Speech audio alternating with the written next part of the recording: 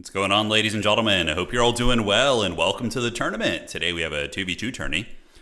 Very fun stuff. Professor Pone and I are going to be back and seeing if we can go undefeated yet again. And by undefeated, I mean better than 0 and 2. So we're playing Nurgle and Khorne today, which is going to be the game plan. So let me go ahead and give him a ring. And call him up. And here we go. All right, there we go. Double Skaven? No, dude. Don't put that evil on us. No double Skaven. We're playing Nurgle and Khorne, which is a very mouth-breathing combo, but, you know, probably not the strongest, but very fun and good flavor on it, too. All right, so I'm going to get the tournament started. What's up, dog? You ready to go? What up? Just getting everything started right now. We'll be firing it off here in just a second. All right. Looking good. And we are going to do this. And then start the tournament right now. Looks good. I was hoping for Skaven and Vampire counts. I don't know if there'd be any synergies there. Maybe. Like Skaven weapons teams with a Vampire count front line. Could be all right. Didn't somebody do that in the last tournament? I don't know. I think they literally had that set up. Maybe.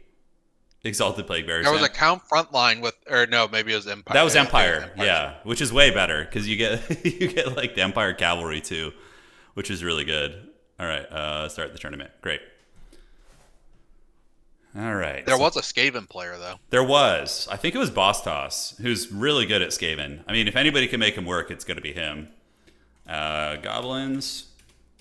Tourney is live. Fine. Oh, we played him. I think we lost to the Skaven, yeah. We lost to everything. We lost to everybody. We lost to everybody, to be fair. He was a chaos of some kind. Yeah. Nothing went well for us. Let's just put it that way. Get those games going and report the score on challenge. Yeah, not a lot went well for us last time.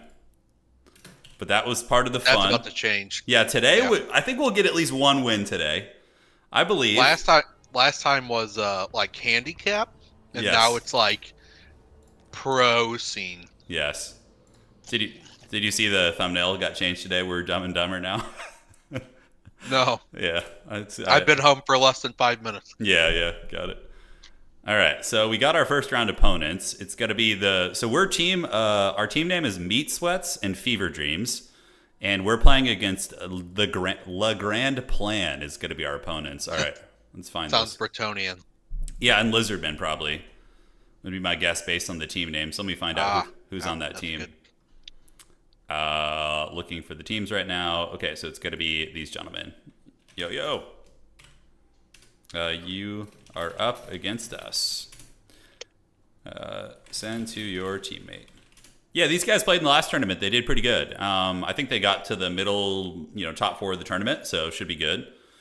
Dowie and Chowie would be all right. I think there's stronger comps because like with dwarves, you really want somebody who has high mobility. And Chaos Dwarves, yes, have like hobgoblins, but both central renders are very expensive. Like I think like dwarves will do really well with like Slanesh or Bretonia even.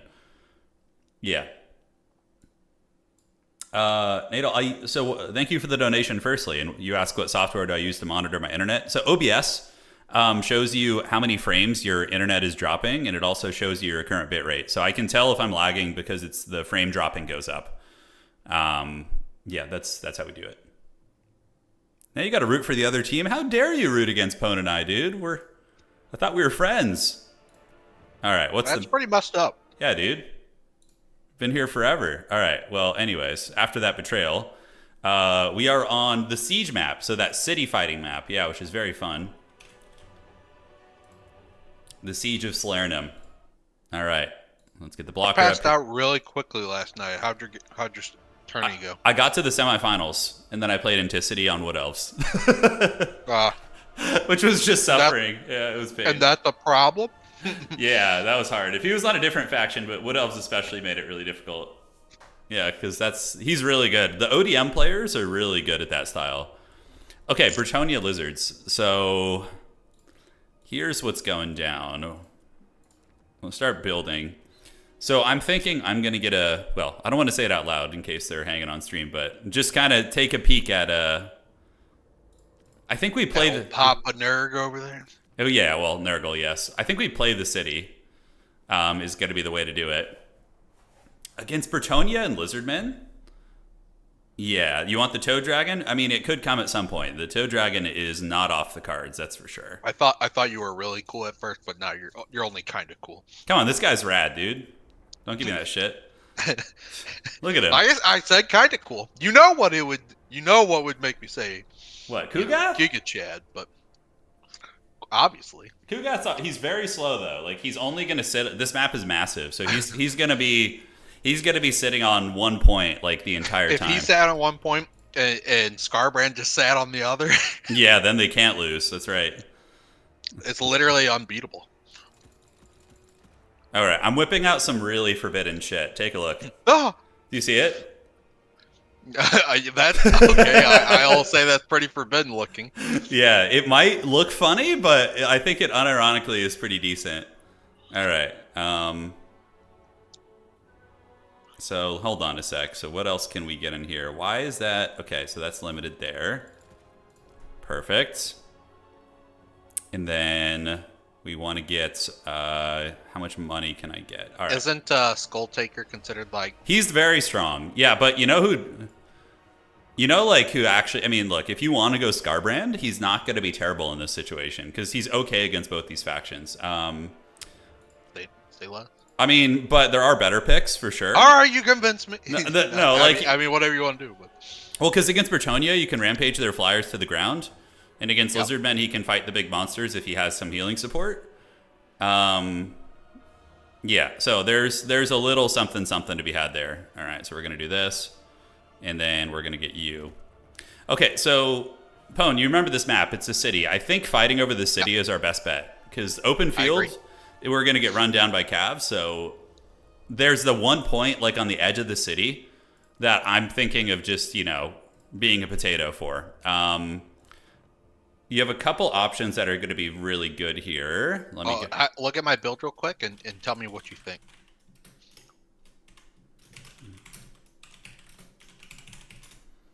Yeah, so I just sent you something, or... Wait, stop sending me stuff and just look at my build. No, that's too haggard. No, that's too... Well, no. There's some parts of it that are good. Yeah, like that guy. And did you read the second part of my message?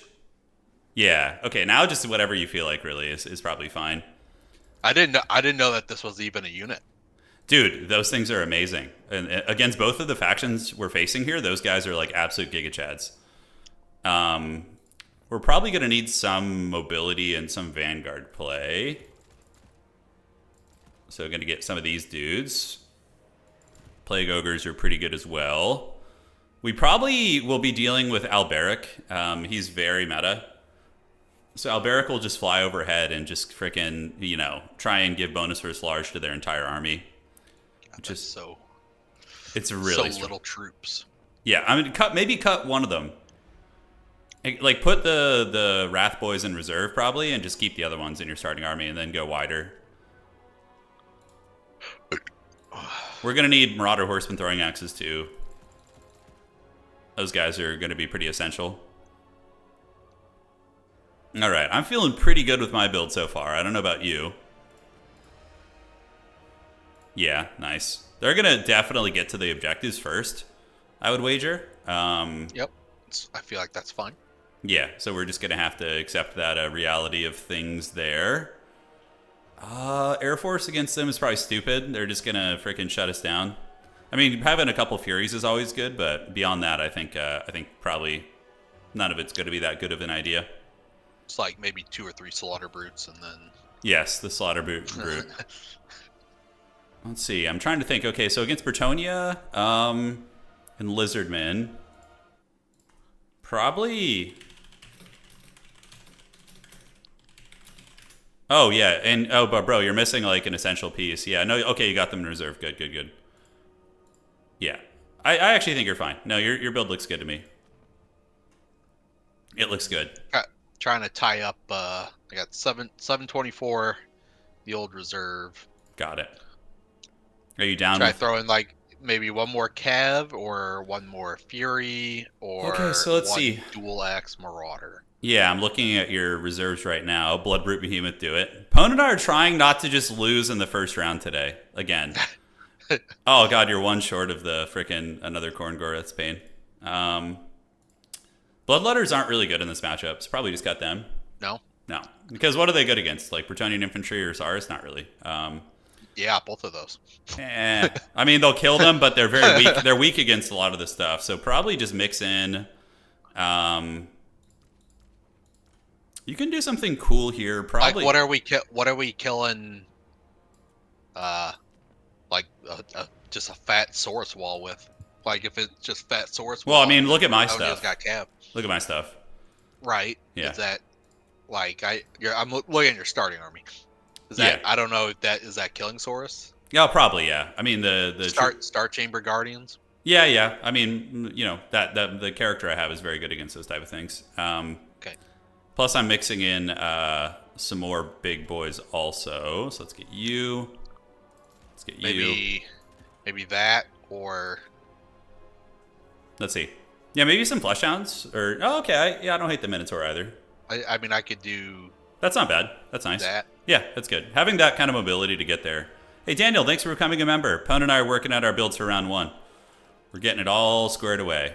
Can I do something a little different so I don't look like a lizardman color of some kind? Okay. I think I have a reddish color. No, I don't have one. Okay. I think I'm ready when you are. Yeah. All right. I like the build. It's forbidden, a little bit forbidden, but it can catch people off guard. Yeah, no internet issues today. They fixed it because I complained last week. I want to bring the monkey hero really bad. Harambe's not bad, dude. You can if you... I don't think this is the matchup. Yeah, like, I couldn't really afford him in the starting army, but well, if we lose, I'm gonna sneak him in next yeah, round. if we're in the dregs, if we go straight to the dregs of hell, dude, just bring Harambe. Like I'll build around him. We'll embrace the suffering. Okay, I'm trying to think what we have to deal with. Okay, so with your we'll talk about it once we get into the game. What's up? What's cracking? Looks like everybody's playing. Am I being pinged? I don't think so. Yeah, so we ended up getting 11 teams today, which is pretty cool. Wow. Yeah, it's actually, over 20 players, which is I remember seeing 4 when I last looked. 11 today, yeah. It is time. It's a fun format. We actually had a Skaven Zinch team, which is going to be interesting because they're going to probably sacrifice Skaven slaves to use the shrine that we saw last time. You could do the same thing with Nurgle too, actually. You could build up Nurgle shrine by sacrificing chaff units. But neither of us have cheap units, so. I was gonna say you need cheap high model count. Yeah. Skaven's great for that. Yeah, very densely packed, weak to AoE. How do we sign up? You just need to be in our Discord, dog. That's it. That's literally it. You're in the Discord, we announce it, and you join with your friend and have some fun. You also have to send it $9.99. Yeah. 9 easy payments of $9.99. All right. So we got the Forbidden Beast of Nurgle, Nurgle War Shrine. So what's nice about the Nurgle War Shrine is if I can get it built up, it's going to give Pone constant healing. So if Scarbrand needs to heal, he could just park next to it, right? Which is going to be great. So here's what I'm thinking, dog. Yeah, send 3 Marauders down to the objective 1. And we will make our way through the city. I'm gonna go through the city with you. And here's the route I'm gonna take. I'm gonna go through here, like this, and then loop up to that. I cannot see that. You can't see the drawing? No. Really? Can't see this? No. Shit. What's the point of it? What's the point of that? What is the point of that even? Do you think my ROR should go to 2 or to 1? Probably to 2 with us. And then we'll read the room. If we need to... So let's move it up the middle first, through the streets here. And then if we see it's needed back there, we can do it. But the fight will probably take place on 2, because they're going to be guaranteed 3. We're not going to contest that even. And yeah, we need to... Oh, by the way, if Alberic flies over Scarbrand and we're I'm near you with my Exalted Great Unclean One. Now, Festus is very risky for being sniped. And we have a Mortis engine now, so Mortis engines are very strong. Yeah. All right, let's roll, dog. Rolling, rolling, rolling, rolling. This is right up our alley. Like, last time we were trying to be, like, fancy and play, like, Empire and Cathay. This is just so unga bunga, dude. Just all these big, stupid heroes. That... Breathe. Oh, Royal Hippos. Okay, that should be fine for us, actually. Careful with those Marauders. Yeah, they might get isolated. We'll see. Okay, so Marauder Horsemen will be a good counter. They're going to be looping into the city up there. Is that a Dread Saurian? It is. Okay, so we're going to have a fight on our hands, but with all of our shit, okay, bring the Halberds to the middle. That's where the Dread Saurian's going, so.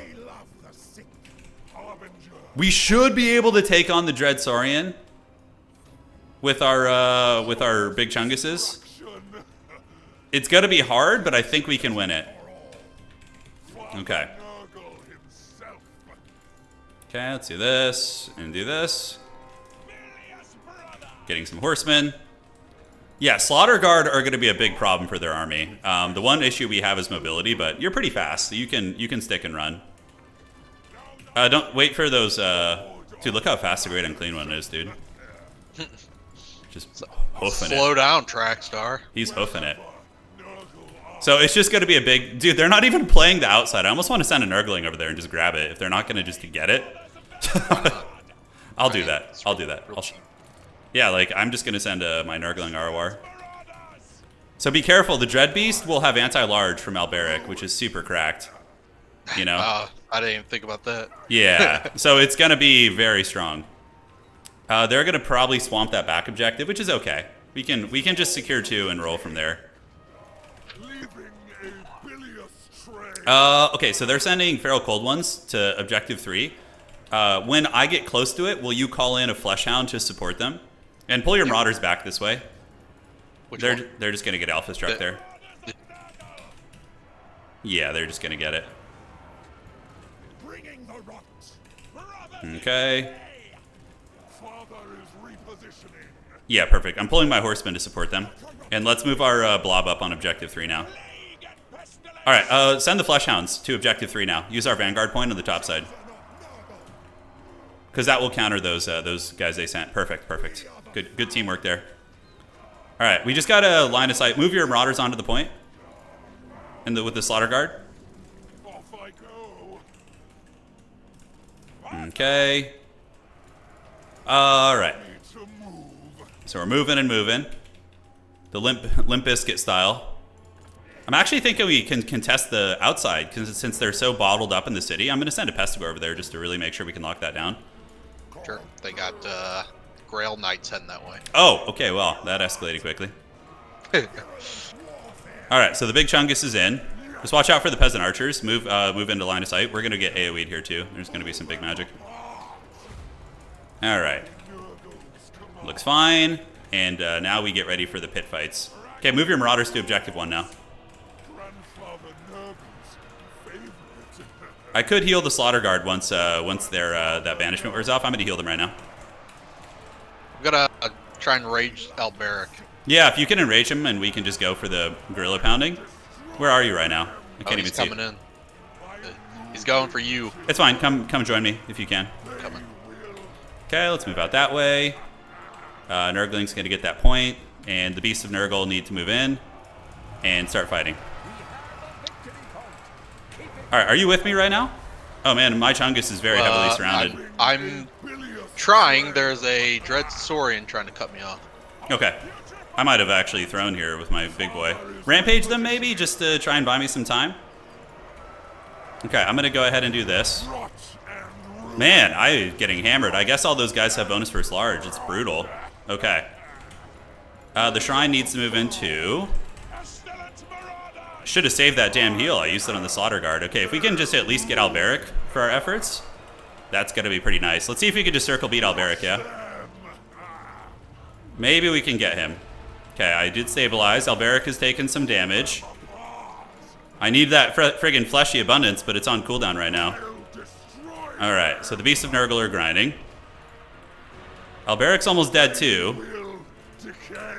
Getting my throwing weapons on him. Keep bonking him down. If we could just trade 1-to-1, then at least it's something for us here. Alright, so the Beasts of Nurgle need to move on to you. Okay, we almost have him down. I'm going to go ahead and try and heal myself and see if I can.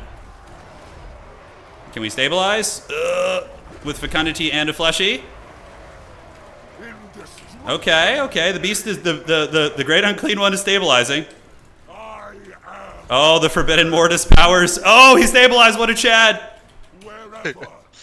Okay, we do get rolled on the high ground, but the great unclean one did manage to stabilize there. Nice. Okay, Beast of Nurgle and Shrine are going to move in on the big man. We're going to keep mortis engineering. And I need to call some units in. Jeez Louise. Okay, let's get you and you. Let's come in here. Move to the middle. Okay, he's finally going to crumble, but not before he did some decent damage here. All right. I'll just save up to resummon him too, and he'll be back. But the Bretonnian army took a hammering. We are doing pretty decent on value right now.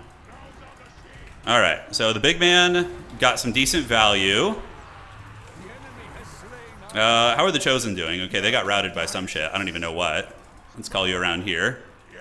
Look how beat up their army is, though, man. It's very tattered. Although, do we still... I missed the Alberic.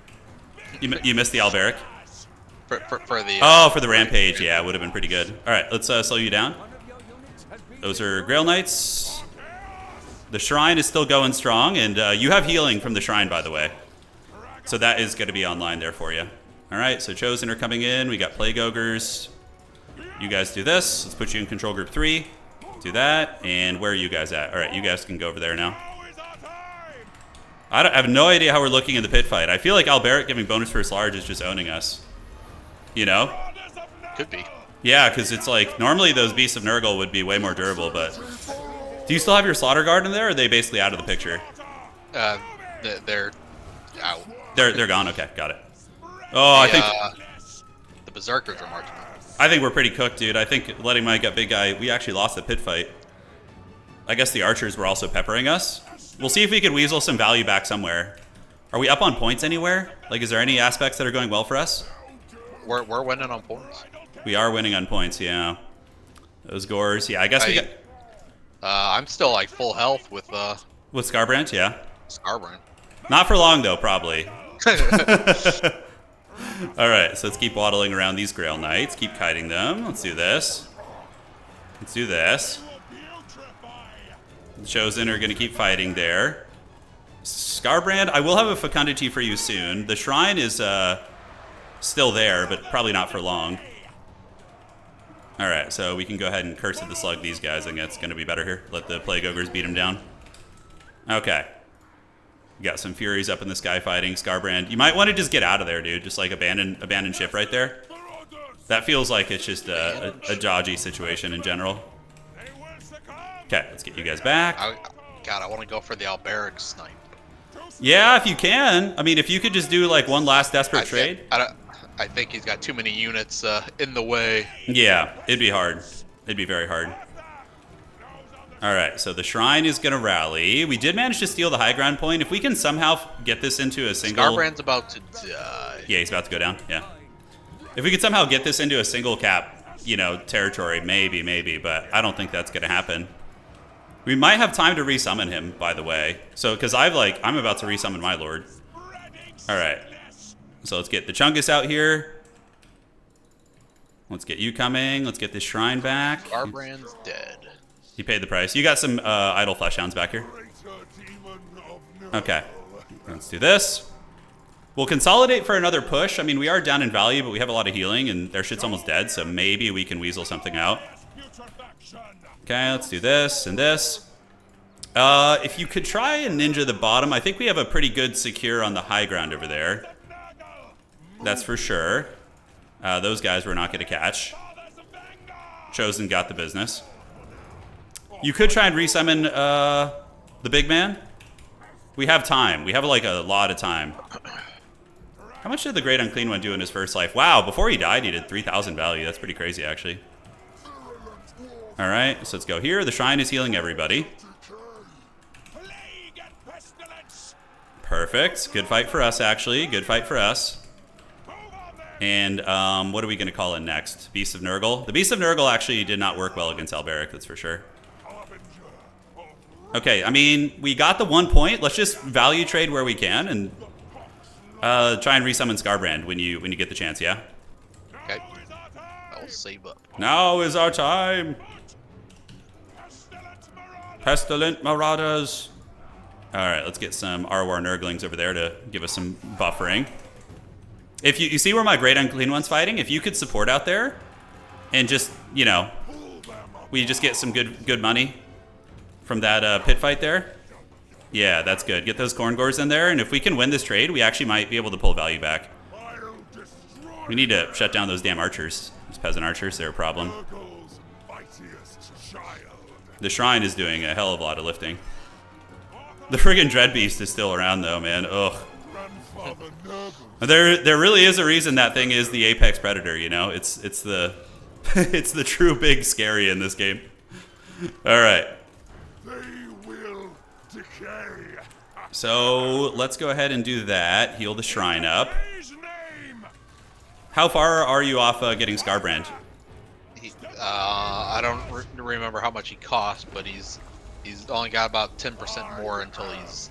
Nice. We still might actually have a chance here, dog. The value's close enough with healing that we can maybe outgrind them here.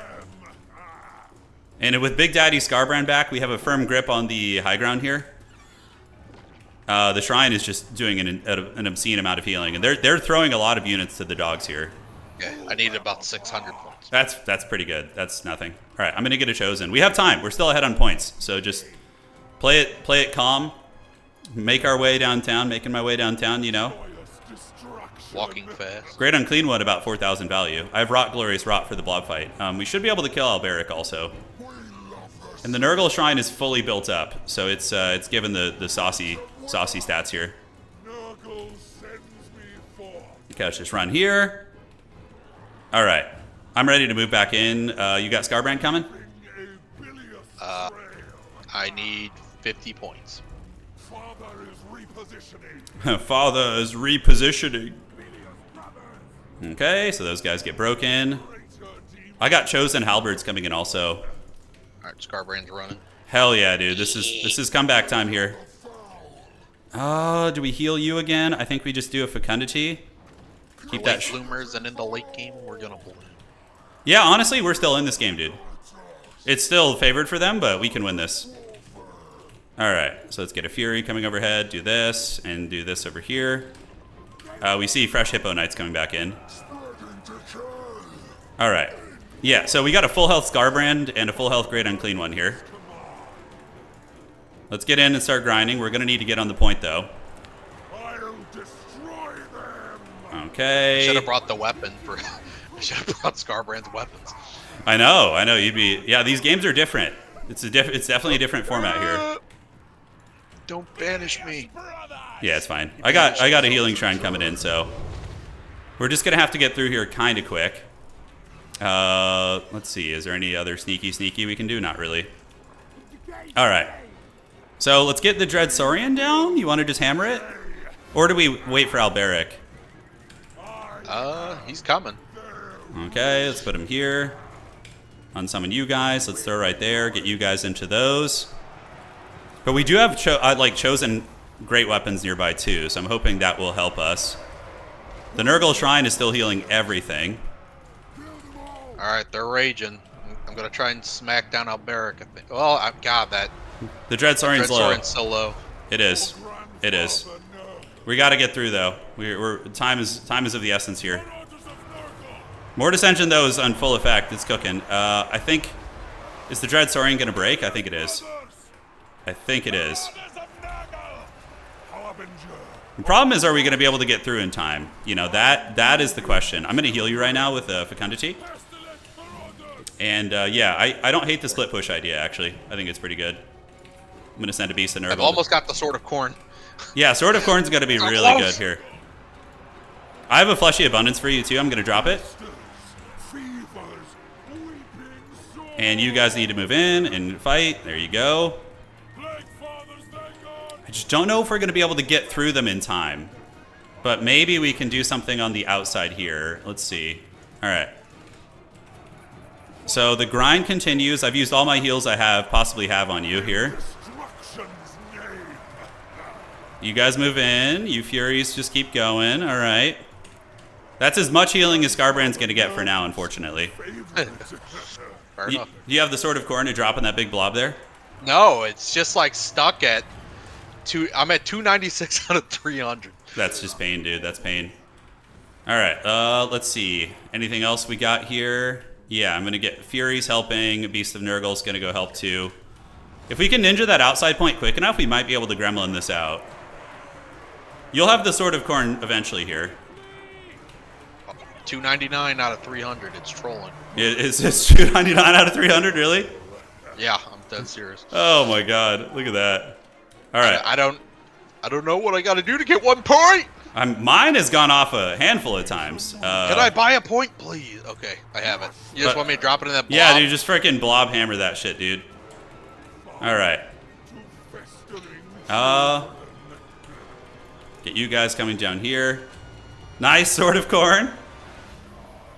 Okay. Okay, are we gonna be able to win on the 2 points? Can you do the math in your head? I don't think so. I think No. we're maybe actually. I cannot do the math. Oh, okay. So you're not sure then. Okay, we need to reinforce the high ground point. They're gonna go for that. The Great Chungus is going. Let's go ahead and Curse of the Slug, you guys. Let's get back. All right, sure, Josh. Thank you. Okay, so Big Man is running, having gotten probably 5 million value. I don't have much to send at all. We're going to have to hold this point. We do manage to get the low ground, but I think they win on just the one. I'm not sure, guys. I'm not sure how that goes. Okay, the Great Unclean One was a Chad. He probably got like 6,000 value. They are overreacting, so I think maybe... I think we do need to get all of them. So, well, let's send what we have to the middle. Okay, I'm going for it. Like, everybody on Objective 1, send them to the middle right now, Pone. Okay. Yeah, because I think... I don't know. It's really close. Okay, they're coming.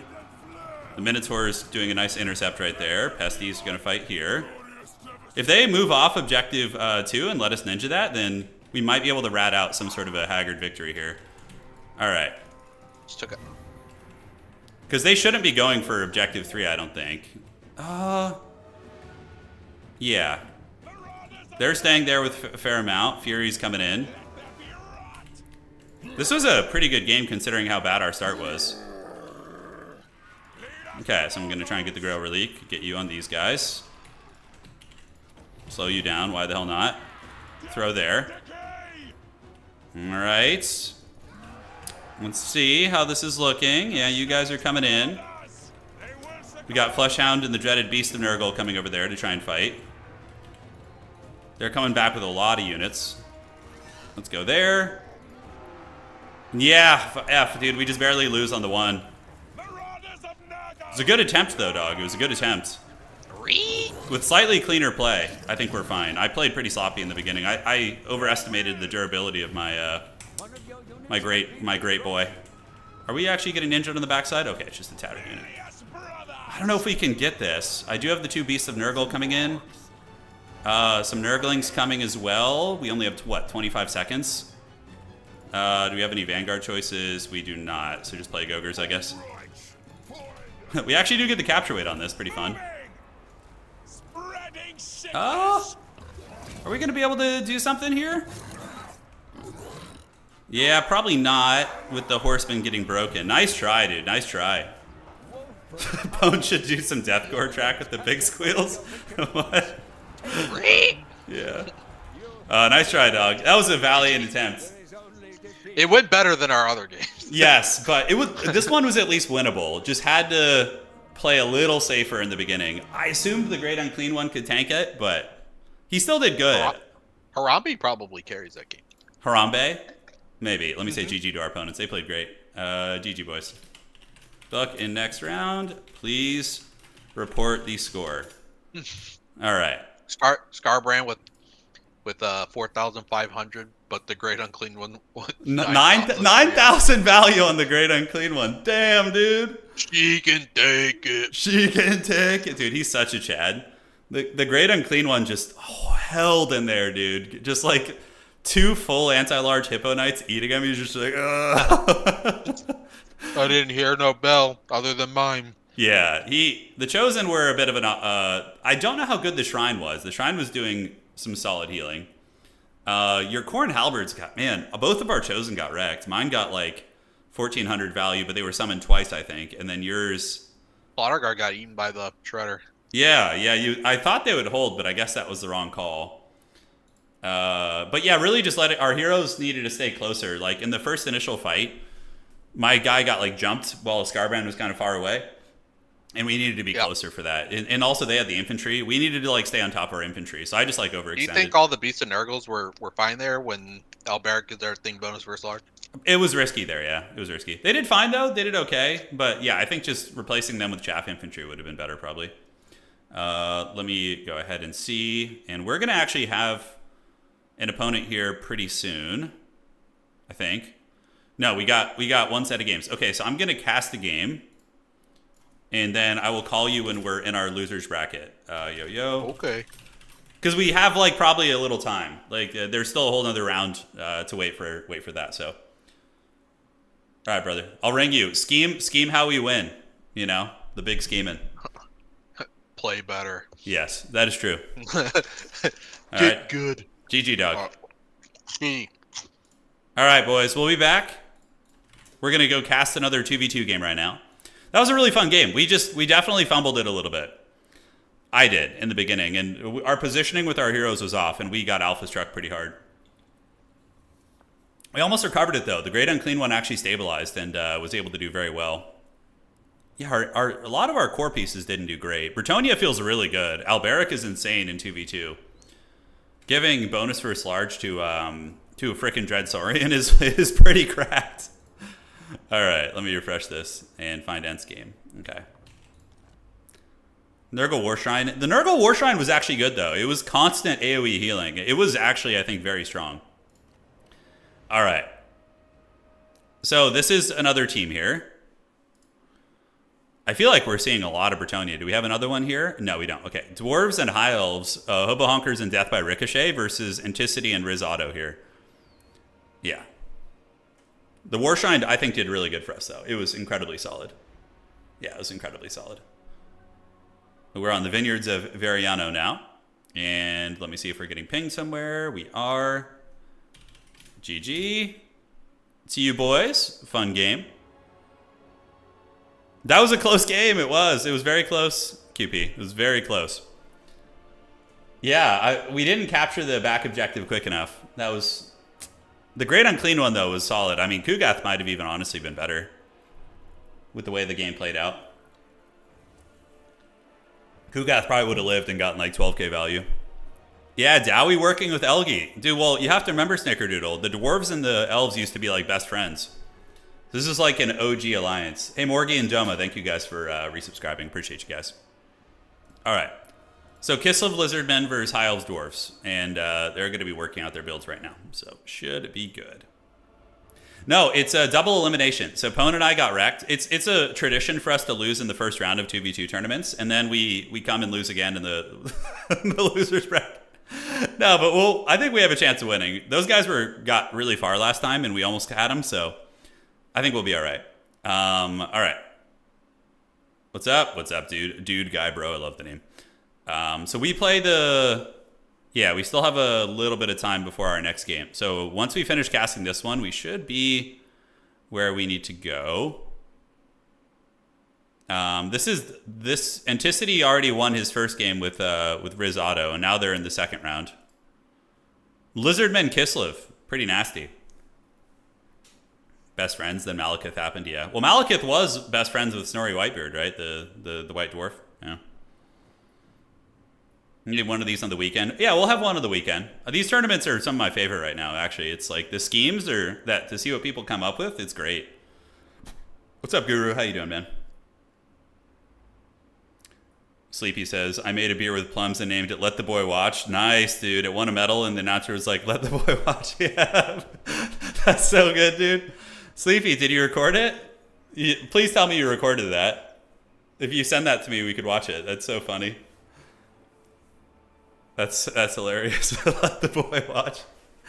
Oh, that's really funny, man. Counts and Coast. The armies are limited to 10, unfortunately. So it's hard to go super wide, but you still can. Yeah. All right. Let's fire it up, team. Let's get it. So we're on the Vineyards of Veriano. It's one of our new maps. It's really funny on this map because when the dwarves are actually in the vineyards, you can't see them. They're so short that their like helmets barely pop above the grapevines, and you cannot see that they're there unless you see their flag. It's really funny, actually. All right, guys. Taking a look here at the armies of the Dwarf Elf Alliance. It's going to be a dwarvish front line with cannons, which I think is the way the dwarf should be played in team games. So Ricochet going quad cannons, and then also as a runesmith and Malachi. So Homie just bringing a chaff front line with cannons. Now the hard part is going to be protecting the cannons from Kislev. Kislev's diving is very, very good, so there's a chance those cannons could get overwhelmed. On the other side of the battlefield, we do see Anticity and Riz Otto. He's going to be Anticity going about as Unga Bunga as you can get. He's going Lord Mazdamundi with the Treader of Lustria. So this man is going hard and bringing his big dinos with him. But Riz Otto is covering the mobility. So the idea of this is that you use a bunch of your Kislev Cav and you swarm the shooting, and then your big monsters just kind of rampage and feast. We do also have 2 Pterodons. So I feel like the dwarves and the High Elves are going to have a really, really hard time defending their backfield against the Kislev Lizardman Alliance here. So the Achiever, if you want to do map making, join our Discord. We have a section in our Discord called the Cartographers, the cartography section, where all of our map makers hang out, and you can talk with them, and they'll have tools and tips to help you make the maps. They can walk you through the basics, et cetera, et cetera. Yeah, I mean, Anticity's army is like 3 or 4 units. It's literally 4 units. Yeah, he's got the Pterodons and and these guys. That's so funny. Now, the Ice Witch is going to be using what? She has the Hoxamiska Hailstorm and the Leopard Summon. What's that thing doing with its tail? Is it like scratching itself? No, okay, it's just kind of moving its tail around. No, he didn't bring the ward save item, which would have been pretty cool. All right, guys. What is up here? On the outside, Pterodons, and Dervishes are at the ready, General. So here they come. They're going to be moving forward. Costumite Dervishes, rolling. And they're going to get up on the points. The High Elves do have mobility as well. They got 4 Reaver Archers, as well as some Illyrian Reavers. They have an Arcane Phoenix, a Lithanar. So a massive bow/gun line with a High Mage with Tempest in the back. So Tempest is going to be good against Pterodons, but aside from that, not too many other viable targets for it. But yeah, dealing with the diving from Riz, Otto, and Anticity is going to be very hard for the Elf-Dwarf Alliance. Those cannons, of course, will sing and do some great work. You can already see Lord Mazdamundi trying to run out of cannon range as he is being heavily targeted by the cannons. Are all 4 of those cannons going to be shooting? Oh shit, that's a flame cannon! Okay, probably not super good against like a Griffin Legion, but even still, pretty Chadley play. Dragonback Slayer is going to be called out, ready to defend the artillery, and the flame cannon. Oh my god, look! Wait, the dwarves just roasted their elven allies. They just can't help themselves. That flame cannon literally just roasted a bunch of those elven reavers. That's so funny. All right, so here comes the big defense in the backfield, guys. Tempest is going to be going down. No, Rune of Slowness from the dwarves, and Tempest is going to make its way over here and definitely drop it like it's hot. We do see Illyrian Reavers coming in to fight Griffin Legion. Going to be a bad fight for them. But there's also going to be a Tempest coming in. Now, Anticity is closing the distance pretty quickly. The cannons are getting okay work, but we do see him just tanking it. And the thing is, if the fighting is taking place here in the backfield, you're going to see all these cannons and different pieces really, really pay the troll toll here. They're going to get overwhelmed. Because Kislev is a very good diving faction, probably one of the best diving factions in the entire game, because of the fact that their shit is basically unbreakable. Reaver's trying to hold back Winged Lancers. Here we do see Winged Lancers going to be beating these Dwarf Warriors. And that's very not good for the Dwarven Alliance. We do see a massive, massive Dread Saurian getting in with Mazdamundi. Losing a bit of HP, but nothing to write home about, honestly. Slayers at the back, tearing apart the Dervishes. And here we do see the Winged Lancers trying to break through the lines. And it looks like they're going to. And the Dwarven Cannons are going to be getting taken offline right now. And I don't know. Ricochet has gotten a lot of value, but this is about to get really ugly. Because Anticity and Riz Otto have gotten into the cookie jar, and Riz has done an excellent job of diving with his Kislevite Cav to open up the way for Anticity here. So kind of a cool strategy by this team, using Kislevite diving tactics to allow the monsters of the Lizardmen to really, really feast, which I think is pretty dank. Hoxamiska activated, going to be breaking some leadership. We do see Elithanar as well as Malachi Makaisen trying to fight, but the Dread Saurian is kind of rampaging here. Slayer's going to be making their way in, but this game kind of looks like it's over already, as we do see an absolute karate chop going down. And, yep, Enta's in the melee lines with red-crested skinks. All the cannons are compromised, and I think that Death by Ricochet and old Hobo Honker is going to have to rethink their strategy against these diving factions. It's a mistake that we made in the previous tournament, going a little bit arty heavy against like 2 factions that have diving capabilities. We got wrecked by Tzeentch and Bretonnia, by Furies and Bretonian Cav. Beautiful Searing Doom right there, nailing a bunch of the Slayers. The Slayers are grinding well. Riz Auto at 3,800 value. Anticity at 1,800, and the Elves and the Dwarves are out DPSing as it currently stands, but they are going to get triple capped, which is going to be tricky. So we'll see how this goes. It looks like here we do see the Shredder of Lestria is kind of being harried back by some of the Slayers. The Lithanar are going to be battling the Snow Leopard right here as more cavalry continue rampaging through, and maybe a stabilization from the Dwarves and the High Elves. The Grimdelver callout is very, very good. If they can avoid getting tar pitted, the Grimdelvers will mow down a ton of these tools. And the Chad Flame Cannon has gotten back online, shooting at the Shredder. Not that it'll do much damage against it, but it's still actually not insignificant. Look at that, guys. Grimdelvers unleashing on Lord Mazdamundi. All right, not bad. Mazdamundi going to be forced back a little bit. And look at this. The Elves and the Dwarves do stabilize their backfield, but with all that being said, are they going to be able to get any cannons online? If the cannons don't come back online, it's going to be mission accomplished. So Anticity and Riz Auto now are going to need to basically just find a way to hold the objectives, because the Dwarves and the High Elves are going to come, and Ent did not do that much damage in the fight, but he did tank a lot. Riz did quite a bit of damage, but overall the Elves and the Dwarves with the home field advantage were able to stabilize here. Reform the lines! Reform the lines! And they do, as Giant Slayers, Grimdelvers, Flame Cannons online, and some Dwarven Cannons do stabilize. Okay, so the Dwarves are going to be able to get a cannon back online, which is pretty big. Mazdamundi waddling back towards the objective here. Yes, and we do see the Silver Helms moving up, a Lithanar and the Handmaiden, putting shots in where they can. But are they going to be able to get points back? Arcane Phoenix is going to be moving forth and eating a little bit of firepower from the Shredder of Lestria. Nice bombardment there from the Phoenix. We'll tickle those Winged Lancers. It's usually better against tightly packed infantry, but that Flame Cannon's going to be kind of clutch. Look at that. It's actually fending off the Shredder of Lestria. And I didn't think Flame Cannons would actually do much damage against the SEs, but it appears it actually does. All right, guys. The Dwarves and the Elves are resurgent, and they are certainly pulling ahead in value. Hobo Honkers is farming a lot of value here, as is Death by Ricochet. These are 2 players who are regulars in our tournaments. All 4 of these players are very, very solid tournament players. So, they're going to be capable of making some pretty jank plays. All right, Giant Slayers moving in. Don't want to be fighting red-crested skinks, but they are going to be getting help from the Phoenix. And the Rune of Wrath and Ruin, nice, coming in from the Runesmith right there. While Silver Helms are going to be couching their lances and getting ready to run down some of the red-crested skinks. They got to protect their Dwarven homies. That is for sure. All right, so this objective in the danger of slipping here. Ricochet needs to get those Giant Slayers back in the mix, and the Grimdelvers are probably going to keep hunting down the big boy. It looks like they want Mazdamundi. Yeah, they're chasing him. And coming in with more red-crested skinks. Elves and Dwarves moving up. The Dwarven Cannon is now singing once again. Not sure what it's going to be shooting. Arcane Phoenix battling Mazdamundi. Not a bad fight for the Phoenix or Mazdamundi. Kind of an evenish fight. And now the Grimdelvers going to be getting blasted by some witchcraft as a Ruination of Cities from Mazdamundi. Very nice. Going to be hitting the Grimdelvers right there. Salamander's also being called in as well from Anticity to put a little bit of fire support down. But the Flame Cannon heard no bell. Still going here. Still moving in. Objective 1 is going to be flipping. Beautiful Tempest right there, by the way. Really, really nice Tempest coming in from the High Elves. Helping their Dwarven homies with a little bit of magic. And, is that me lagging? I don't think it is. Maybe it is? Oh shit, it actually is. Okay, maybe they didn't fully fix the internet issue. Is it going to come back? Give it a second, guys. Oh no. Come back to me, precious. Okay, maybe they didn't fully fix the internet issue. They said it was only affecting the time zones from 1 to 6 p.m. and I did stream earlier today, so it's fine. Just refresh the stream. Just refresh it. Give it a little bit of love in there, guys, and it should come back. All right, Flame Cannon shooting here. Blasting into Lord Mazdamundi, so he's going to be eating it like a champ. In the backfield, we do see some cav coming in. It's going to be the Kosovo Dervishes.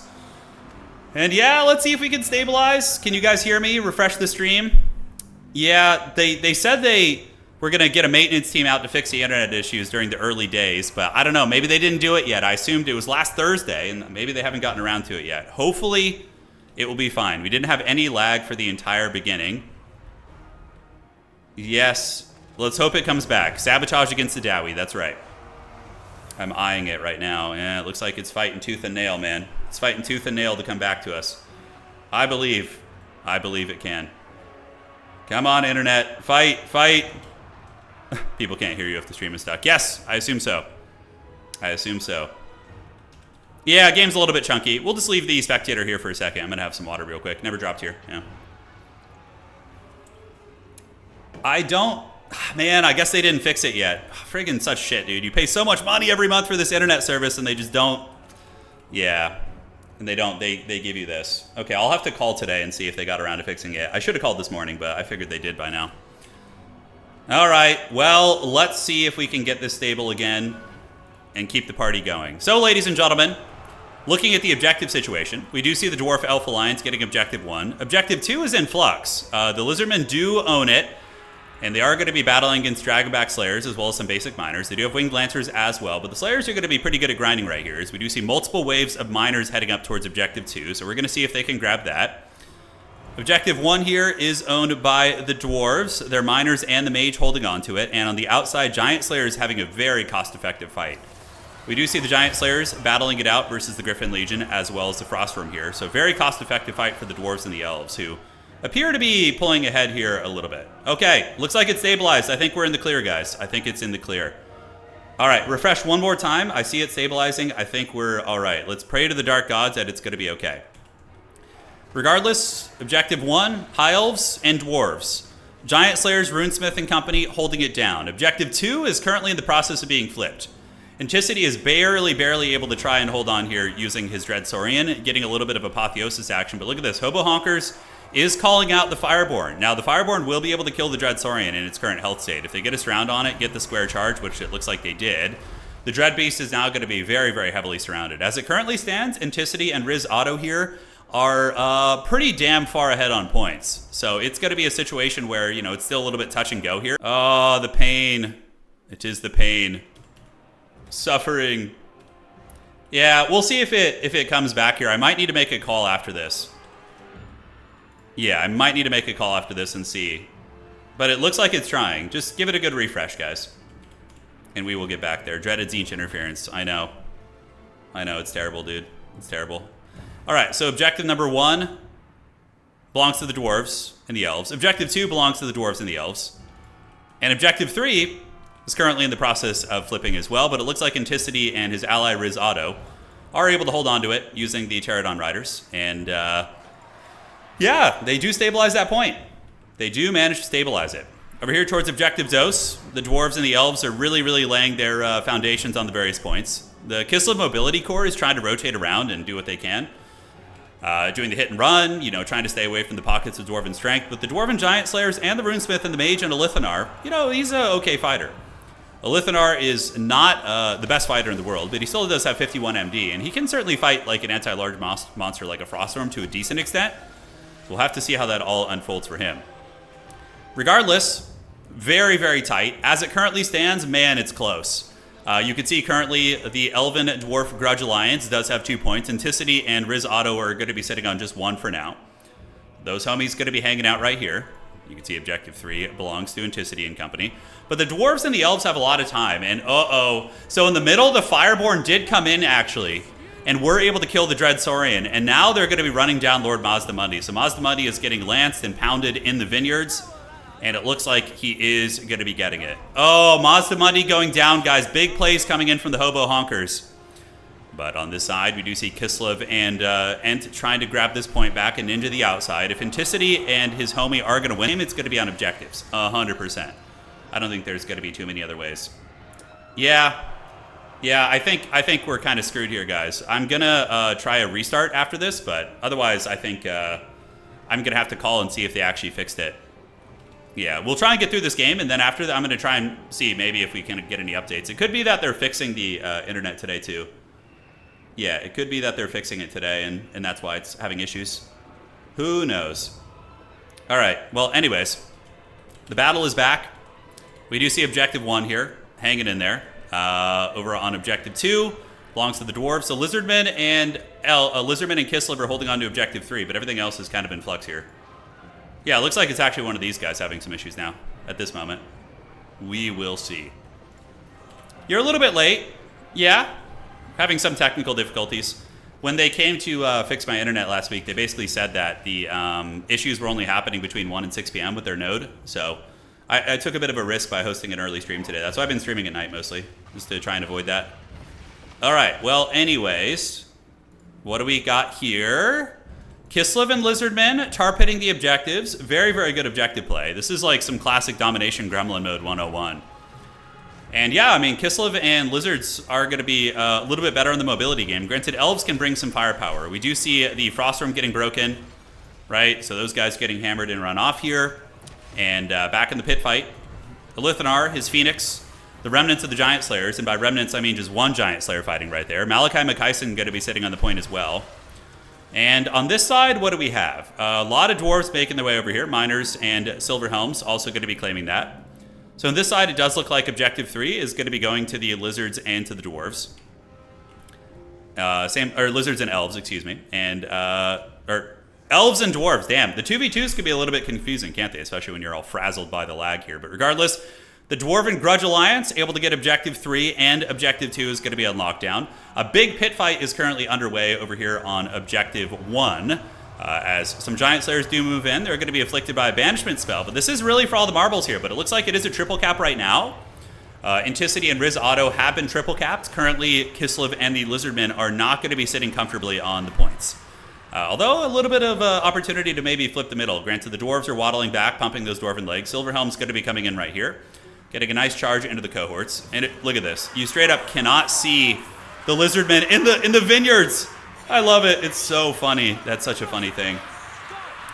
Regardless, Silverhelms make their way in. Definitely looking favored for the Dwarves and the High Elves. They have a lot of time left with which to work. And we do see that Riz Otto's Ice Witch is in some danger right here. So we could actually be seeing Inticity's team being sent to the losers bracket early on here in a match that honestly looked very, very tough for the Dwarves and the Elves. I mean, the beginning of this game was an absolute shit show. We saw the 4 cannons getting clobbered and run down, and then being triple capped like that, I mean, man. But the 2v2 format can get pretty crunk nasty. All right, so we do see the Ice Witch getting broken here. Probably going to be the Portent of Doom, as all 3 objectives are going to be going to the Dwarves and the Elves, as the Tempests have been very good. Elithanar and Malachi McKyson holding it down. Slayers also performing very well. Fireborn coming in too. Going to be big difference makers. Inticity and Riz going to be making another attempt over here, sending over Kosovite Dervishes to try and grab the point where they can. So those bad boys are going to be moving in there. Coming across, Kosovite Dervishes trying to get in there as well, but it's only a matter of time before the Dwarves and the Elves outgrind them, and as it stands, the Dwarves and the Elves would win on just 2 points. So they don't even need to play Objective 1 anymore if they don't want to. They can straight up just hunker down on the points that they're very secure on, and totally be fine and just be chilling out. All right, guys, so Banishment going down? No, that's going to be a Rune of Wrath and Ruin. I believe the Slan Mazdamundi was defeated long ago by the Dragonback Slayers. The Dread Saurian also defeated, and Inticity probably regretting going super narrow, right? Because the problem with builds like his is, yes, they're very strong, but they also lack, I would say, a bit of skill expression. So a player like Inticity, with his micro and his decision-making, I think is probably a little bit wasted on a 2 SE build, you know, because he's got so much skill expression and decision-making and micro. If you just give Ent like a Dread Saurian and Mazdamundi, there's so much more he could be doing, you know, I feel like with other things. But yeah, triple cap going down, guys. Right now, the Dwarves and the Elves have wrestled all 3 of the points from the Kislevites and the Lizardmen. Now it looks like they're going to be rolling over this way. So we do see these 3 coming over here to party. And are they going to be able to do much? We do see the Storm Riders coming in. Giant Slayer unit is going to be very menacing here. And even if they do manage to get this, Inticity and Kislev are moving over here, Risotto. They're going to be heading for Objective 3, but, like, is it really going to matter? You know, they get this point, maybe, but then the other 2 points are going to be in the hands of their opponents. It's very, very tough. All right. So the Elves and the Dwarves going to be hunkering down on the middle here. Maybe conceding the fact they might lose Objective 3. Ent does have a big Air Force coming in. And we do see Riz Auto running some good interference with the Winged Lancers. They're going to be screaming across, but the Giant Slayers will make pretty quick work of Winged Lancers. Objective 3 probably will flip, or at least does have a chance of flipping, as Ent is going to be sending in the cohort of Sotek, but they're going to need to get multiple points here. The Dwarves have a lot of capture weight right there, and we do also see a fair amount of capture weight that's going to be sitting over there too. So very, very dodgy indeed, guys. Very, very dodgy. All right, moving on up. The Illyrian Reavers going to be heading in. There they go. They are moving and a grooving. The charge is on. Flame Cannon did do some good work this game, and that is going to be a tap out. GG, well played. All right, guys. Victory coming in hot for the dwarves and the elves. The old alliances are still strong. They still stand here in the old world. That was it. That was a fun game. Sorry about the lag. Hopefully it won't be a consistent thing the whole stream. I mean, I could call, but I don't know if they're going to be able to do anything. All right. GG. Well played. Nice comeback. It looked really bad. Anticity and Riz looked like they were going to close the game out, but the mid game was very good. I think the big comeback mechanics were the Grimdelvers and the Giant Slayers. Look at that. 2200 value, 1200 value there, 1300 here. I mean, just chef's kiss, right? Super, super good. The Fireborn did good too. 2000 value. Fireborn coming in and cleaning up the Dread Saurian and Mazdamundi. Those were awesome. No, we don't necessarily get Ent. It depends on who's on our what side, on what side of our bracket, and et cetera, et cetera. All right. So let me do this. Great game here. And we are going to do a refresh here and see if we're ready for our opponents yet. Okay, so match 7 is happening right now. So Pone and I are going to have our next match here in a minute. So I'm going to get this. We're going to get in there. We're going to get Pone Dog in here. And our game should be ready within 5 or 10 minutes, probably. Our losers bracket match. This is where we climb from the pits like Bane and Batman, dude. We got our back broken, but we climb. We're climbing out of the pits now. So this is going to be... Oh, we're on the same map again. The Siege. Okay, so the Siege map. The Siege of Salernum. Yes. All right. We just got to wait for our opponents. Dude, my internet service provider sucks so goddamn bad. Every couple months, I have to call and get them out here to fix it. Firstly, they argue with me on the phone saying there's no problem. And then I get a checkout and they're like, oh, there's a problem. And it's going to take a week for us to fix it because it's like an infrastructure issue. And then it takes 2 weeks for them to fix it. And then the whole time you're paying full price, The only time they'll ever give you a refund is if you had internet outage for your internet has to be fully out and for a long period of time during your day. And then they'll give you a 1-day refund, which is literally $5 or something. It's like $10. It's awful. Oh God. You can't, where I live, you can't switch providers. There's no choice. There's no choice. Yeah. It's all we have here. Honestly, in California, even in bigger cities, you're pretty limited. It's usually going to be Spectrum, like Comcast or one of these companies. Yeah.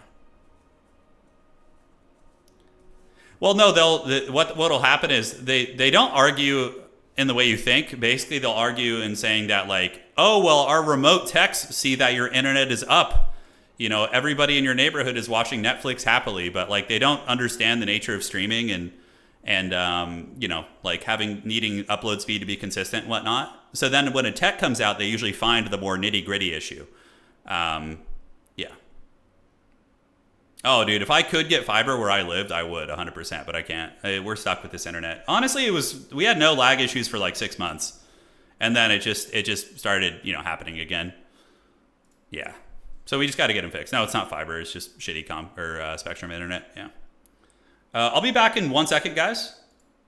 Give me a moment, and I will see you in a second.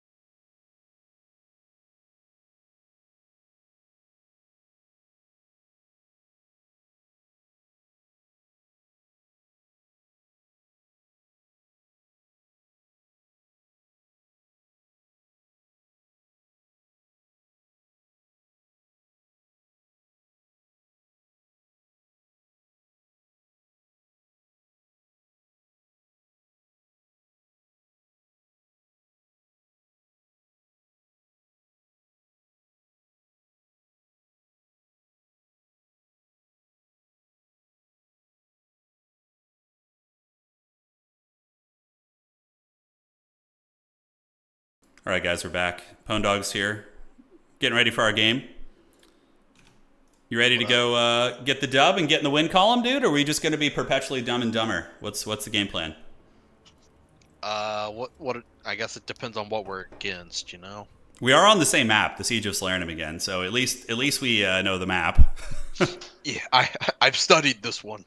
Yeah, you studied the blade here. All right, let's see here. I've gone to the townsfolk. Yes, you've researched the ways. Yeah, so we're still waiting on. Oh my God! So if we win this one, we have to play Anticity and his teammate in the next round. Good. Yeah. All right, let's get it, dog. Let's get it. Do you guys? Speaking of, we were talking about. Can bleed. We were talking about internet on the stream. Do you have really good internet where you live? Like, do you have fiber? Or are you on just like general? What am I on? I'm on. I've like I think DirecTV's our internet provider. Yeah. So it's probably just like what I have, basically. Yeah, it's just the same gremlin stuff. Granted, you live in more of like a suburban area, right? Like, you don't have a lot of like nature and trees and wood around you. I have a creek literally right behind my house. That's pretty cool, actually. Yeah, because we get a lot of like nature damage. So like the animals, the squirrels like legitimately will scave in and like chew on the internet cables. So it's it's a bit of an issue. All right, let's see. Empire of Oh, there's an Empire Cathay team. They're playing our Forbidden combo from the last tournament, dude. That might be who we're playing. They're doing as good as we did, though. Yeah, no. Well, I mean, nobody can do as That's bad. what we need. Yeah. Give it to us. Yeah. So if we play Empire Cathay, let me look who's playing on the teams, and we can start planning. We need to do the big schemes. We could have won that last game. It just was. We barely won. The positioning was sloppy. Like, we shouldn't have had our lords get surrounded and wrecked so bad early on. Granted, you did a very good job coming up and helping to protect the big fat Chungus, you know. Okay, so we have Empire and Murder Mystery is the other team. All right, let me see who's on that team. Okay, so Empire Cafe is... Oh, no, that's actually Bretonia Cathay. And then on the Murder Mystery is Zinch and... Oh, shit, the Murder Mystery team is really strong, too. Okay. So the team that won the tournament last time was is the Zinch... oh, no, they're doing Zinch Vampire counts. Oh, they're probably going to win. Yeah, okay. So we're probably playing the Bretonia Cathay army. So let's start building for that, yeah? All right. Because I suspect that's what we're going to be playing. I mean, we have the previous tournament winners versus a new team. So we gotta just play for it. Okay. So on this map, it's a little tricky, actually. So they're going to probably have, like, Plague of Rust type stuff. So what did I say? Bretonia and Cathay. Okay. So do we just want to, like, armor check these guys and just be, like, you know, rock hard triple cap? Yeah. I think the triple cap's a good start. Like, sacrifice a little bit of value to get a triple cap here. Okay, so Cathay, it's going to be Alberic again. So we're going to be getting that anti-large spam shit. But Cathay doesn't, like, capitalize on it as well, right? It's not like they have, like, you know, something super scary. I feel like on this map, the Coog is going to be good. Because, you know, we could just, like, they can't shoot us with cannons. Kugath is basically an immovable object, right? Yep. So I'll just park homie on that objective. And you're going to go Valkia? I think Valkia's be decent. She's got the anti-large. Yeah, she's not bad. Scarbrand did do really good, though, to be fair. In his defense, he did pretty damn good last game. Cathay might have blimps and final transmutation to blob punish would be my guess. Okay, Cathay Bretonia. So the low ground of the city, I could just send like 2 Chaos Warriors back there to grab it. And Chaos Warriors are very tough for those 2 factions to remove in general. And then we just force the fight on the middle city. What do you think? Like 2 or 3 Soul Grinders each. Oh God, dude. No. No, dude. No, stop. Stop with this treachery. Exalted Plague Bearers. We could just do Monsters Infantry 2. So I could do something like this. Take a look at this opening build. No, Shaper of Fate. Tamarkon's a big target, so he would suffer against the bonus versus large. I mean, dude, a lot of units. Yeah, but those guys, well, against Cathay, what is Cathay even going to bring? Probably like Cathay and Empire, aren't they like? No, Cathay and Bretonnia. It's Cathay and Bretonnia. Yeah. Okay, we're still waiting on that. The game is still going right now, so the murder mystery. Anticity waits for us in the pits, dude. He's crouching on his throne of skulls right now. Not to jinx it, but it looks like the internet is fine now, so I think we're going to be okay from here. I'm hoping. Bold claim. Yeah, I don't hate that. I don't hate that at all. A couple of those guys. Yeah, those are always welcome. Who won that? The battle actually stopped being slow motion, but the dwarves and the elves actually came back with a bit of an upset, which was cool. Yeah, so we're going to be dealing with a lot of diving. Nurgle doesn't have like infantry-sized anti-large, which is tough. I don't think the shrine is necessary, honestly. Could get you and you.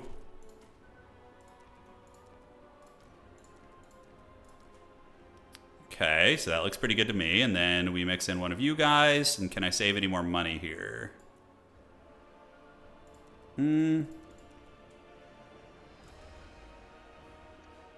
That is going to be a pretty big debuff there, which isn't bad. All right, here's what I'm thinking out of the gates for myself. What do you think of this? Not bad. Yeah, we did just watch the smaller army lose. Oh, on the other side, yeah. This lord is just so expensive. Ugh. I mean, I could go wider. That's all I'm worried about. Like, well, especially if you said our goal is to three court press. I think like a temporary we 3 don't cap. have the I think we like loosely capture the high ground objective. I could even do that with some Nurglings or something. And then we're gonna yield it because they're gonna send critical force over there. It's Bretonnia. We can't contest Bretonnia's mobility with Cathay Crowmen flying over. So I think I just send like a couple Nurglings to grab that, and then we just play the city because the city will line of sight all of Cathay's cannons, right? So that's pretty nice for us. Okay.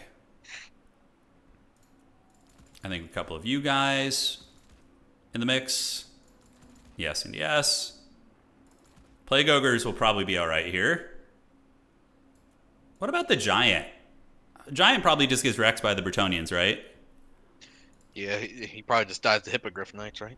Yeah, those Hippo Knights are so nasty. But, I mean, Bilious Thunderguff does have 14,000 HP. Okay, let's not get stupid. Let's try and win. I'm getting carried away here with weird techs. You know. Do we have our next team yet? Let's refresh. Okay, I'll message those guys. Let me know when done. All right. I want a meme, but we also don't want to just get eliminated right away. As funny as of a tradition as that would be to establish, you know, like we do want to win. Toad Dragon against these guys. The Toad Dragon would just, yeah, Alberic is such a menace. He really is. Your army's pretty Chadley. I like that. Does Harambe? Harambe does have armor piercing. Okay. No double war shrine. No. Stop. Stop with this madness. The Chosen were kind of lackluster, honestly, in the previous games. Yeah, I guess they had some good bombardments for them, and the Hippogriff Knights also tear them to shreds a little bit, so that was sketchy. Bilious? Yeah, okay. What does Bilious bring to the table? He's a big SE. Festus? What about like a Festus pick? Let's theorycraft this a little bit. So Festus sitting there, AoE healing everybody, but he's going to be very vulnerable to getting sniped by the big enemy monsters. Right? I think that's just too much. Yeah, I think it's a little bit too risky. Yeah, Corngors will be pretty okay in reserve. They're always a solid unit. You can't really go wrong with Corngors. Bile trolls against these factions. Probably one bile troll isn't a terrible inclusion. Plague ogres will trade well. Yeah, we have plenty of anti-infantry tools. I think we have adequate anti-large. Yeah, I think, like, my concern is that Festus gets dove by, like, a big Bretonnian lord. Pone could protect me, sure, with his characters, but it's a lot to babysit, you know? Nurgle, yeah, it's a lot to babysit.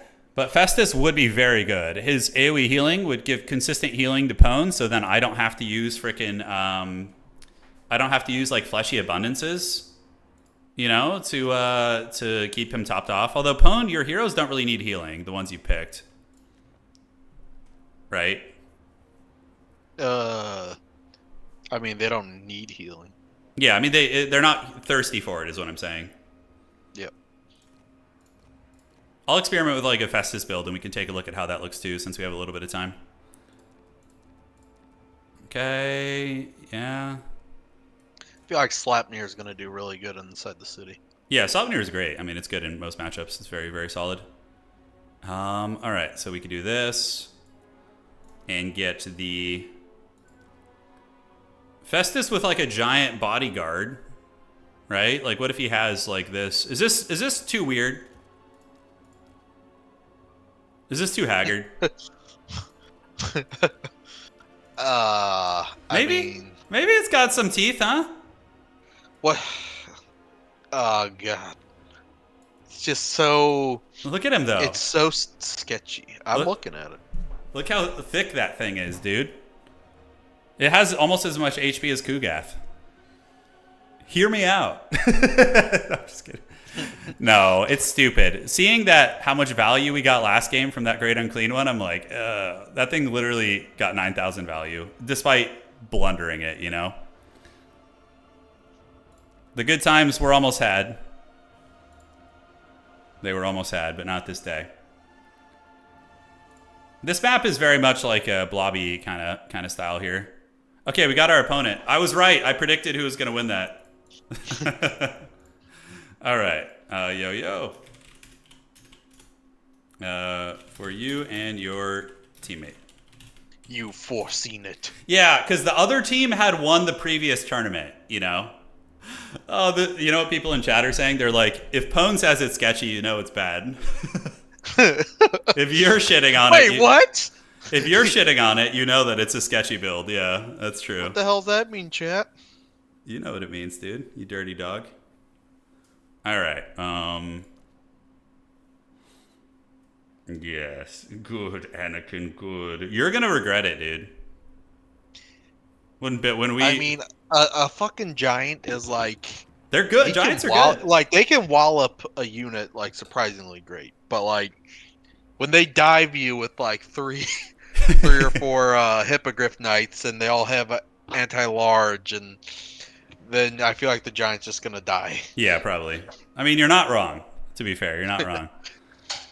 It is a little bit sketchy. Do we want toads for any reason? Plague toads? I'm trying to think of what they bring to the table. That like a pestivore. Beat up Grand Cathay infantry, I guess. Yeah, I'll get one plague toad because they're a little faster than the pesty, so maybe they can get up and trundle on a point or something, you know. Yeah, Chaos Dwarf should have had an armored giant. That would have been the coolest thing ever. Imagine a giant just wearing like scary Hashut like armor with like a bull helmet. Oh, that would be really sweet. That would be the dankest thing ever, dude. It'd be so freaking cool. All right. Little do they know, we have been scheming against them here for the past 5 minutes. They can't handle our schemes. Is your build done? Okay, your build is done. Nice. My build's done. Do you have Furies in your build? You do. Okay, I probably don't need them. Furies do lose to Crowmen, so you got to be careful with them. Yep. They're kind of just going to be like a back pocket for if there's like Artie or something. Yeah, sounds good to me, dude. So it's 799. Or oh god, we really need to capture this, and we need reinforcements there now. Please, please, yeah. God, get there in time. Yeah. Yep, that's perfect. Let's see. All right, I like this build. Let's go and do this, and we're gonna ready up. All right, dog. It's time to ready up and put him in. Make him feel intimidated that we're ready so quick, even though we've been here for like 20 minutes. Put them in the trash can. Dave Ock's asking a question in chat. He's good. Asking me? Yeah, he says, "What's your favorite Co 3 infantry unit?" The Chad Ranger. No, probably. I actually like in terms of just what I like. It's probably the Wehrmacht, or you know what? It's the Guastatory. Yeah, the Postatory. Yeah. They have the cool ass gas mask, but for Wehrmacht, I do like their I can't think what the hell they're called. The final tier. The elite. Yeah. Strauss-Gruben guys. Elite guys. Yeah. Which I fuck up the pronunciation every time. So sorry to any Germans who I just offended. Barons and a cultist with an AoE debuff. That is actually kind of an interesting point. Yeah. Like having some AoE debuffing could be kind of MLG pro gamer. Let me see if I can. They've been buffed. They're actually pretty good. Like I feel like they chew up infantry pretty damn good now. Which one? The cultists? The Strauss-Gruben. Oh, you're talking about Co 3 still. I was like, yeah. Evil pwn. Davok, you need to join me in Turin. We lose all the time in that game too. Yeah, Turin refuses to play the Germans, so we just have to lose. How dare you, dude? Bite your tongue. Okay, I think I like this. Yeah, this build's a little bit better. It's fine if the build's leaked. They can, if they're watching, whatever. If they want it that bad, Oh, they want it. I've never wanted anything more in my life. The Wookiee jump scare, the subliminal messaging. Yes. I'm going to switch my whole build now, dude. We're going to go with Festus. Yeah, that's why you have the other build actually saved, and it's just giants. It's funny. I've actually done that in tournaments before. I've purposefully, if I'm playing against somebody and I can go to my YouTube chat and type their names in, and I can see if they're in the chat with an @ sign, and then I'll change my build and try and bait them into building against the fake build. I have done that before. If they're like me, I just pause your stream and but even still, though, I would play against you. I even just still, click pause and just go into the. Yeah, it's how you get them. All right, perfect. Yeah, I wonder what the best is when, I know that people have when we played each other, been careful, Pwn might stream snipe, and I'm like, man, I wouldn't even. First, I wouldn't do it, but I wouldn't even know what to put in my army to counter. Yeah, that's really funny, dude. Good, Anakin. Sneaky turn strats. You got to be sneaky, dude. Why do I get a feeling it's going to be a Rapunzel build? Rapunzel would just get wrecked, though, I feel, in 2v2. I don't know. Maybe she'd get away with using her, but... For the lady. The lady wills it, Pwn. We need to ship you off to another Chinese tournament, have you win that, and then come back. Yeah. It's like the America's Chosen. Yeah, the glorious days. That was a strange tournament, actually. Because they never finished it. They had they had round 1. How could they with an American? I don't know. Yeah, it was a funky one. Their government might have assassinated the players. The tournament host. They're like, you invited the wrong American. The wild part about it was one big advantage that I had in the tournament is we got to use a rule set that was more familiar to us. So in our rule set, we had very loose restrictions on gyrocopters, and I was gonna say I remember you gyro cheesing the one dude. Yeah, no, I did that to 3 of them. So basically, we were playing the best Chinese players in the world, and against a couple in several of the matches, I went to game 5 against them, and I always whipped out the dwarves in game 5 and just had a gyro legion, and then you could tell they weren't prepared for it. It literally clinched me 2 best of 5 series. Yeah, it was pretty hilarious. All right, let's do this. All right, dog. We got to get this. We got to not go to the dregs. It's literally impossible for us to lose 4 games in a row. No, we do that in co all the time, dude. Yeah, we do. We sure do. Well, no, that's not true. Actually, I think the wins we get are just quick. Like, what I've noticed is when we win games, they're like quick stomps, but when we lose games, they're like long, miserable. So it like the losses, you remember them, you know? Last night we had a really quick loss for our final one. Well, that's true. That's true. I just lost I lost all my units. I just like couldn't retreat in time. Everything went terribly. Yeah. And then our allies like, this guy. Yeah, I know. The guy was just shitting Get on us you. out of here. Like, shit, Teal. Like, just... you guys aren't winning. I mean, yes, I've thrown, but you guys aren't winning either. I know, that was really funny, actually. 2. So Please don't make fun of me. I'm just going to take my rat squad over there. Yeah. And cool. So you guys could be in 3 with Kugath. So this time we did something similar, but we brought Big Daddy Kugath instead. Oh, that tournament was a long time ago. The Chinese one was like 2019, 2020. Yeah. They were great. They were great sports. Was that honestly. even Warhammer 3 or was it? It was Warhammer 2. Yeah, it was Warhammer 2. Yeah, that's what I thought. They were all great sports, though. Honestly, it was a fun event. They just never went to round 2, which is weird. Like, just we finished it. I'm pretty sure I was tied for first with someone else, and then the tournament just never got continued. All right, let's do that, and let's grind it. So we got Valkia, we have Harambe, Cultists of Khorne, huge Erect Mortis engine. Looking at the units here, we got 10 Cathay units. Yeah, and Bretonia is just doing a Hippogriff Knight build. It's just the same shit we've been dealing with. So we just need to... Yeah, not get circle beaten by those guys. Oh, dude, I hope that Dawn of War 4 has good like 2v2 ladder and stuff. You know. You asked too much. You know what? We could probably just. Do they have cannons? They don't. Let's just run straight for the point. We don't need to even go through the city. All right, I'm gonna send these Nurglings into the trees here and just hide them. They have a war drum. Well, look, if they commit to a blob fight with us, I think that favors us. But I mean, I thought that last time too. Yeah, with Valkia. Well, you have Big Papa now. Yeah, I do have. Did I not bring more horsemen? Shit, I only brought 2. That's not good. Well, anyways, I love it when you call him Big Papa. Kugath loves it, dude.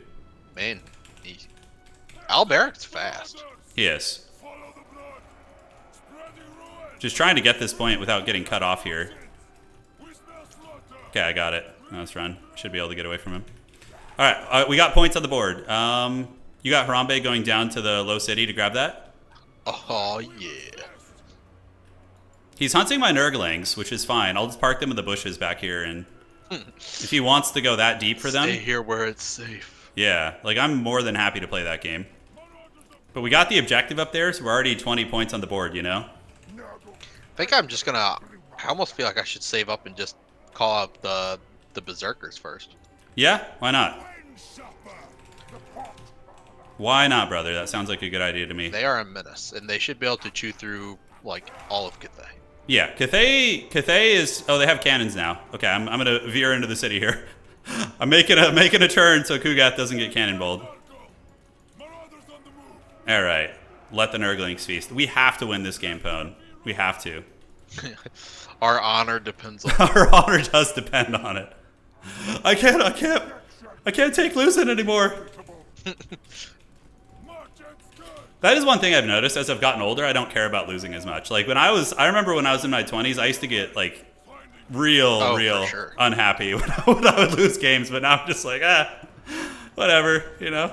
I mean, I still want to win and I still try hard, but it's like, you know, you don't let it get to you as much, I think is the apt analogy. Dude, look at how they're positioning their cannon. That's so funny. I'm just going to hide Kugath on the other side there. They're not going to be able to get him. This is probably my favorite map for 2v2. This map is so cool. All right. And yeah, we're going to get another ogre out here in a minute. Oh, cannons. Get into cover, ogres. Is that really not a spawn? Okay. Dude, I'm going to throw poop water at them with Kugath, dude. It's time. So we can just like hide behind the buildings, and when they come for the objectives, we can, you know, do our thing. Yeah. Okay, should be able to. Saving up to send out the dreaded Chaos Fury ambush. Yeah, wait till the hippos commit though. They have 3 celestial boys, dude. Damn, that's scary.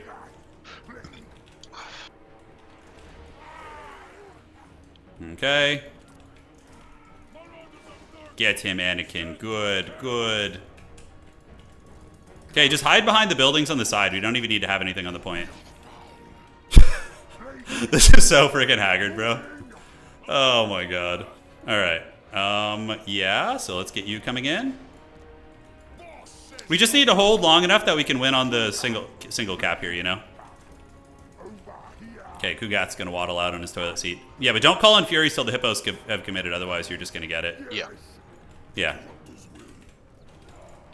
Let the boy watch, dude. Let him watch. What magic do they have, by the way? Okay, Iron Dragon is gonna be the choice. Oh, my Nurglings came out of the trees there, unfortunately, so my opponents can see them now. Nice, gotta... Yeah, pull those Chaos Warriors back. We don't need to give them any targets here. You know, we don't need to give them any.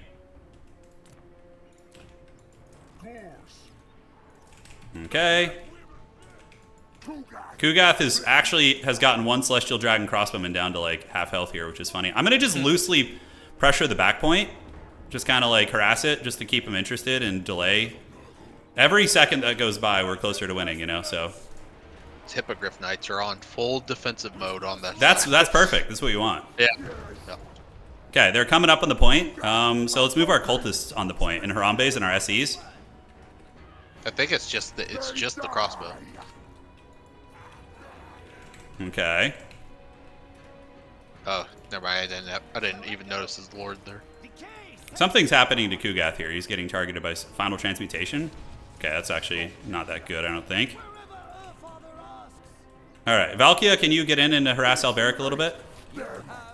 Yep. Just kind of like feign interest in the charge there, you know. Okay, let's get you guys in. Just pretend we're gonna go there. You can try and get Sleipnir on one of the crossbows too if you want to. Go cultist, juke. All right, I'm gonna send a warrior in now on the point. We can't afford to lose it, so we gotta. Yep. You want to send a unit in too?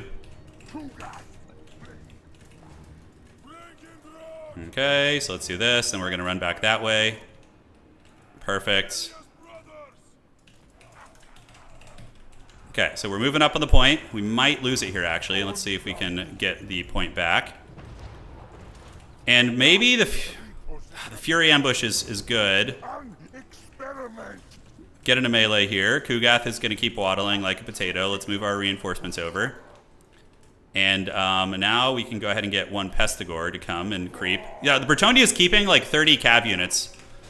That's a huge exaggeration, but they're keeping a ton of them over there, which is good. We're holding on to the points. They're not playing the back of the city, right? Nope. Okay, you guys need to go over here. How we looking? I think we're looking okay. I gotta shut down those damn Celestial Crossbows. Those are the big problem. I mean, they're just guarding them, but... can you slap... You already Sleipnired one, right? I did. Okay, I'm gonna have a Plague Bearer summon in a second, so I can do that on top of those. Okay, let's get you guys here. And then we're going to go ahead and get you, you, and you. Just get all three Nurglings over here. Perfect. I'm going to tease Kugath out every couple seconds. You know, like make him kind of feel interested there. I'm actually going to heal your Bloodwake Berserkers, Doug. The OP combos. I feel like that's worth it, right? I think they're pretty good. Final Transmutation going down there. Thankfully you have Spell Resist, so it doesn't really do that much against us. Okay, I got a Plague Bearer summon on the secondary line here. I'm gonna waddle towards there. I'll hold on. I was getting ready to do my summon, but I shall hold. Okay, they're shooting at Kugath, but they're not gonna get him easily. Dude, look what they're keeping on the high ground point. Do you see this? Yeah. The fact that all of that is not contributing to the fight Furies was so good for us. All right, Kugath's gonna go back and do his toilet water here. We're gonna throw at the Celestial Dragon crossbows. Okay, Kugath gonna eat some cannonballs. Nothing we can do about that. My cultist finally breaks. Alberic is in the mix. My cultist gonna break soon. I just need to get my summon off. Yeah, this is a grindy game here. All right. So Kugath toilet seat bombards over there. Alberic moving in. Okay, let's get the big man in there. Move you this way. Yeah, let's push him back, try and get him out of here. Be ready to use your shield if need be.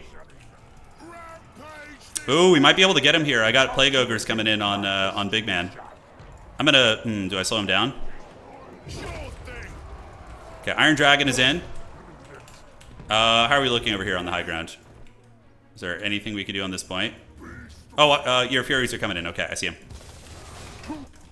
Let's get you guys in the mix. See if we can do a little charging over there. Dude, Iron Dragon's getting it pretty good here, huh? Use Harambe's Rampage if you haven't already. What if I told you I cut the wrong ability? I have Glorious Charge. Do you want a Glorious Charge? Dude, at this point, okay, they're coming in for the fight. We can commit. Just full tilt now. Let's get these. You get some Minotaurs in there. They're running. They're charging. Bulls are on parade. I think they realized their game plan wasn't going to work out, so they're just kind of moving everybody in now. Dude, the Fury attack was a success. You did get some good damage there.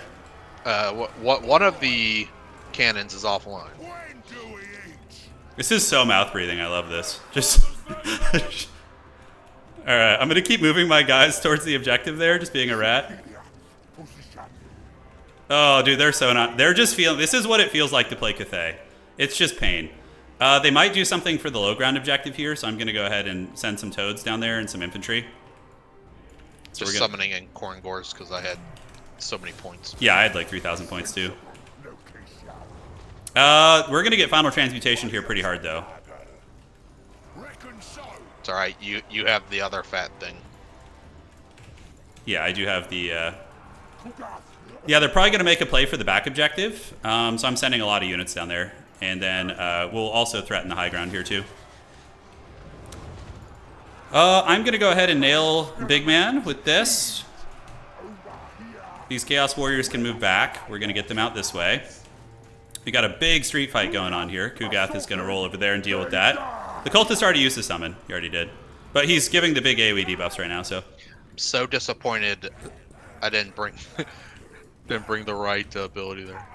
Yeah, that's literally the whole reason you bring that character. It's all good though, who cares, it's hilarious. Alright, so we're gonna try and steal that point too. I got a big overcasted fleshy, not fleshy, but the other curse here on the dude. Big army's gonna be waddling down here also. This is so haggard, bro. Oh my god, let's get a Fecundity going. Because we also have the huge Nurgle debuffs, which is really funny. They're making a pretty big move over to the side. I think I should be able to hold it. I stole the high ground point from them with your Corn Gores. So nice job with those, dog. We can win on just 1 point now, so... Oh, this is just playing Cathay is such suffering on this map especially. Although, honestly, if Cathay went with like a blimp build and just floated over the middle, they might wreck us. Alright, so we're going to do this. Park you guys back here. Toads, Marauders. Great. We have this victory point as well. So we got homies triple capped. Alright, let's do a big AoE overcasted fleshy just to counter that. We're going to do Rot Glorious Rot here too. I'm going to cast it on Elberic to actually try and kill him. It'll spread to everybody else too. They actually got a lot of shit, but I think they won't be able to break through our Big Chung guy. Yeah, they're moving in. We have like, dude, we have an Unholy Legion down here as well. Objective 1, we are just stacked, dude. Pull those Marauders back on Objective 1. They're chasing I was just trying to stuff his guy. Yeah, no worries, no worries. We also have Objective 3 on lock pretty good, so. This is such a mouth-breathing game, dude. Oh my god, the strategy is just non-existent. I can't even summon anything, dude. I have nothing. I have 3,000 resources with nothing to summon. Alright. I have Furies in reserve that I can summon. Valkia's fallen, but... Yeah, this game's over, though. I mean, we got him unlocked pretty good. That was pretty funny. Yeah, they'll never be able to get that with all the toads hanging out there. Kugath probably didn't get to Mortis as hard this game, but he still got 3k value. Oh, Harambe! Did they get Harambe? He's fallen. The dreaded Harambe has fallen, huh? Kugath's just eating those celestial dragon arrows like an See absolute these chad. Giga Chad berserkers just running across the battlefield. Yeah, I see him coming, dude. They're gonna. Oh, they died earlier, huh? I recalled them. That game was so haggard, bro. God damn, dude. That was so Bronzodia. All I'm gonna say is Harambe, and we won. Yeah, Harambe got the job done. It did. And I even brought the wrong ability. We definitely executed our strategy better that game. It was less sloppy. I'll take it. Look, at least we won a game. That's all I cared about. I just wanted to win one today, and we got one. I got one! The meat sweats and the fever dreams will continue. We're not even out of the screen yet. Inticity's like, come. He's just waiting. Ent's just watching in the shadows. All right, let's go join Ent's lobby. He's already got one.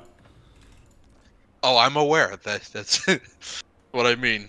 He sent me the invite code already. All right. All right, let's do this.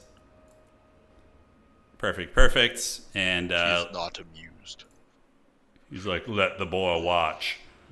Let the boy watch. Oh my god, he put a password? What year is it, dude? Did he have a password? He did. Huh. Or at least it made me put one in. All right. So, already 100% improvement from the last team.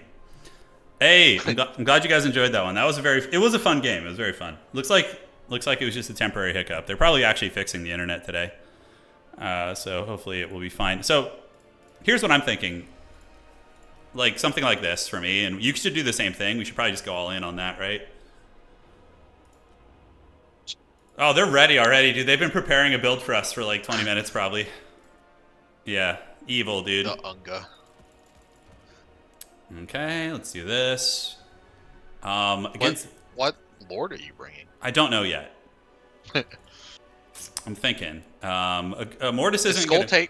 Is Skull Taker good here, or do you He's think okay. I should The problem like is Skull Taker is going to get bullied by either Little Grom or the Kislev SEs. Or the Lizardman Saurian, right? Okay. You could even just go Valkia again and like harass Little Groms. Although the motorcycle guy is good too. The Herald, because you can get Tormentor Sword on him. So you can like run him around on his motorcycle, and if you get attacked, you could like lock him down. Then get him with a bunch of throwing axes. You know, there's a couple of viable options we have. Go Valkia. Valkia is like the safe pick, you know, if you're just like concerned, she's pretty safe to bring. So like, are you wanting me to kind of like go? Are you wanting to do wide armor? Is that what I mean, probably, right? Because Kislev is going to have its cav. Lizardmen will probably go Monster Mash, which we just kind of, I think, have to throwing axe and avoid. That's probably how we play it. I don't actually know. I'm just kind of like spitballing here. This guy is not bad.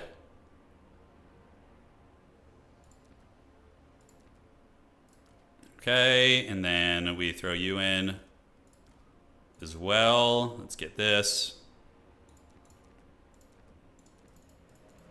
Cut all that and get you on here. This is kind of what I'm leaning towards right now, if you could see my my operation. Supremely evil build. Okay, that's interesting. I don't hate that. I don't hate that. That's kind of a cool tech.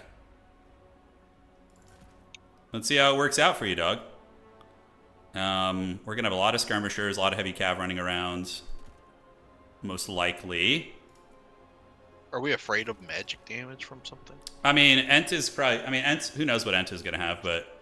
Kislev Like, will have Hawks and ROR Miska. dogs? Yeah, the ROR dogs are alright. They get wrecked by Kislev and Lizardman Cav, though, so...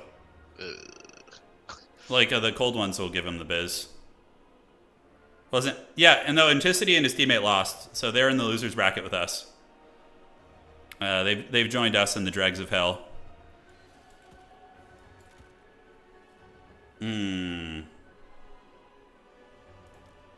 Looks fine, and we can go ahead and get that. Alright. We're going to be dealing most likely with, like, little Groms and stuff. I would expect those to be on the cards.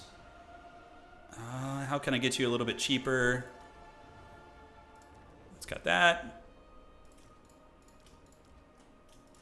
Let's chevron those guys up. Grab some of these.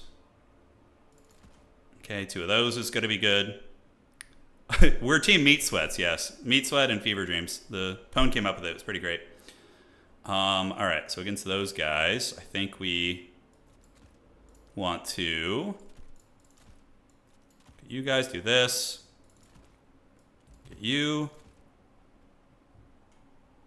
And then get you guys if we can.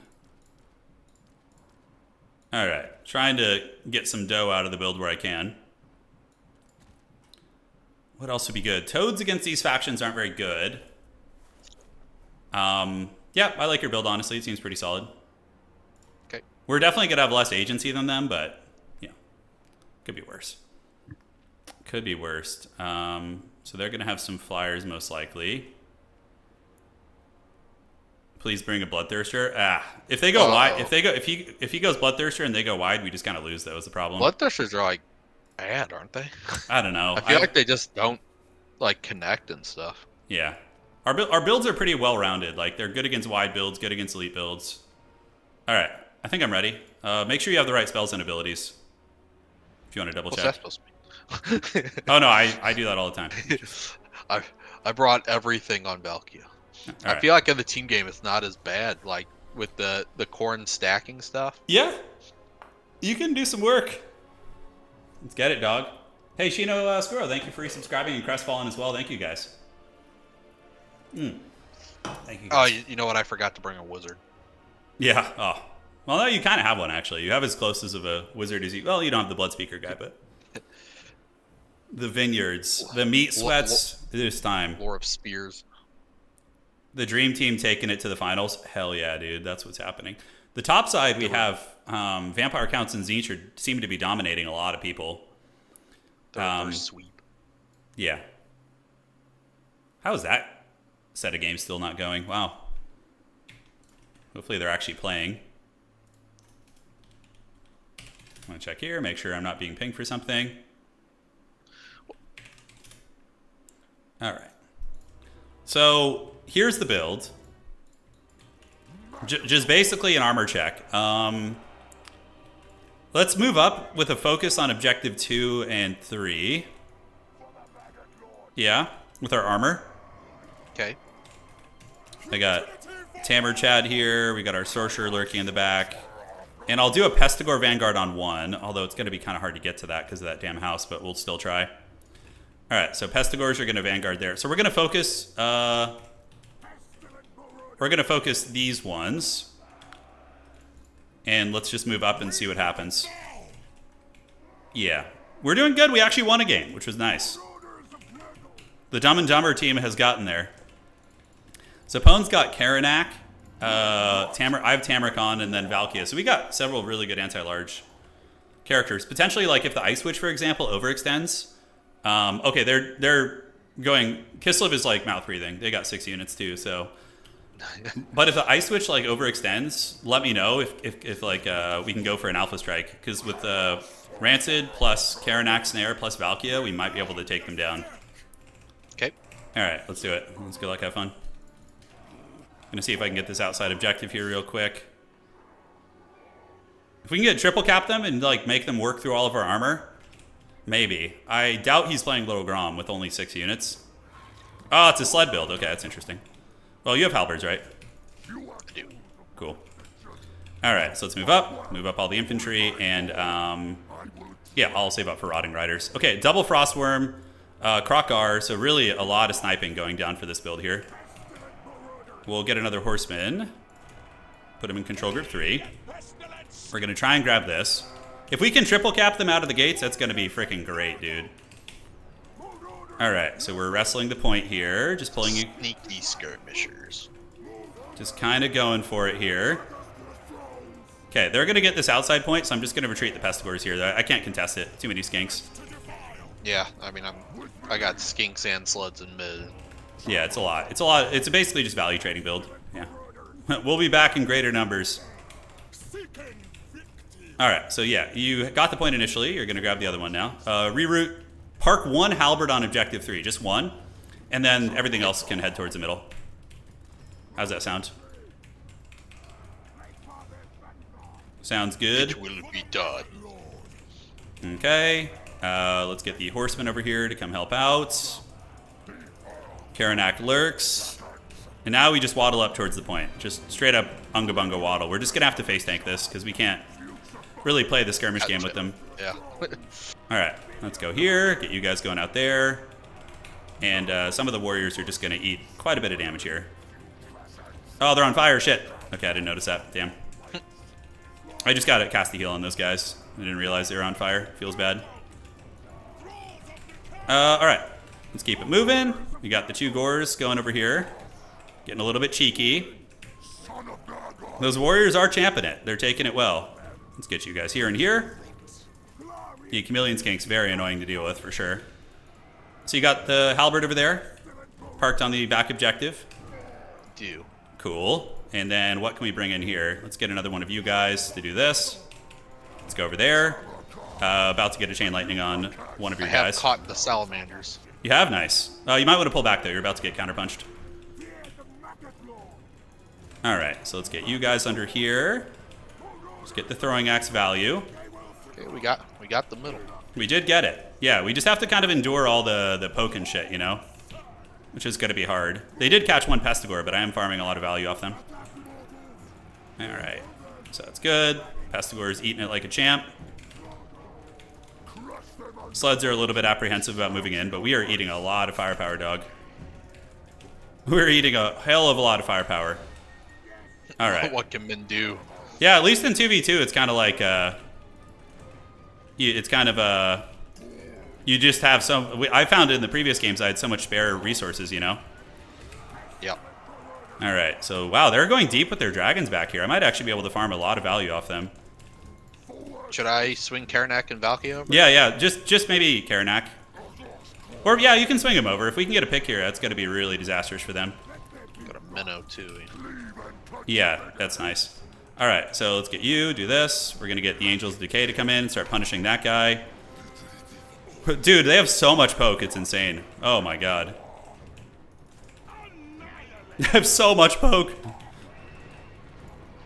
Snare? I'm gonna catch that.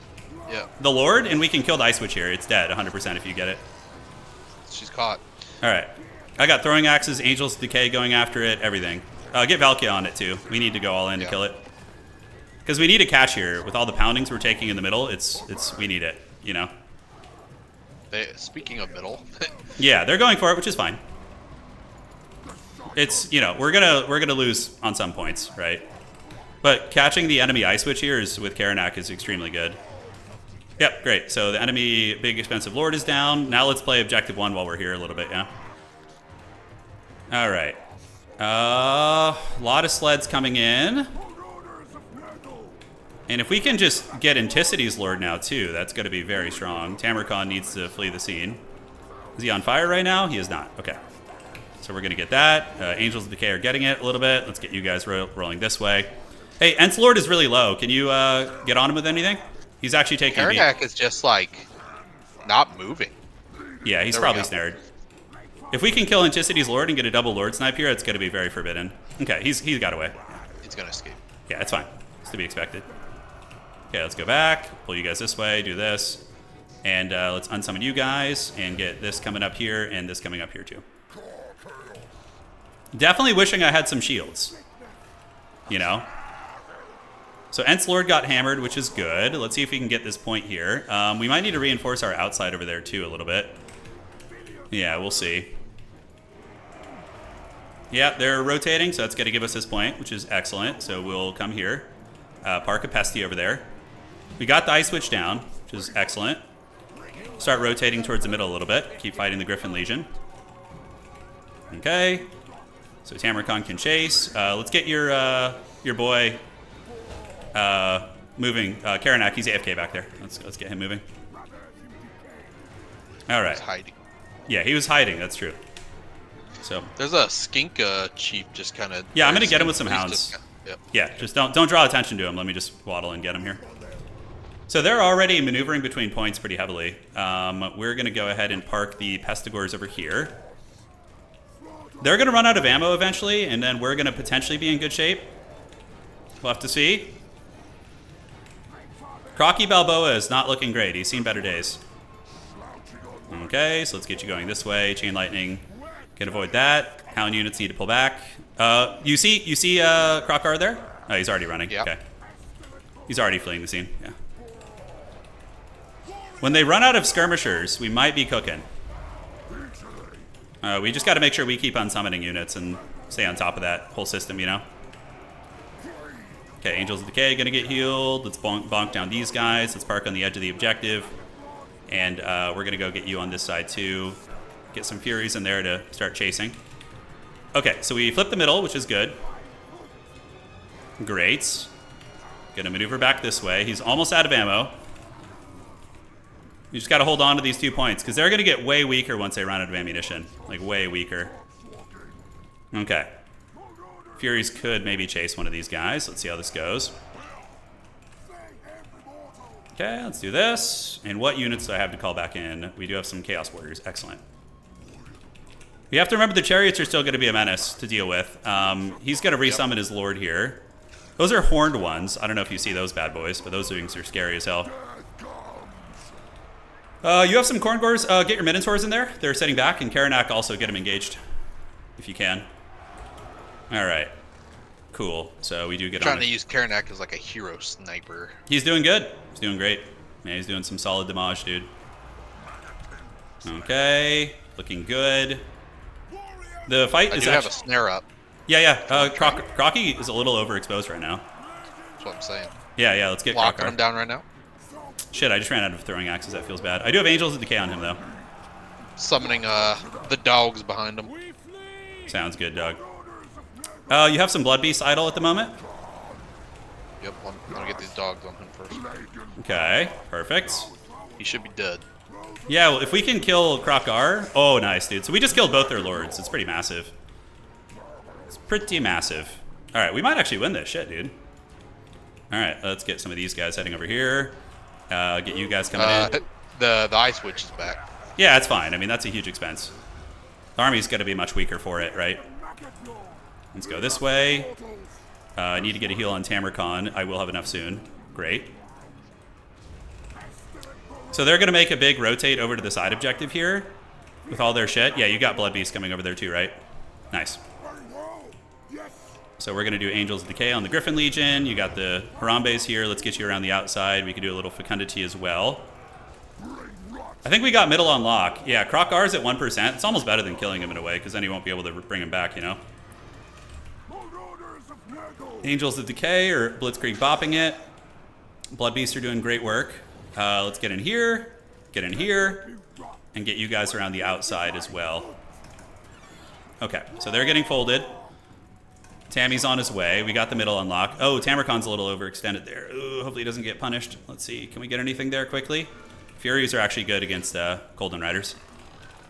All right. So it looks like we kind of broke the map back, but we're still going to need to get the objective. How are we looking on middle? Crocky Balboa is really low. Tamarkon versus these Cold Spear Riders is going to be fine with all the support here. All right, so let's get you. We're going to get a heal on Tamarkon. And unsummon you. Angels of Decay have done a good job folding it up here. You can pull them into fight now. Great, so those guys are going to die. They're going to probably mass try and objective gremlin us on the middle. We are ahead on points, so that is nice, but we'll see for how long. Right. We need to steal this point here. Okay, let's do this. Get the Furies coming in here. So we could just stabilize this. Oh, you're actually stealing the outside with the Korngor. That's kind of nice. I don't hate that play. That's a Giga Chad warrior. It's a warrior, nice. Okay, they're about to run out of ammo on like all their goodies. So this point goes to us. Keep you here. We're going to unsummon you guys. Tamarkon and company able to push them back. So now we need to reroute to middle here soon. All right, I got armored warriors heading middle. They're still fighting hard. Tamarkon's going to head middle too. Keep the Nurgle caster over there. And you still have your boy Karanak, right? Yep, I'm gonna lock down their lord here in middle in a second. I don't have any follow-up, but if you have something to punish with, then that's great. Had some Minotaurs on her, but they just screened it out with the Griffin Legion. Evil, dude. Okay, unsummons are coming. We have a little bit of time. They are ahead on points now, which is sketchy. We do see Streltsy coming in. Okay. Are we going to be able to wrestle the middle back with our great weapons is the question. How'd it go on the outside ninja there? Any success? We're still fighting over there. They got a couple of units trolling around to... Okay, cleave and contaminate. Sounds like a good deal. So we have some time before we're in danger. Let's get another great weapon coming in. They can go over here. And the middle looks like it's going to flip. Going to do a slow here on these guys. And we're going to get a hound unit to come there and help too. All right, so are we going to flip middle right now? It looks like it, right? I think there's more... I feel like there's more bad guys than our guys. I don't know. They do have a couple skanks and whatnot, but... Yeah, they're making a play for the outside here.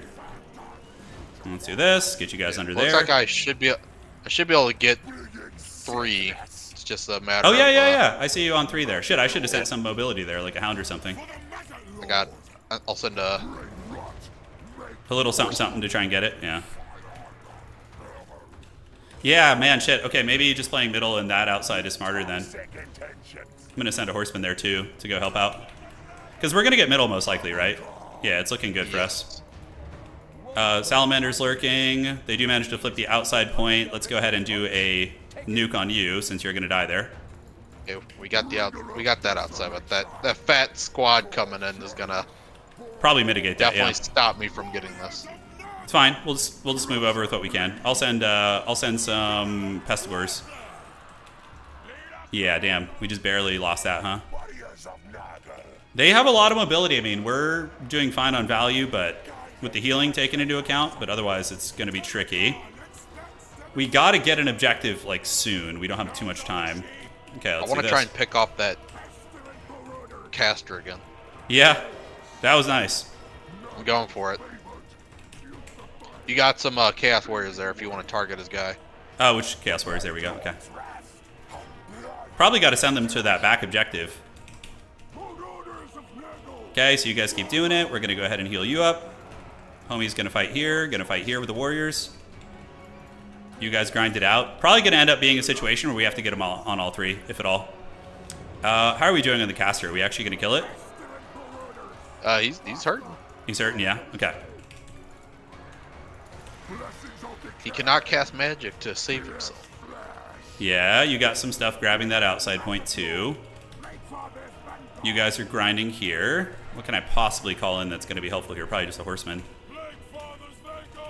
All right. Yeah, looks like middle's going to flip. I mean, with the enemy lord, we definitely did some good lord sniping this game. I think that's what kept us in it. Krokar living is rough, but he hasn't done anything in a long time, which is nice.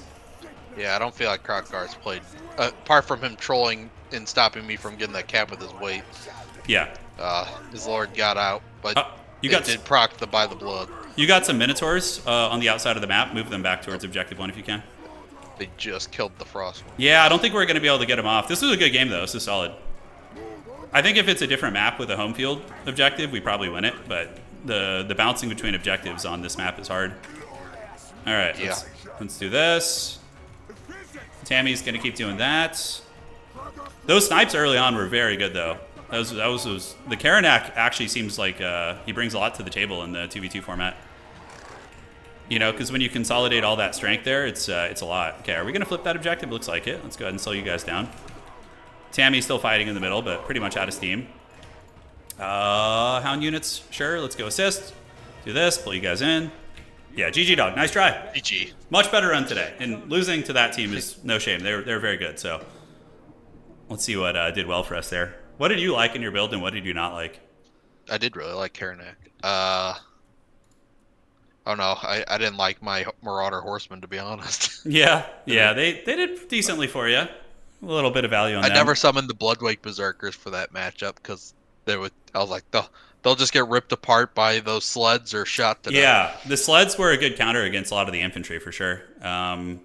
How did Tammy do? Tammy just kind of was a damage sponge. He wasn't that good, honestly.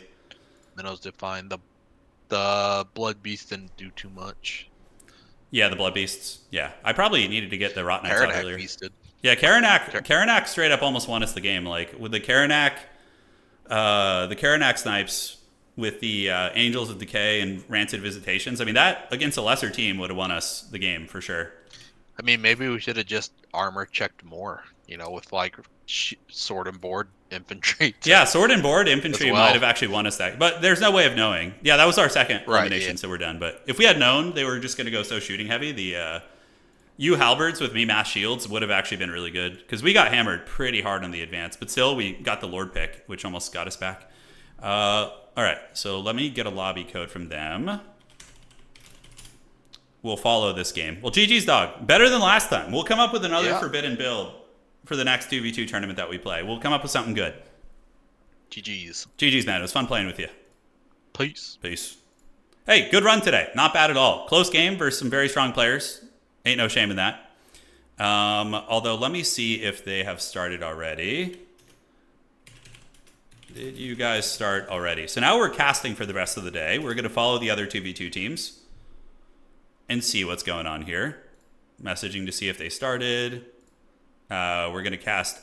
And we can follow the team that just beat us here. Yeah, chasing down the skanks wouldn't have been super easy, though, because he had like Cold One Cab back there defending him and stuff. So tricksy hobbitses. All right, so now we have a team called Gold Desire versus Snail's Pace, who you just saw. And then we have a couple other games going, which we'll follow. We will follow. Let me see if the other team has started yet. Okay. Yo, did you two start? Nurgle and Korn feel like a decent combo, man. But the more I think about it, I'm kind of like Korn with that Karanak snare would synergize maybe really well with like a true sniping faction, Absolutely. That snare is so good. I mean, we killed basically both their lords. I wonder if we would have won if we had killed Krokar. There is the variable because like the Lizardman leadership would have been way worse on all the low tier units. So maybe we could have pulled something off if we had finished him. So maybe more of an effort should have been put forth to do that. Let me see who's still in the tourney here. Getting messaged.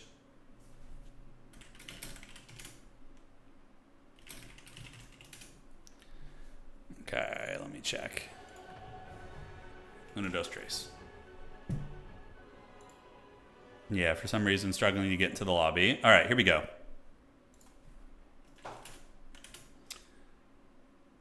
Yeah, Korn Tomb King's interesting. Yeah, like Ushapti Grapos. I think Tomb King's, I think next time Pone and I play, we should try like an Undead Alliance. Like Tomb King's vampire counts would be really fun.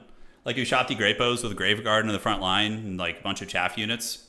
Yeah, Chaos Dwarves with double Deathreaker and Korn with Karanak. That sounds gangster. Like that would have been really good against what we just played. Although we might have gotten stuffed because double Deathreaker does give up a ton of agency on the board, It's expensive. Yeah, Karanak and Harambe. We did do that in the previous game that we did win. We had that one, so cool. It looks like Bostoss's Skaven team made it to the grand finals. So let me show you guys what the brackets look like here. Looks fine. Okay, so here's the brackets. We just got eliminated right here, the Meat Sweats team. So we're casting Gold Desire versus Snail's Pace right now. And on the top side, Magic the Cheddering defeated Murder Mystery. So that is the Tzeentch Vampire Count team. I believe Magic the Cheddering is Skaven with someone. We should do Tomb Kings and Counts. I would play Tomb Kings, you play Counts with some Invo and like Great Bowfire. I feel like that'd be really good. We should definitely do that, Pone. That sounds like it'd be fun.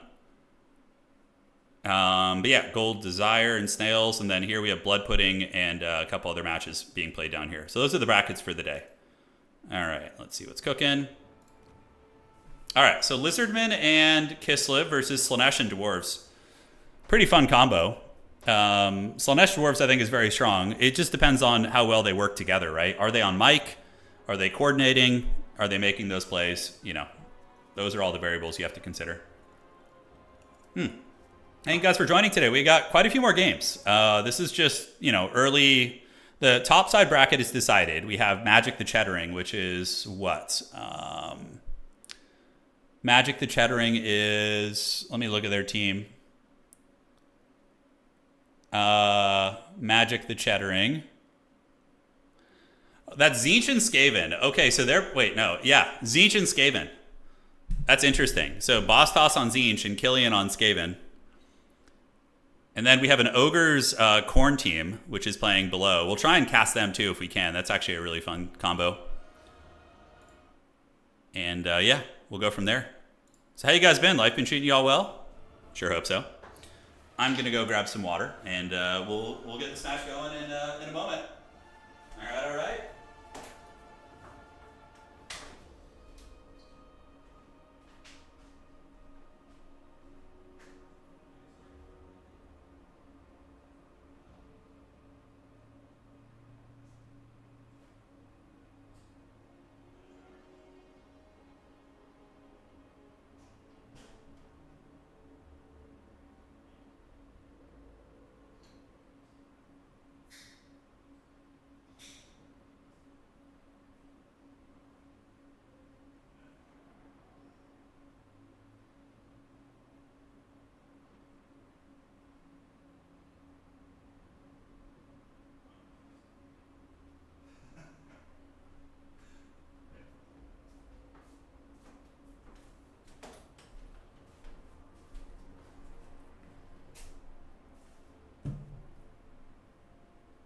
All right, guys, we're back. Does Turin allow character loading? No, obviously not. Yeah, it's just, if they do it, we would just restart. Character loading would be really funny, though. People just loading in their forbidden campaign armies. Yeah, they probably are. We're going to see. I mean, if the Shrine thing wins 2 tournaments in a row, that's going to be pretty insane. I mean, none of the other Chaos Shrines can really get that much value out of it. The Tzeentch one gives you the infinite WOM, which is pretty nuts. These games, you know, similar length, of course, to regular Domination games. I sent the boy watch beer video on Discord. You don't need to play it on stream. Just thought you'd get a laugh at it. Okay, yeah, sounds good. Where'd you send it? Sleepy, I see it. Audio sucks, but I thought you... Okay. Yeah, got it, man. I'll watch that later. I'm excited for that. That's really fun. Okay, so Lizardman and Kislev are ready. And it looks like PJ on Slanesh, Ignim on Dwarves. I kind of want to look at the builds real quick, actually. Okay. Interesting. Yeah, it looks like pretty similar styles. Yeah, Slanesh build's pretty standard. Dwarf build, what would you probably do on this map? I'd probably go cannons, honestly. Like 2 dwarf cannons, just hammering into that Lizard Kislev mobility core would be pretty good. Although, I don't know, actually, no. Cannons against the Dervish dive is hard. Although it did win the previous game. Like, the cannon build defeated Anticity and Riz earlier in the tournament, so it did force them to dive. It did. All right, guys. So today's the 3rd. Soon we're gonna have some fun streams of the Anno Pax Romana game. How many people can play in multiplayer in Anno in the Anno games? Is it just 4, or can you have up to like 8 and have like bigger games?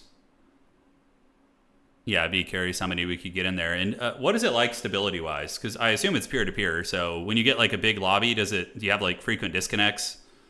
And does it have like reconnect features? I'm sure some of you homies have played some multiplayer Anno before, so figured I would ask. All right, let's do this.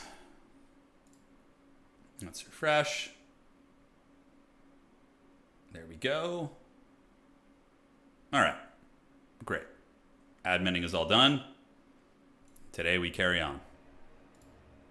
I remember the days when dwarf players could bring the ghost characters, the ghostly crew. I think they got moved to the extended roster, but in Warhammer 2 multiplayer, you could bring the ghost characters.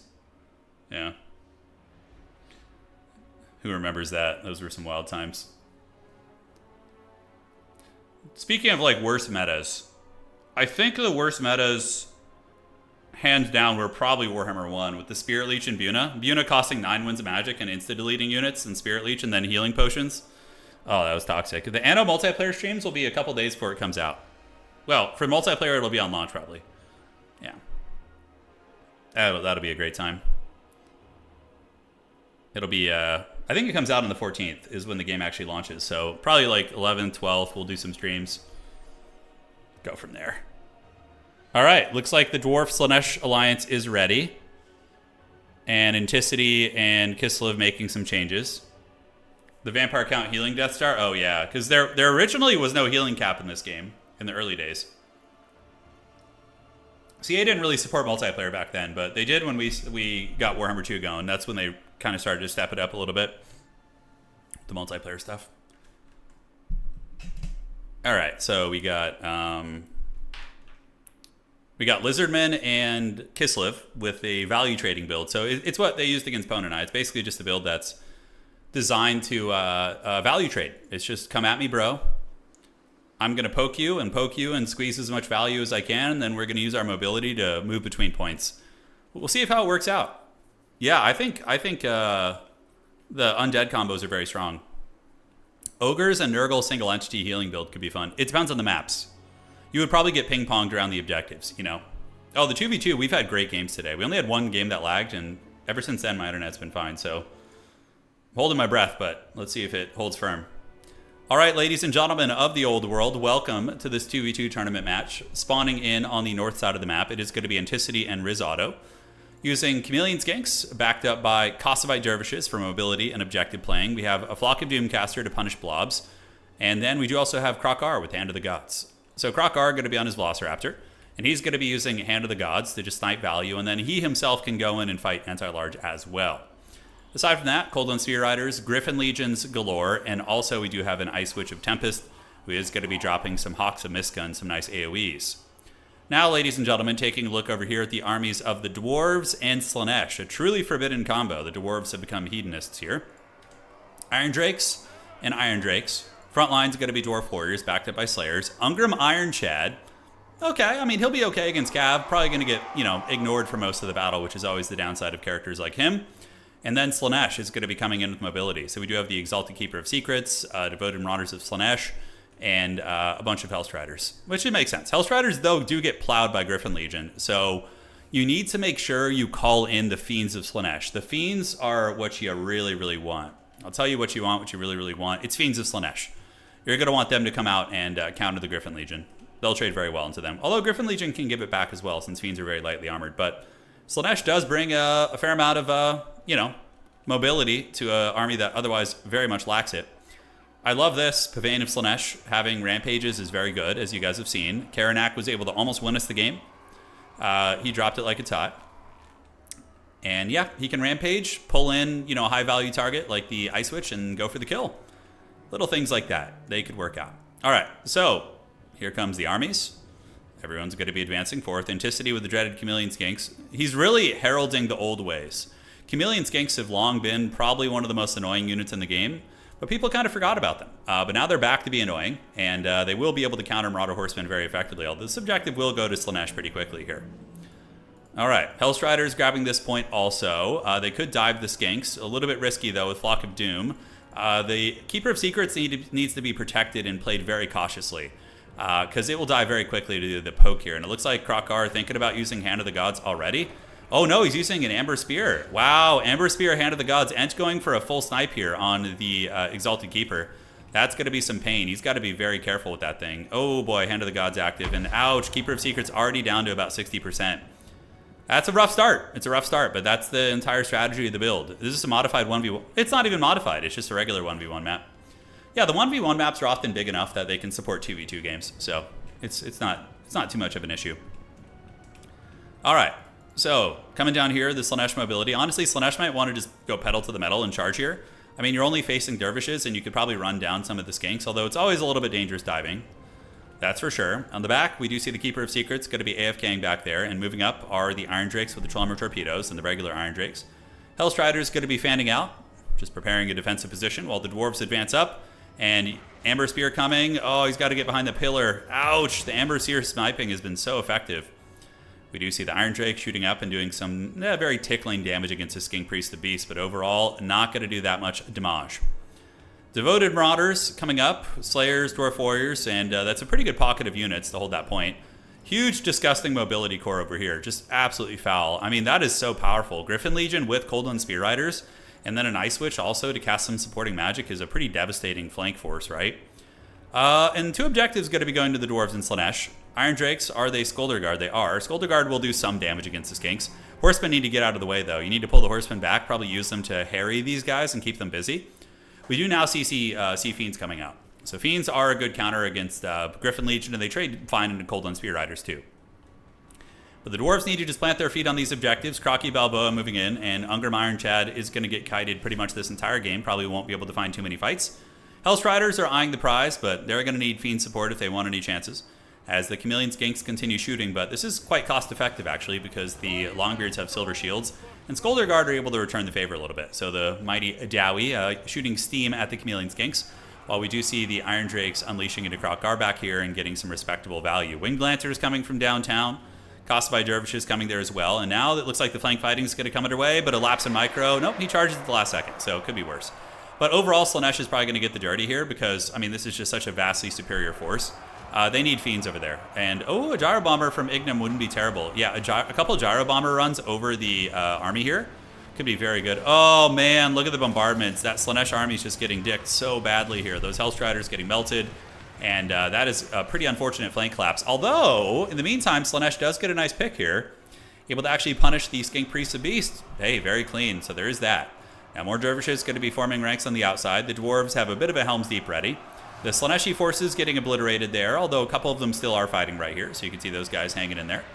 And a retreat attempt from Riz Auto, as we do see the Gyrocopter coming in and the Furies coming in as well. So far, evenish game, maybe slightly ahead for the forces of Anticity and Riz Auto. So, Cav going to be on their way in. They are going to be encountering Devoted Marauders who do have spears, which will trade okay, but they are really getting poked here. Krokgar's coming in as well. Might be enough of a critical mass. Fiends coming in to counterpunch. In the meantime, Slaanesh able to kind of fend off the Kislevites flank over here using their Horsemen and the Gyro Bomber.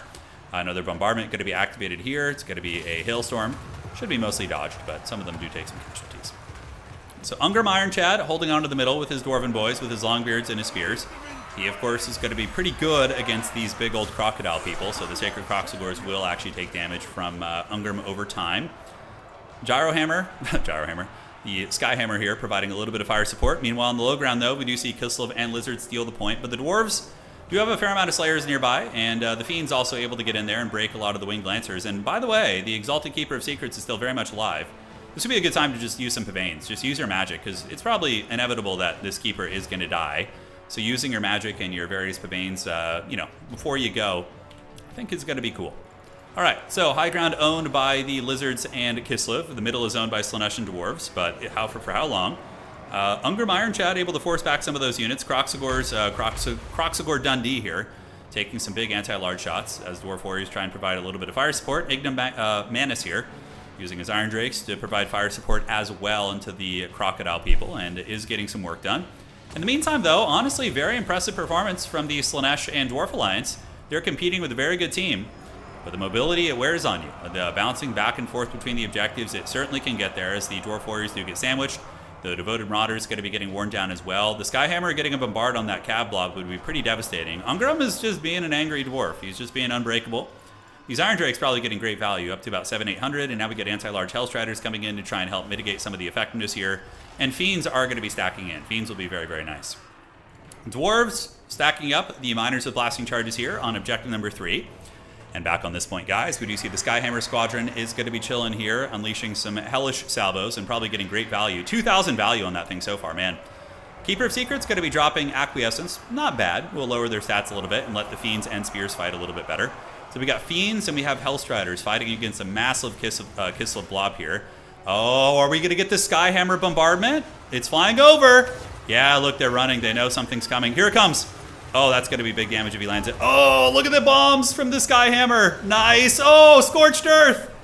Winged Lancers get it. Griffin Legion gets it. That was an MLG Pro Gamer play coming in there from Ignam. That was really, really nice. Just hammered that entire Kislev Cav core. So now, in the meantime, the Dwarves are looking really resilient on this point. Skulder Guard need to get up here and get active. Maybe maneuver them down and under and start shooting. And the Kislevites definitely took a big hammering right there. While Ungram Ironcock here is just continuing to get in there and give the business to these guys. Skyhammer sitting at 3,300 value on that gyrocopter. The Slaanesh Cavalry Corps doing some really, really good work. And we see the Lizardman Cav getting hammered down. Kislev is just rotating, and this is very much like Anticity style, bouncing between points. We felt it, but in our matchup, we didn't have the range units to really punish them, right? We had to kind of chase them around. But this build, they have range units. They got the Iron Drakes, they have the Skyhammers just going. And Ungram is able to get there and do it. But they need to reclaim this objective quickly, because the way that Ent and his ally play is very much a points game. Here in the back, we do see the Exalted Keeper moving in. It's going to be potentially getting hunted by the Ice Witch. Furies and Fiends will be able to wreck these guys, but they need a little bit of milk. So PJ needs to come over here and support for sure. As the Keeper of Secrets is at 2,600 HP. Although maybe it's going to be able to get a kill on the Ice Witch. Probably not. 4,700 HP. That's going to be a really nice pick, and we are going to be seeing the Exalted Keeper of Secrets going down here for sure. On the back, Grim Delvers. I mean, Grim Delvers is a brilliant play, but they're going to get overwhelmed here most likely. Although, no, they still got Fiends and Furies nearby. Grim Delvers ripping some great shots. The Skyhammer is coming, and the middle objective is in the process of flipping here. Dwarves have a lot of resilience as the Trollhammer Torpedoes continue shooting, and the middle point is going to be flipping. All right, this fight could be a little bit rough for the Dwarves and Slaanesh. They tried to take a fight away from their strength. And they're going to be weak against the much more mobile army here, right? That's going to be the problem, although those Fiends are really putting in some heavy lifting. Dwarves could use some Slayer call-ins, and we do get Slayers as well as Hellstriders, both of which are going to be amazing against all these units. And they do have the 2 points. They are on lock. And the important thing would probably be to hunker down and just play these 2 points instead of trying to take these mobile fights like this against the much faster opponent, Slayers, though, will be very cost-effective. They're going to be able to grind. Those Fiends are doing great. They've gotten about 900 value despite being like 50 V1. And this freaking Skyhammer, oh my god, I think he has restock. 5,000 value on that thing. Does he have an engineer? Dude, he's restocking the Skyhammer. What a Chad play. Oh man, that's how it's doing so much damage. 4,700 value on the Skyhammer right there. That is a chef's kiss. And also, this grindy fight, actually, I think Kislev and the Lizardmen may have overstayed their welcome. Because now the Slayers are really getting into him here. And look at that, bringing in Furies. Great teamwork from PJ and Ignum, as we do see the Chaos Furies come in, rip apart the Skink Priest again. Oh, and he gets afflicted by Narcissism. Dude, look at the teamwork. It's funny because on our stream last night, we were talking about teams that I thought would be very, very strong, and one of them was Dwarves and Slaanesh. Because Slaanesh has some of the best mobility in the game and best defensive tools too, even with rampages, snares, and counterpunching, and the Dwarves, of course, bring everything else to the table. But yes, Furies do take down the Skink Priest. The Skyhammer continuing to do work as more Hellstriders are going to be diving out. Mobility coming on in. We do have the Grumbling Guard as well as Dwarf Warriors holding, but Horned Ones are going to be a big problem. Horned Ones will rip these guys apart, as the Grumbling Guard probably going to be eating some charges as well. Ungram hanging out nearby. Longbeards definitely need to move in for some capture weight, and the Trollhammer Torpedoes, I'm not sure what they're shooting right now, but look at this. We see the Ice Witch getting killed. The Skyhammer getting a restock, sitting at 5,200 value, using its suppression mechanic to slow down the Ice Witch. That is so good. That is so good. Yeah, so maybe the Ice Witch is going to get broken here. We'll have to see. Slayers coming in to try and hunt down the Horned Ones as the middle objective is flipped. And Anticity and his ally, really the gremlins of this tournament. They're channeling their inner Schmeagol from Age of Empires 4, where they just play the points, really, and bounce between things instead of playing a really consolidated position. It's strong, because Kislev and Lizardman both are quite good at that, actually. Hellstriders grinding it out, a little bit wavering with their lord having been karate chopped, and it looks like the Ice Witch did get killed there. The Skyhammer, they're going to need to hold an objective. I mean, they can't afford to lose points here, and that's how Ent and his opponent are going to be trying to win this, or his ally. They're just going to be trying to, Riz and Ent are just going to be gremlining. So the Dwarves and the Slaaneshi forces need to just hold down on the points. Just hold it down. Don't wander away. Get a double cap before it's too late and just win that way. Although, I mean, are they far enough ahead in value? Riz and Ent are getting crushed on value right now. So maybe they could get a triple cap. It's hard to say, though, because we do see the Griffin Legion coming over, Red-Crested Skinks, Cold One Spear Riders. The Slayers can only be, so many places at once, right? Fury's coming across. Objective 2 is going to be going to those bad boys. And Objective 3 here, the Hellstriders kind of chasing a little bit too greedily and deeply, getting lured into some Red-Crested Skinks here, which isn't going to be an ideal fight for them. On the low ground, Lizardmen and Kislev bouncing for the points here, and it looks like they are going to be going for this one. Yes. Slayers, 30 of them left. Will trade however they can. We do see Slayers and Longbeards coming up, which is going to be some nasty capture weight. Hellstriders in the back clearing out some units as the Grim Delvers do make their way in. Any restocks left on this Gyro Bomber? It does have 5,700 value, so pretty freaking nuts. And in the back, Lizard's going to be calling in what? No, Devoted Marauders. Yep, Dwarves here. Anticity. Nobody's banking a ton. Ignam does have a bit, but he probably doesn't have too much to unsummon as a problem. Summoning the Grim Delvers at this point probably would be smart. Not sure where they're even going, but King Priest does get chased off. And it looks like they only have one objective. So it's rapidly going to become a triple cap situation, which is exactly what they did to us. We were, I would say, in many ways, beating Ent and Riz until they got, really the objective mobility going on us and started ping-ponging us around the board. And then they started to get value. They started to pull ahead, really getting their strategy fully online here. 5,800 value on the Gyro Bomber. Going to be blasting the red-crested skinks. Ungram and his character core are going to be sitting on the middle. On the high ground, Slanesh is pulling in Devoted Marauders. Might be able to actually get this one. Although there are some lizard forces nearby, red-crested skinks as well as chameleons. Hellstriders chasing off some loose cav, 1,200 points coming in. Dwarves sitting up in the middle looking very cozy, as we do see the Refuse to Die activated. A couple of the Longbeards of Ignam going to be sneaking around. Might as well get these Slayers fighting at this point. And also this Engineer, this is a misplay. He needs to be on the point to provide the capture weight. 100%. So Slayer's hanging out there. Slanesh going to be moving up with 2 waves of Devoted Marauders, which are going to be resilient, but this is where they're going to make their last stand. So the Lizards are probably going to, the Lizards and Kislev are going to probably lose objective 3 here at some point, and they're clearly going to make their last stand for the high ground here. That's going to be the play. The Dwarves are being kept in the middle. They're having to deal with the big threat of the Horny Ones, as well as, Sacred Croxagores and a whole bunch of units like that. Very tricky. Devoted Marauders and Hellstriders do make it in, battling red-crested skinks, and the skinks here do get run down by Hellstriders, who are now going to get attacked by dervishes, but honestly pretty favored for the Hellstriders. So there's still hope. There's certainly still hope. Anticity is pulling a lot of value back in the game, though. It looks like he's getting a ton of effective trading here. Golden Riders getting hammered by the Iron Drakes, maybe going to be able to wear them down. Griffin Legion coming from the edge of the map as well. And ladies and gentlemen, this objective in the process of flipping, the Dwarves do have some fight here. They got Felix, they got Ungram Iron Fist. And here on this point, it looks like the Lizards have stabilized. They were able to defeat the Devoted Marauders here. The Kislevite Cav able to come in and just outnumber the Hellstriders. So those bad boys performing pretty well, and it does look like that's going to be game. What a great performance by PJ and Ignam, though. They're playing 2 very strong tournament players, and these bad boys really putting up a very glorious fight here. It's impressive stuff. It is impressive stuff indeed. A little bit of lag, but it's actually, I don't think it's me at this point, so we'll see. Nope, doesn't look like it's on my end. I'm not dropping any frames.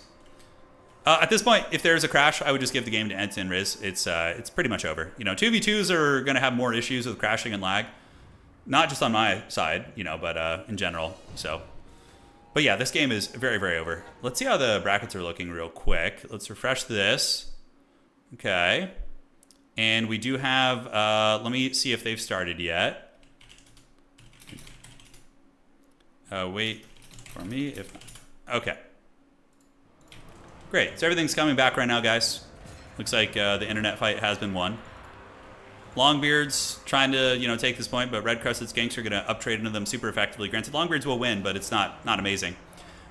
On the middle, Dwarves trying to get it, but Kislev does have some Kossars there for capture weight. Slanesh trying to wrestle the high ground point. But losing that Keeper of Secrets early, yeah, very tough. Very tough. I think that maybe a Sigvald pick would have been safer, knowing that Anticity and Riz have been doing an excellent job of doing some sniping, and Anticity is the kind of player who enjoys those sniping builds too. You gotta be careful. You gotta watch out. All right, moving on up, we do see the Slayers cruising, and that is gonna be all she wrote. GG, well to the played. Riz, Otto, and Anticity doing an excellent job with their mobility play, pulling victory from the clutches of defeat, really. It was looking kind of bleak for them at one point, but they scrapped back like absolute gremlins and did a great job. Okay.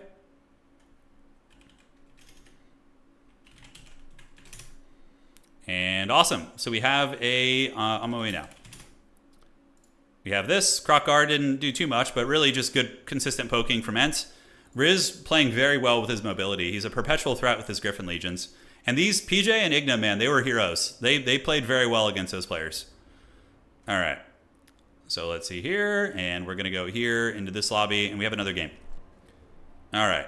So this is another team. This is going to be team Blood Pudding versus High and Low is going to be the team name.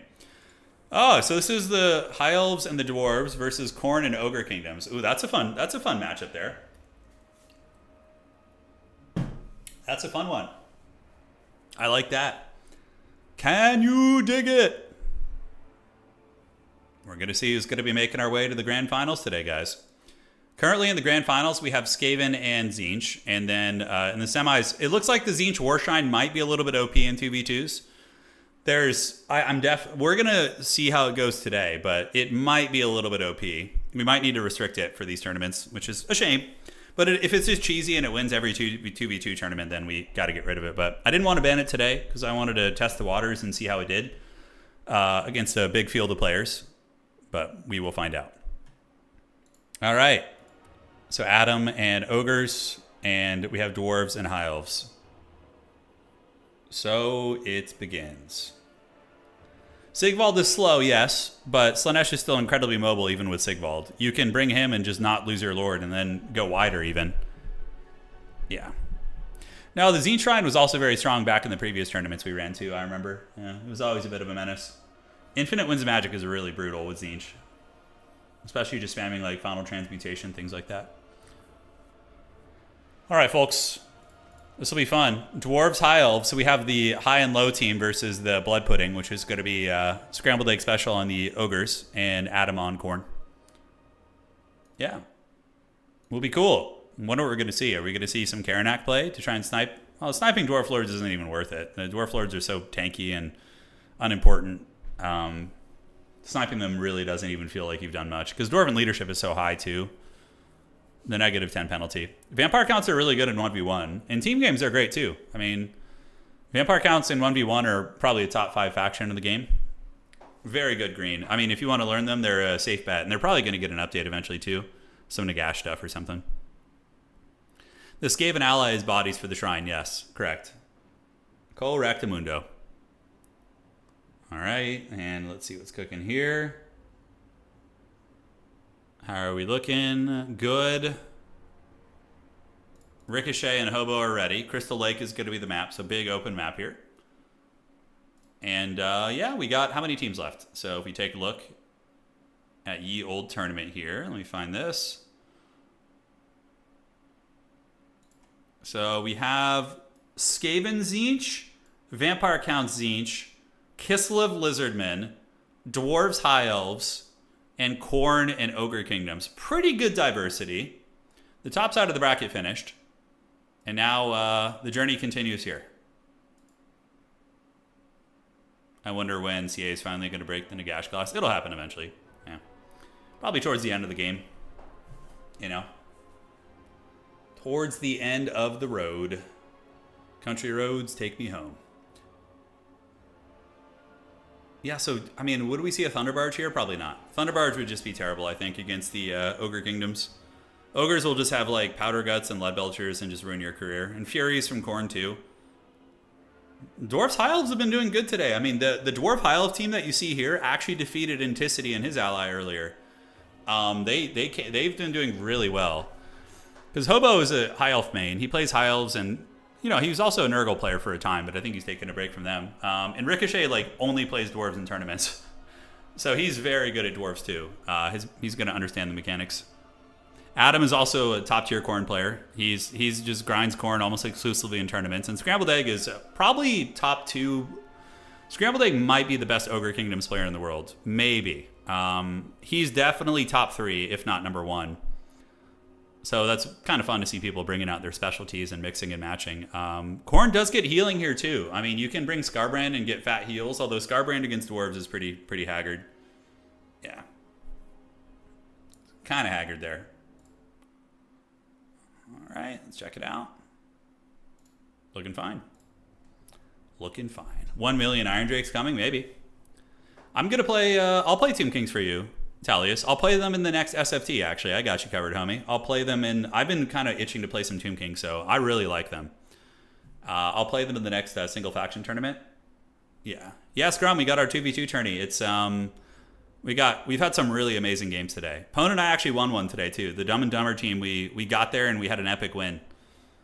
Some good games. Some good games. We had a great unclean one get 9,000 value in one game. Which was really fun. Oh, man.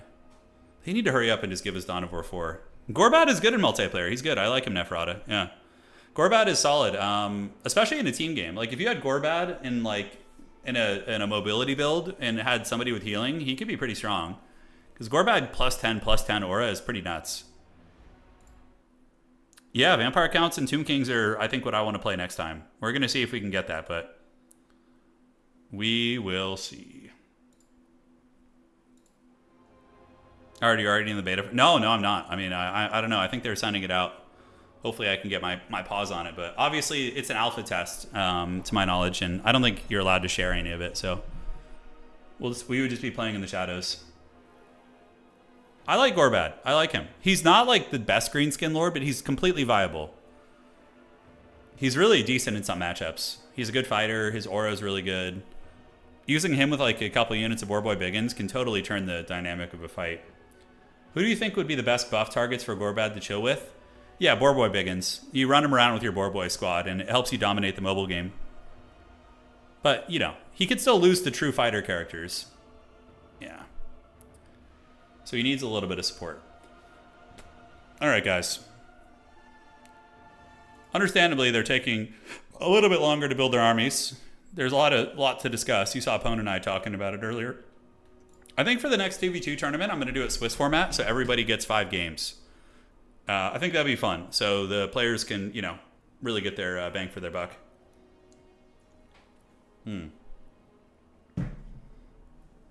Look, Gorbat is way better than Grimgor. Grimgor sucks. Grimgor is just slow and shitty. And like, he's an okay fighter, but like, people can just avoid him. Whereas Gorbat rides a pig. He's a little bit less of a fighter than Grimgor, but like, honestly, not bad. The fact that he's on a pig just makes him better. Because Grimgor is just so mediocre. Yeah, he's so terrible. Are they waiting for me? I don't think so. I kind of want to look at their builds right now. Let's do a little peek and creep here. All right. I don't hate that. Yeah, solid, well-rounded armies. Nothing memey, I would say, from these guys.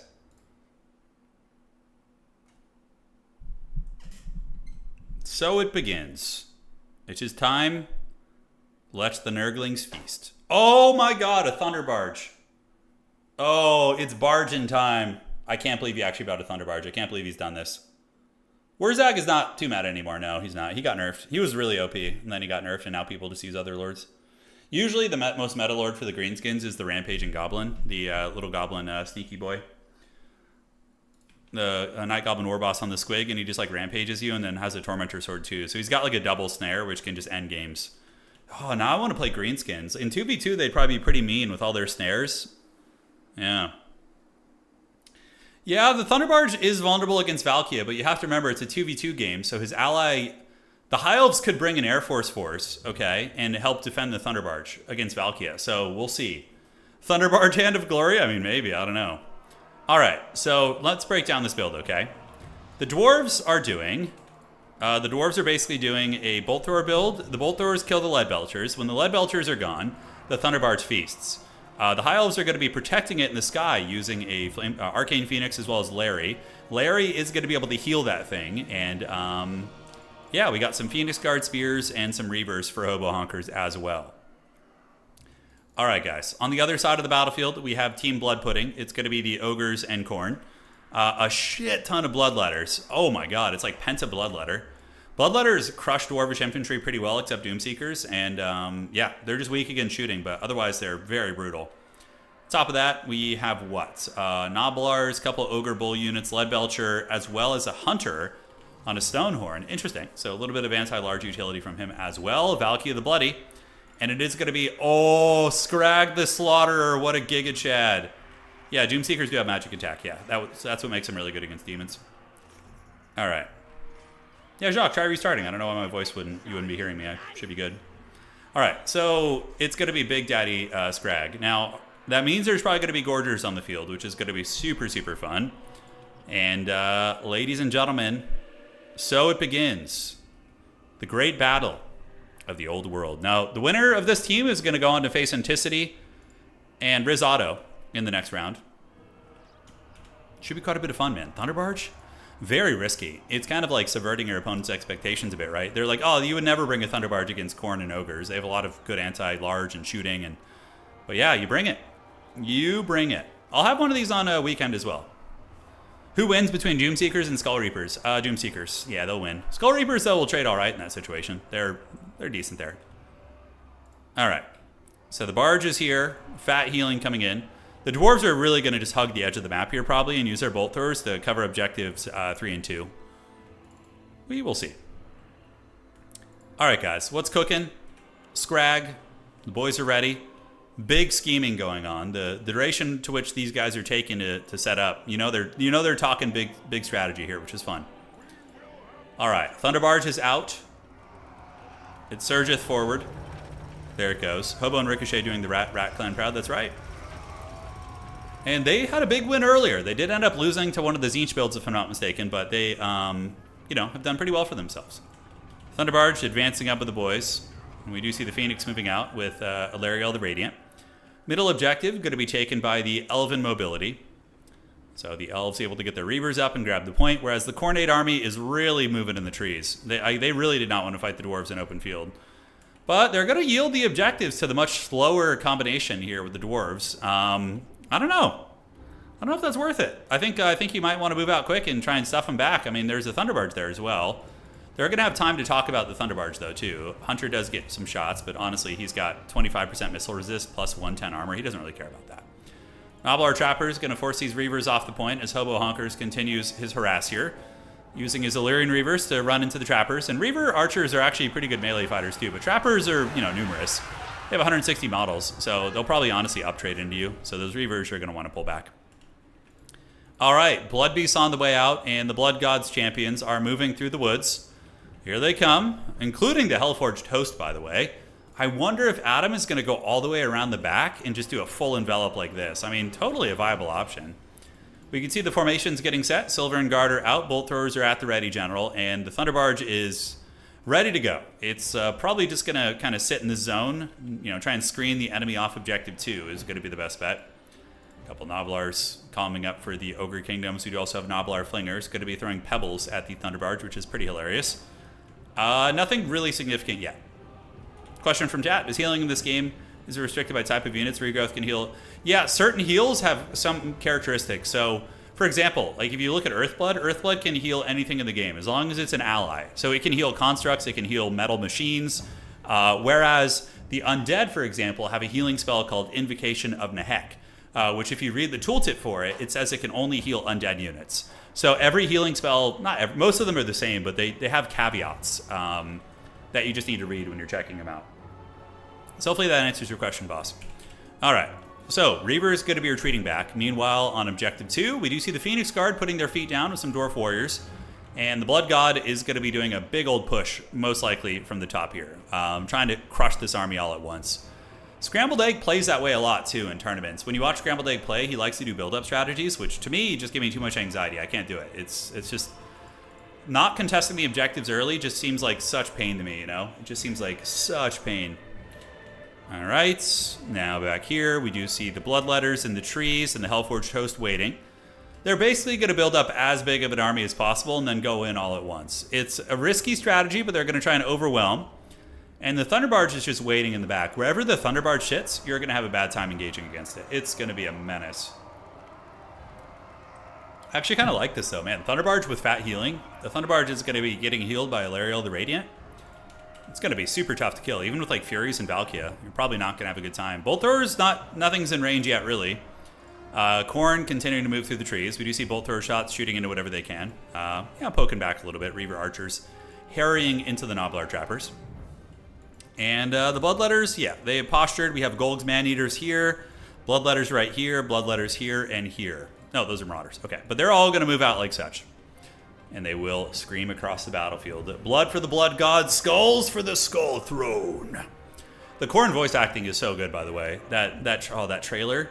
You guys remember the trailer with Azazel where he gets all of his energy just stolen by that Giga Chad Khorne Lord? They're trying to make Azazel look all cool sitting in his stupid chair. And then the Khorne Lord just on the ground with the 2 axes and the metal armor just like, oh! that was the coolest shit ever, Yeah, the Khorne stuff is very heavy metal. All right, so Illyrian Reavers, where are they going? Looks like they're going after some of the Lead Belchers back here. And the Lead Belchers putting some work in. Yep, they're preparing a full alpha strike. You can see Ogres waiting in the trees here, Ogres here. Lead Belchers going to be keeping these guys at bay. And up on the high ground, we do have the Bloodletters getting ready for the full envelop right now. So they're coming around the outside. So it begins, the great battle of our time.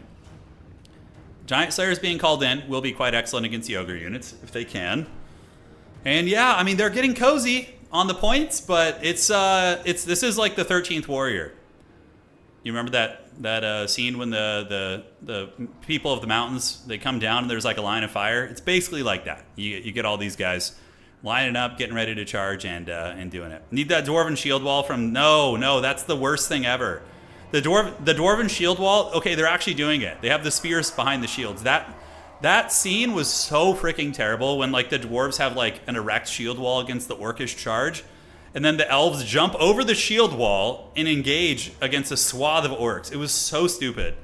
That was like the worst part in that movie. Oh god, it was so bad. I mean, I enjoyed some parts of the Hobbit trilogy, I'm not gonna lie. I'm an easy guy to please with movies.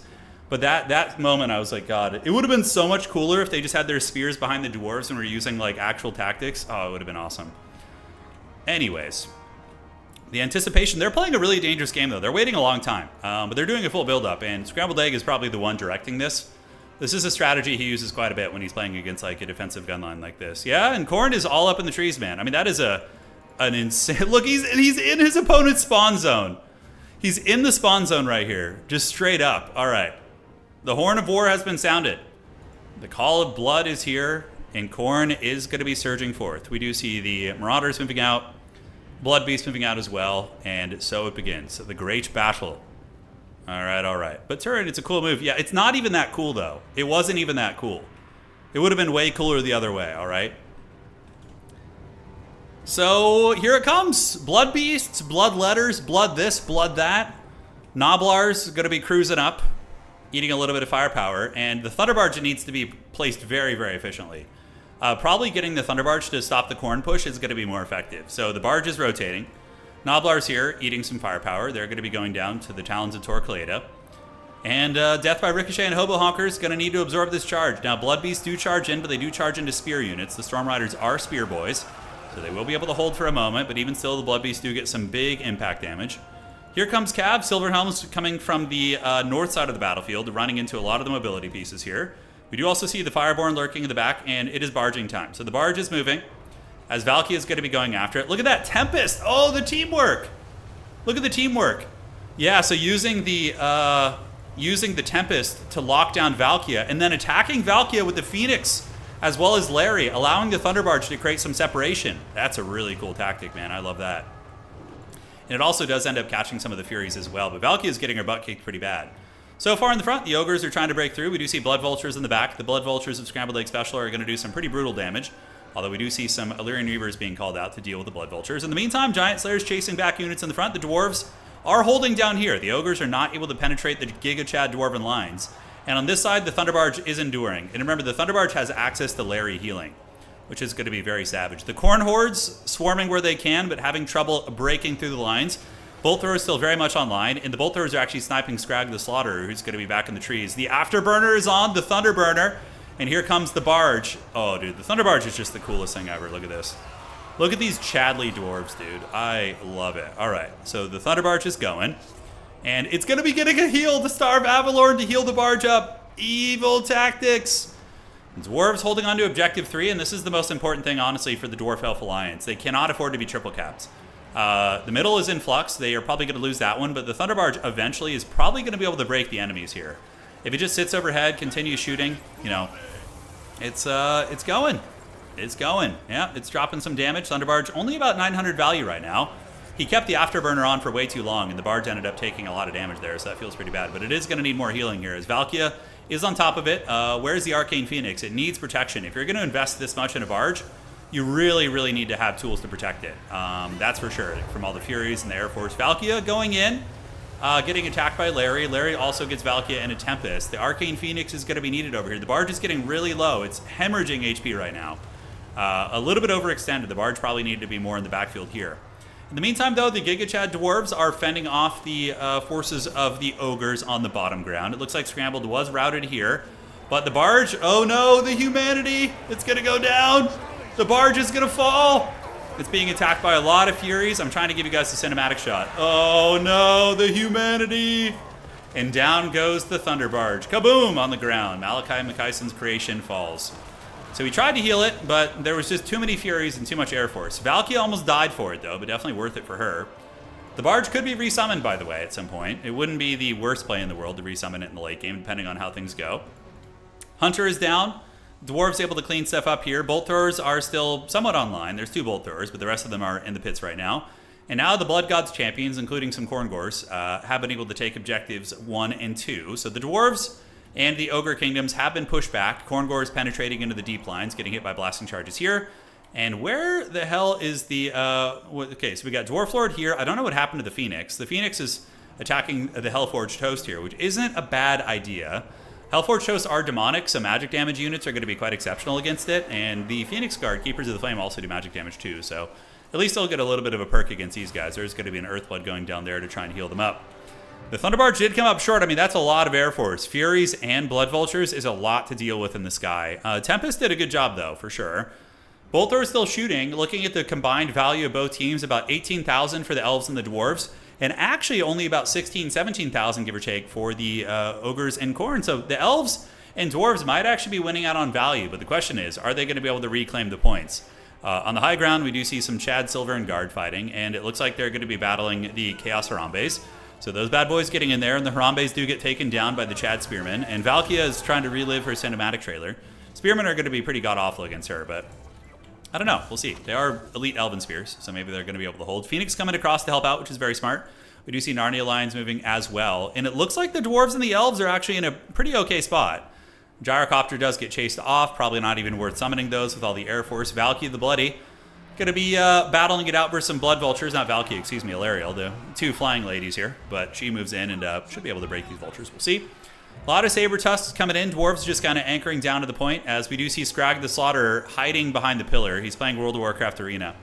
That was always my biggest gripe with WoW Arena. I was a very sweaty Arena player, and I hated the pillars. I thought it was the dumbest shit. Wow, that's actually a big play, guys. Huge potential win condition.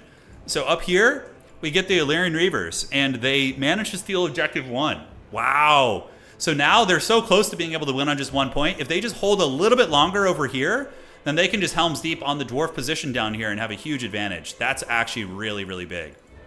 In the meantime, guys, Valky is being harried by the Arcane Phoenix. The Phoenix is coming in back here, and it looks like maybe it's going to be diving on the Lead Belchers. Look at the healing on Valkia! Troll Guts! Oh, I love it. So Valky is going to be getting a fat heal. She's currently sitting at about 1,100 value, so not bad. But the Troll Guts is activated. Valky the Bloody is going to be hanging in there, as we do see the Scrag the Slaughter getting a meat feast. So healing is on the cards as well. High ground objective, is it going to hold? Not for much longer. It looks like some Bloodletters have gotten here and some Khorngors. So the Reavers and the various Cav units are going to need to retreat right here. They're going to need to run. It's just not a good situation. Low ground also in danger, as we do see the Ogres resurgent. They called in a bunch of units here. We're able to get some Ogre Bulls with dual weapons. Furies are all over the place, and it does look like Scrambled Egg and his ally Adam are kind of coming back in the game right now. You know, they're coming back. So objective 3, it's getting flux, back and forth and back and forth. Dwarven Tenacity trying to hold it. The Elves do get some Reavers in, some Giant Slayers in. Oh, shit! Oh, it's barging time, baby. Da-da-da. Cue the Avengers music, you know. The portals have been open. They win on one objective. They win on one objective. Just get the Thunderbarge on top of it and hold. That's going to be the game plan. I love that so much. Oh my god, that is so funny. All right, guys. The Thunderbarge is using its Thunderburner, but it's taking a shitload of damage. It's going to need some heals from Larry. Cav coming in, trying to disrupt the Saber-Tusk pack. It's in the process of flipping, but they'll have some time to try and recapture it. But the Barge is coming. He needs to turn off the Speed Burner. He's losing way too much HP on this thing. You can't keep that on. Turn it off. Turn off the Thunderburner. It's too much damage. He's trying. You're already where you need to be. Turn it off. Turn it off. Come on. Come on. Turn off the Thunderburner. Okay, there he goes. All right, he gets where he needs to be. Fireborn coming in as well. Fireborn are going to fold up this position. And guys, it is barging time. All right, so the objective's still owned by the Ogres, but we do have Fireborn here who are going to wreck all these Man-Eaters pretty badly. I think we have 2 Gold's Man-Eaters here. We see the Harpoon activated. Shouldn't have been used there. Should have saved the Harpoon for the SEs probably. Not the end of the world, though. And this objective is in the process of coming back as the Giant Slayers do arrive. Miners are on their way up. Silver Helms arrive with Larry as well. And we're going to see what's cooking. All right, the battle is on. She can take it. Yeah, it's the tank from Company of Heroes 3. It totally is. All right, Lord is going here. They need to get this objective back soon. The other point is actually in flux too. There's some Dowie trying to steal that one. On the high ground, the elves did try and hold this one as long as possible with their mobility. But now there's going to be a huge onslaught coming down here. But I think this point will be recaptured. The ogres are going to be forced off. All right, it's being attacked again. Does Larry have any healing or Tempest left, you know? I don't know. Currently, the value is 1,800, so it is getting some good value here as the objective does flip. A little bit of lag, but I can say it's not me this time, according to my software. On the middle, Corngor's moving up. Leadbelcher is getting ready to start shooting the Thunder Barge. That's probably my favorite play of the tournament. The dreaded Thunder Barge coming to make a last stand. I think that's pretty great. I think it's pretty great. So Fireborn coming in. Point gets folded up. They do not need to hold that long, guys. The Elven Dwarf Alliance might be able to clutch this one out with the dreaded Thunder Barge. Despite it not doing very well, it might be able to. Hobo has been doing a little bit more damage this game, but his Dwarven ally has been anchoring the points. Very good teamwork. As Death by Ricochet's Thunder Barge is going to be sitting right here and just basically saying, come at me. Oh, he missed the healing on it. He used Star of Avalorn and it didn't hit the Thunder Barge. Oh, no.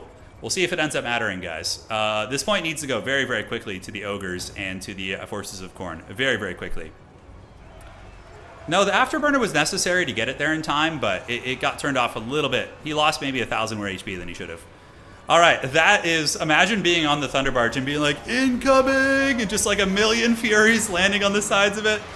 Oh, that's such good flavor. I love it. And the Barge is getting wrecked so bad right now, but it is, you know, doing some damage and helping to make a last stand. They need to hold for quite a bit. They still have, you know, almost another 100 seconds here that they need to hold, which is going to be a long time. It's going to be a long time. All right, so the barge is going down, and it is sitting at 2,000 HP. That is a hell of a lot of Air Force coming in. We do see Alariel the Radiant trying to help out as Fireborn running interference on these bad boys. They just need to spam capture weight. Basically get as many annoying units as you can down here. We see the Ogres coming, but look at the Gremlin play. This little play from Hobo up here is so nice. Like a couple beat up units threatening a capture is going to force them to send stuff there. Oh no! The barge is down again! Oh no, the barge has fallen twice in a game, but will they still be able to win? I don't know. Find out today, guys. So here it comes. Dwarf Warriors moving up on the points. Alariel the Radiant running away from Valkia, which makes sense. She's a bit of a stronger fighter. No, Valkia actually landed down here. They need to hold for another 90 seconds, so a minute and a half for the Dwarves and the High Elves to win here. Do the Ogres have enough meat to get here with Khorne? Khorne does have Blood Beasts in the mix. They also have some Bloodletters fighting a shit ton of Furies here, by the way. A hell of a lot of Furies are going to be able to rear charge into this position and do some work. We do see Giant Slayers coming in.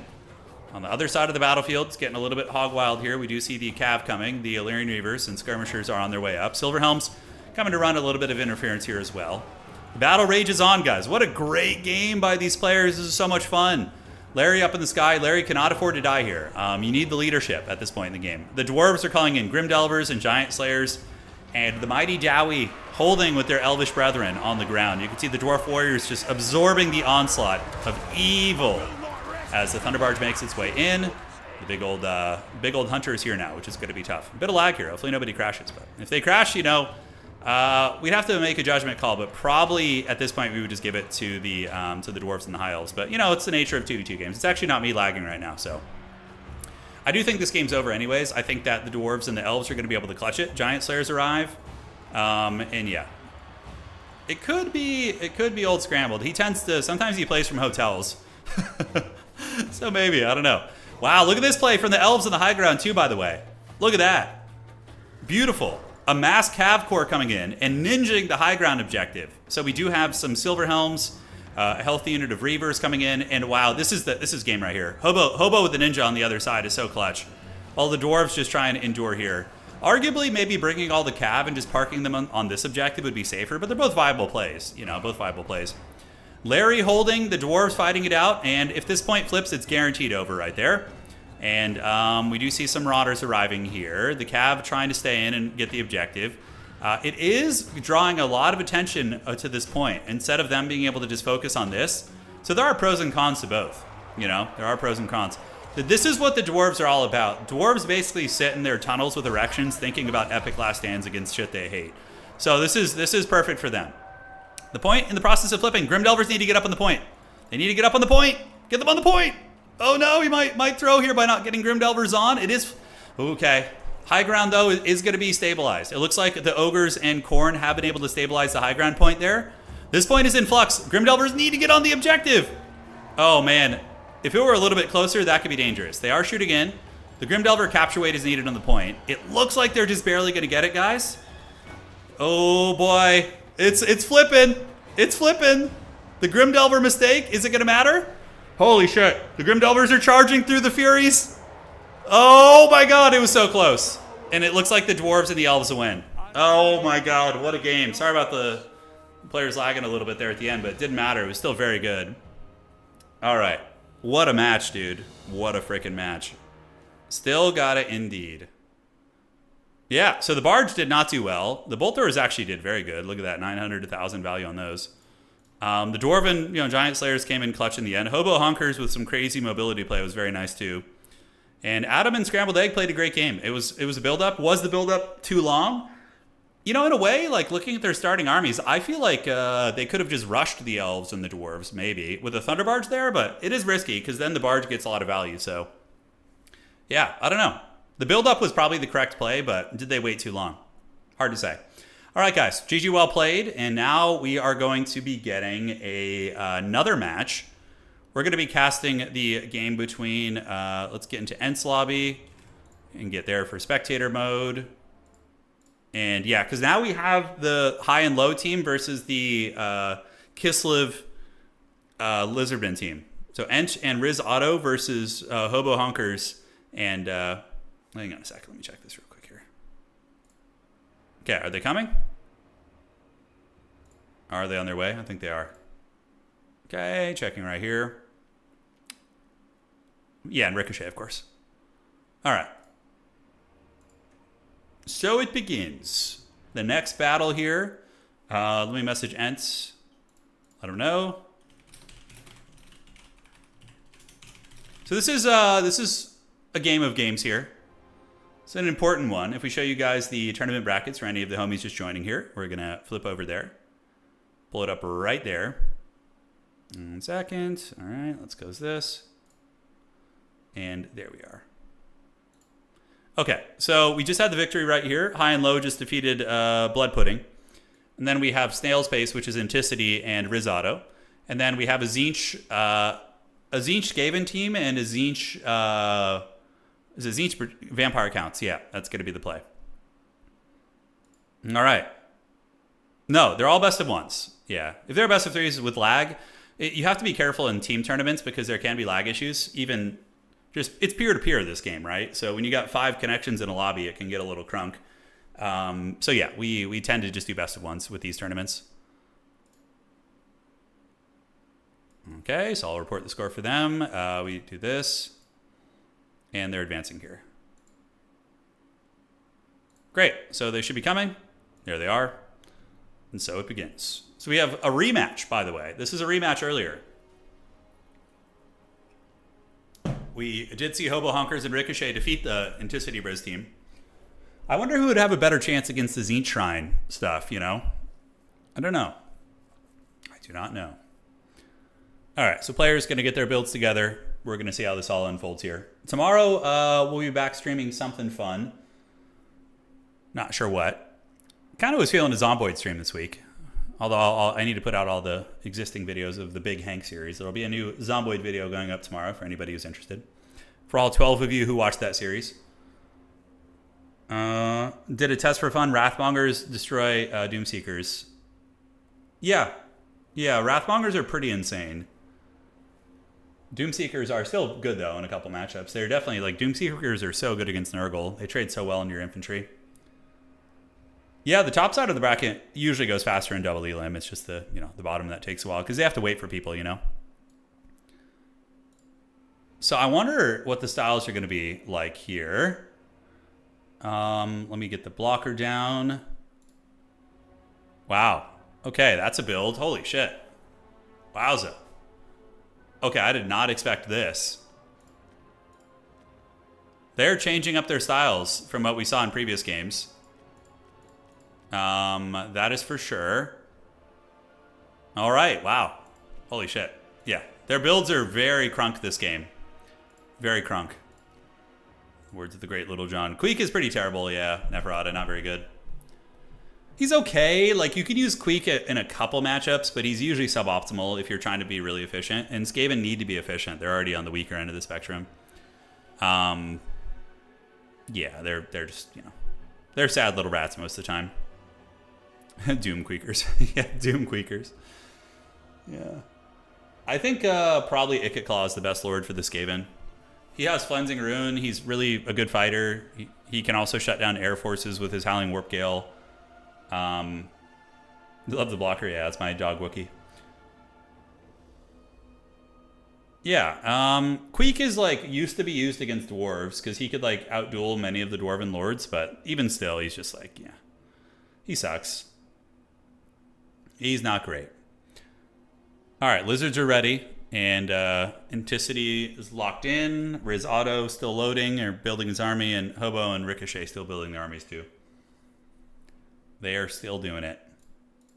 Khorne have Wrathmongers in tabletop still, right? Like in the Sigmar game? I know in Old World we don't have them, but in... yeah, let me look here. Let's see. Checking. He needs Skaven buffs, yeah. Skaven could use a little bit of milk. I don't know what they would need, but they need something. It's some grim tidings for them. So let's go to Chaos. We're going to go to the Blades of Khorne. All right, so taking a look here real quick. Let's see. All right, so you have... oh, they still have Skulltaker. He's still in Age of Sigmar, huh? Okay, so he made his way. He survived the Haggard Games Workshop end times. Oh, Karanak is there too. Okay, that's cool. Yeah, so you could basically just play Khorne like as it is in Total War Warhammer. Yeah, you got friggin' Skull Crushers, Blood Crushers, Wrathmongers. Blood Warriors look freaking sick, by the way. Those guys are so badass looking. Even though the models are a little bit older, they kind of have that like stockier build to them. These models are awesome. I actually painted some. I gave them to one of my friends. I kit bashed them to Khorne Berserkers for 40k. They look really good. Yeah, awesome stuff. Oh, damn. Scarbrand's here too. Okay, so you can play Scarbrand. That Deathringer looks sick. Oh, that model's awesome. What is that? Look at this Giga Chad. Damn, that model is really cool. I like that because it kind of still has a retro feel to it, you know? But the edge highlighting on that looks like pure suffering. That just looks like pain, you know? The Claws of Karanak, what the hell is this? It's like a warband or something? Oh, interesting. Oh, it's like Karanak's disciples or something? Right, Conan. Yeah, they do have the priests here too, right? Yeah, the Realm Gore Ritualists. These guys are pretty cool. Yeah. Painting Trim is such pain, though. I don't know if I could do another army with Trim. I don't know if I could. It's just too much. All right, there we go. Perfect. So let's go ahead and go here. And hey, look at that. We are back in the game. All right. Ladies and gentlemen of the old world, welcome to, I think, our quarterfinal match? Somewhere in that ballpark. It's hard to say. It is going to be Kislev and the Lizardmen versus Dwarves and the High Elves. And it looks like a mass cav army. Anticity and Riz going all in on mass mobility. We see 4 Cold Dawn Spear Riders, Griffin Legion, Winged Lancers, Dervishes, Ice Witch on a Dragon, and a Slan with Final Transmutation. Now that seems interesting. I think he wants to bait people into a fight with big cav engagements and then nail them with Final Transmutation to win those engagements. So that's going to be the game plan. All right, guys. Looking at the army here of the Elves and Dwarves. Front line is Dwarf Warriors, backed up by Lothern Seaguard. So those bad boys going to be moving. A little bit of lag here. Oof. It must have been one of the people on the Elf Dwarf team lagging, because I don't think I'm lagging right now. Well, hopefully it subsides. If it doesn't, I can just let them play and get a replay afterwards, but we'll see. We'll see how it goes. This is one of the issues you do run into with team games. Dwarf Cannons back here as well. So it's going to be Mass Dwarf Cannons, and it looks like the armies are moving. It's just going to be a little bit of a slideshow. We just have to hope the team that's having the lag issues loses, so we don't have that follow us all the way through to the finals. Yeah, I'm suspecting it's one of these players, Ricochet and Hobo, because the last game was laggy too, and our games with Ench had no lag whatsoever. Yeah, we'll see. We'll see. Hopefully it subsides. I can message them. I mean, we could try a restart. They could reset their internet or something. But with 5 people in a lobby, it's always tricky. All right. Well, we'll do our best to push through it, and hopefully it just, passes in time. The dreaded Total War slideshow. It takes me back to the Warhammer 2 tournaments. We used to have tourneys in Warhammer 2, and back then we had a lot more players, I would say, playing from far Eastern Europe, and we got some serious laggy games. Yeah, that is for sure. All right, Cav setting up shop here. Bad boys are moving in, and the elves and the dwarves going to be parking, as we do see Eltharion the Grim is going to be posturing up here and moving on over towards Objective Dose. Maybe the packets are ricocheting off the dwarf player. I have no idea. There are some solutions we could do. I mean, I could try and get them into a little Haggard VPN server and see if that fixes it, so then it connects that way. But overall, it's still kind of janky. I don't know where all the players are from, so this is pretty laggy, though. We could restart with the same armies and try. Let me see if they're messaging me. Nope, they're all zeroed in, so we'll just keep playing. Takes me back to the load of picture on dial-up. Yeah, the dwarves have bandwidth resistance. It's going to be way easier to micro, though. That's one unfortunate thing about this, is the players who have to micro more will get an advantage when it's laggy like this, because you have a lot more time to react to high-stress situations and whatnot. This is pretty bad. All right. Let's see here. Checking. Yeah, those guys are waddling. Dude, this is straight up slideshow, man. I think I'm going to jump out and see if that fixes lag for them. Okay, let me see. Did that fix lag, or is it still going? The dreaded 2v2 tournaments. Yeah, you'll check tomorrow morning and see how it goes. I have an idea that might fix this. It's still lagging, though, yeah?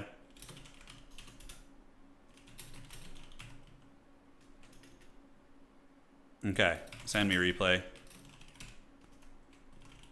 No lag when with you in our 2v2. Let me know how it goes.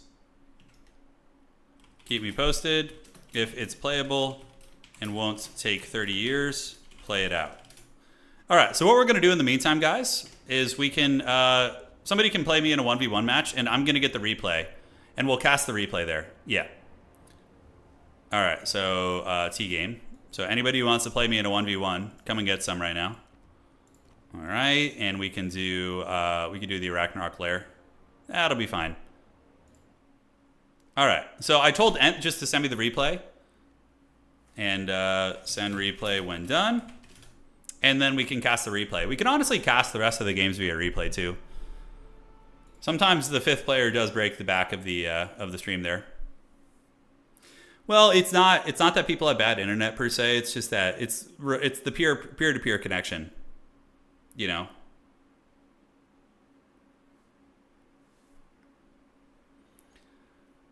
He's updating me. Great. So Ent says it's playable, and he's going to send me the replay. All right. So for this game, who do we want to play? Do we want to play our beloved Nurgle? I'm going to play Skaven for all of you guys. The Skaven have been getting neglected for far too long. We'll play the little rat people and see what we can do. All right.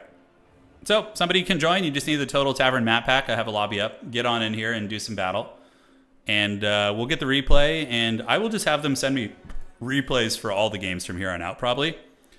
And then we should get a backlog of them at that point, and it'll be lag free. All right, we got Inorias, and are they going to be playing Dark Elves against the Rats? I don't know. Let's find out. 2, 3.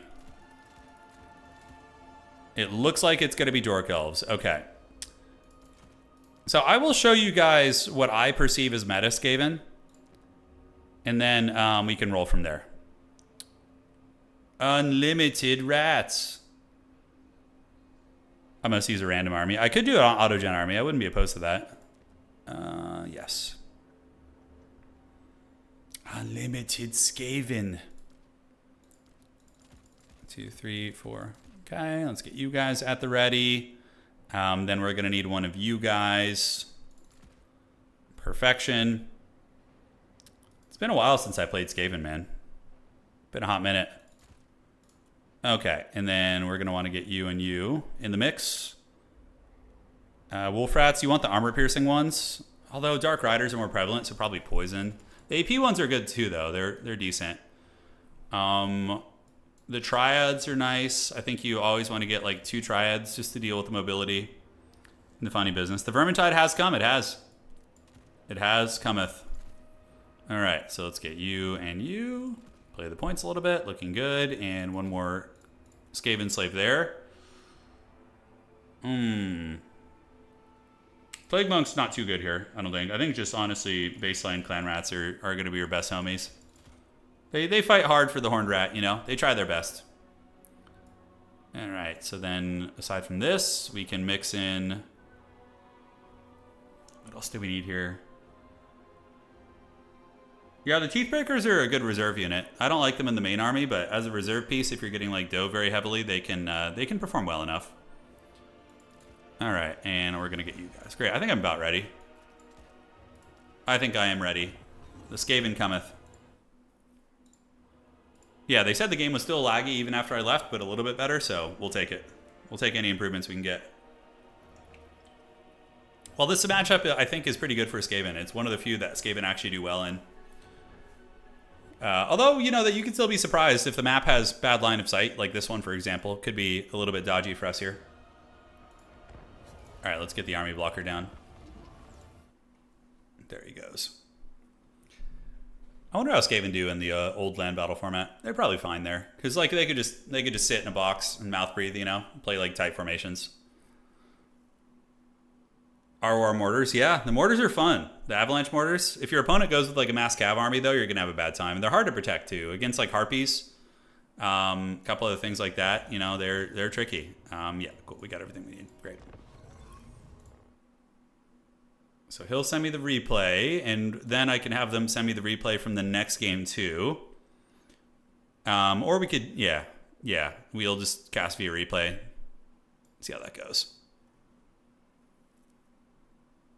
Go my minions. Putting stock on something like Slanesh Fiends. Oh, that's a cool combo, yeah. Invisible Slanesh units. That's some truly forbidden sauce, like 100 speed flying across the battlefield. Yeah, I mean, there's so many cool combos in 2v2s for people to think of and try and execute, you know? Some of them are, you know, sound better than they really are, but...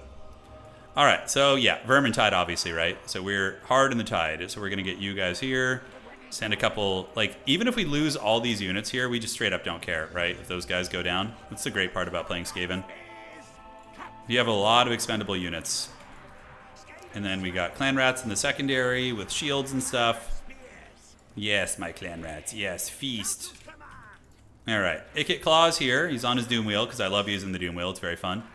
We have one Jezzail in the back. Ogres, Ogres, and Ogres will go here. So let's get Ogres, Ogres, and Ogres. And then we want to get you Skirmishers in 3, and you guys can just actually be degrouped. We'll just move them right. All right. So, yeah, you guys go Vanguard up that way. Hey, Turin, I love your stuff. Got any tips for casual who never plays? Yeah, join a community that gets a lot of reps in. Like, if you join our Discord, just start getting games in with, you know, other new players or even intermediate players who can give you feedback. That'll be the quickest way to improve, you know? All right. So let's see what's up. Yes, yes, and we're going to move you guys up here, too. All right. All right. Ikit Claw. All right, he's coming in with a lot of Witch Elves. So that means Globadiers. Globadiers will give them a very, very bad time. We do have Crone Hellebron. Okay, interesting. We're going to get you guys like in the trees here. See if they want any of that smoke. Going to pull you back. Put you in group 4. We can have some of you guys defending them. So we're going to put you in 5. Keep it from the foe. So we managed to get that low ground point, which is great. And what we could do to be safe here is just send a Clan Rat Spear to go anchor that down. And... yeah, so we see a lot of Witch Elves. The Jezzails can start just wasting into Crone Hellebron. Yeah, I think that's a good idea. We could do a little Storm Demon into her too, which is going to be nice. Let's get you guys to form ranks. Globadiers coming up. And Hellebron is going to get the Storm Demon. There it goes. Nice. Good damage out of the gates. Let's go ahead and set up shop. We can get you going here. Let's pull you guys in. Globadiers moving up. You guys guard this. Ogres back here guard that. And we just got to deal with the mass mobility, basically. That's going to be the drama that we have here. All right, so where are the globes at? These globes need to nail these Witch Elves. Crone Hellebron is getting it pretty good. So we're going to go ahead and get her with a freaking cleansing rune here. And then we're going to wait for that to cast. And then we're going to go and do the brass orb right there. Great. All right, so she's going to have a pretty bad time. I've played this matchup quite a bit, so I feel pretty comfortable with it. We'll see. We get the Triads back here to defend the backfield. And the Crone Bone is having a bad-ish time. Let's get the Ogres in to help fight these ladies. You guys get in and go. Let's get you guys in there. Ogres go in here. You guys go right there. Form ranks. And form ranks here. Great. All right, so far so good. We're going to get our Slingers over there, and we do see Crone Hellebron getting it. We're just waiting for a game to finish. Yeah, so we decided to do a little 1v1 action here. Slinger should be able to get the Crone right there. All right. Yep, we got some dudes trying to make it through here. The mobility is now going to be coming in for us here. Get you going right there. Get you guys right there. And the Crone is down for the count. All right. So let's get you guys right here. Get the Triads coming across to help out. And we can also call you in the reserve and get you behind those. All right, so the Globadier unit is going to be threatened. Move you guys up. Pull you guys back this way. Ogres can fight the Knights of the Ebon Claw. Ew, a 1v1, yeah. 1v1's still great. Still great. All right. The 2v2s have been great. It's just, if it weren't for the peer-to-peer bullshit that CA puts us through, it would be so much more fun. Like, if we didn't have these lag issues. I mean, I can even see people, like, looking on quick battles and, you know, getting into that. So we already sniped the enemy lord, which is great. The Knights of the Ebon Claw are getting it. We're in a very, very commanding position right now. And the rats can keep chasing, get you guys down here. And now that we have the advantage, we can just Vermintide. Just get a nasty tide of rats. All right, so those guys have done it. Let's chase you guys back. And yeah, we are amongst a bunch of witch elves, but we can get them with the brass orb here soon. The wheel of doom will also wreck them. All right, so you go forth, and skirmishers keep following. I'm gonna pull a Kit Claw back. What do we have called in here? It's gonna be a Death Hag. Not gonna be too strong against us. All right, let's get that. And brass orb on top of you. Should be pretty nice. Punish them there. And we're ahead by quite a bit of value right now. All right. Cool, looking good. We got some skirmishers down here. This game's pretty much over. I think we are in a good position. All right, so wolf rats can go chew on you guys. Ogres and ogres. See, no lag here whatsoever. So it was just some combination of the players we had in that other game. Yeah, it's almost impossible to tell. Oh, dude, dedicated servers would be so nice. I have been harassing Creative Assembly for dedicated servers since I was in my 20s, and I'm 37 now, and we have not gotten them to budge, despite my best efforts. Yeah, I mean, I don't know why. I mean, if they do another, like, major game, you know, like, they've got to do it, you know? It's just so haggard. For this game, whatever. Like, they didn't really know there was a big multiplayer community for this game. Didn't expect it. So the framework of the game probably wasn't developed in such a way where you were thinking about that. But now that you know that multiplayer is very popular in Total War games, or at least has a niche interest from people, I think you can justify it a little bit more. Yeah, in Warcraft 3, you guys ended up using your own servers. Yeah, the Back to Warcraft and all that stuff. Super fun. All right, let's just surge back here, get on these guys. Ikit Claw's looking good. Those armies do get routed. Let's pull you guys over the top. Chase in on that. But he's basically completely tabled now. He's got... So this matchup is favored for my faction. Like, I've even been able to beat Daniken with Skaven against his Dark Elves. It's a hard matchup for Druki. And he also brought, like, a bit of a meme build, so... Let's see here. Trying to find my opponent, say GG. All right, so there we have it. And outstanding. Oh, dude, you did fine. You just brought like a very memey build, you know? Like, Skaven are going to usually obliterate good quality infantry using Globadiers and Ogres. And then the Dark Rider play was right, but like the elite infantry against Skaven is just like a recipe for disaster, for sure. Let's see what we got. They're probably still in that game. It's probably still lagging. No stress. All right. So we can do a 2v2 game. Inorius, you want to come to my team? We can team up and do a 2v2 game to keep the flavor going. Oh, okay. Well, anyways, if you guys want to play 2v2, go ahead and jump in now. This is the time of heroes. What were we talking about in 2v2? Yeah. Let's find a map here that would be good. We could do Gates of Ekerend. That could be interesting. Haunted Vale is pretty big and open. Hell Pit Depths would be a super claustrophobic one. Just chilling with some natty Bubo ice. That's funny. Company of Heroes 3 has servers. You know, Relic games have servers. Age of Empires and, you know, all this kind of stuff. All right, we got Morbidius on my team. Oh, God. We'll do a small map so it doesn't take too long. We'll do Itza. Just like an absolute knockdown drag out. So he's going to play Tomb Kings. I'll play Vampire Counts. It'd be kind of fun to try this one. Yep, join up, guys. Join up if you want some of this smoke. You need the Total Tavern mod. All right, so we got Ignum and you, and then we got Vampire Counts and Tomb Kings here. So my ally can do some cool shit. So let's get the blocker up. And we're gonna, the tournament is still going, by the way. We're just waiting for the replays. Oh yeah, it's actually a little weaker with these guys. So against Lizardmen, okay, they're going double Lizardmen, which is pretty fun. What Lord choice would I want against Dinos? Heinrich is all right. He does get the Krell summon. That is an option. Yeah, so Morbidius, I don't know if you're on stream, but you should just bring like the big heavy hitters for us, you know? Yeah, the fact that you only get like a couple of slots of units in this format is a little bit tricky. All right. So we got you guys. We can do this big pimp in here, I think is good. We need to get a Vampire Lord, and we can get him on the... Yeah, nice. This is the way to do it. Awesome. Spend some money. Okay. Vampires do feel like a good faction for sure. They feel solid these days. They've been performing so well in tournaments. Yeah, all right. So that will do Pig. Morbidius, you can go ahead and get the range units. You don't need to get as much infantry. I can probably cover most of that. The Schmeagles will rise from the ashes. All right, so we got you two to go ninja that. Yeah, Battle for Middle-earth 2? Yeah, oh yeah.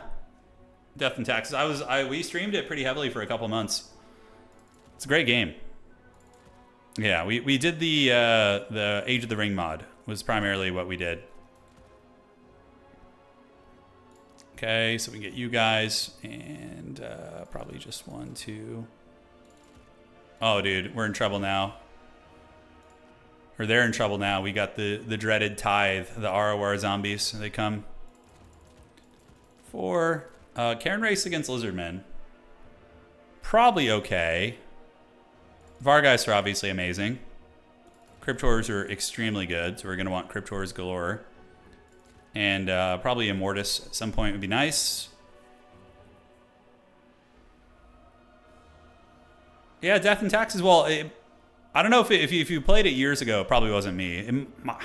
Because I played it more recently. This is an exhibition match. Yeah, correct. Because we're waiting for replay from... Because one of the players is having some lag issues. So we are just letting him play without a 5th caster or a 5th spot in there. And then we'll get the replay and cast it. All right. So that looks good. We got these bad boys ready to go. Need the Dire Pack always. Dire Pack's always super good. All right. GLHF. Yeah, let's get it, man. Let's freaking get it. Yeah, might have had the same name. Yeah. Well, I mean, Turin is a character in the Tolkien universe, so could have been somebody else. We even have 2 Turins in the Total War community. There's one that plays the old land battle. The old school, man. All right, let's see how this Forbidden combo works. Kind of a fun preview of what's to come for the next tournament. Yeah, Tomb Kings would be nice with Vampire Counts. Like Ushabti Grapos, very good. And plus you could also just do Monster Mash if you want to. Like Tomb Kings are so flexible. And being able to heal Cetra, for example, on a Sphinx, I mean, that's prime. I'm just happy you covered Iron Harvest was fun. It's my big problem. There was two things that made me stop playing Iron Harvest. One, no spectator mode. So not being able to host events and really do anything like that for it was a big turnoff. And number two, you can't find matches for that game on quick search. It's like impossible. It takes 10 years. Okay.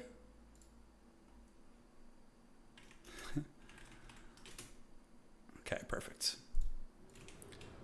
So me and my mighty ally will load in. Here we go. Yeah, the Zenith Shrine has been doing well. I'm curious if it's going to win today's tournament, though. That is really the question, you know? That is really the question.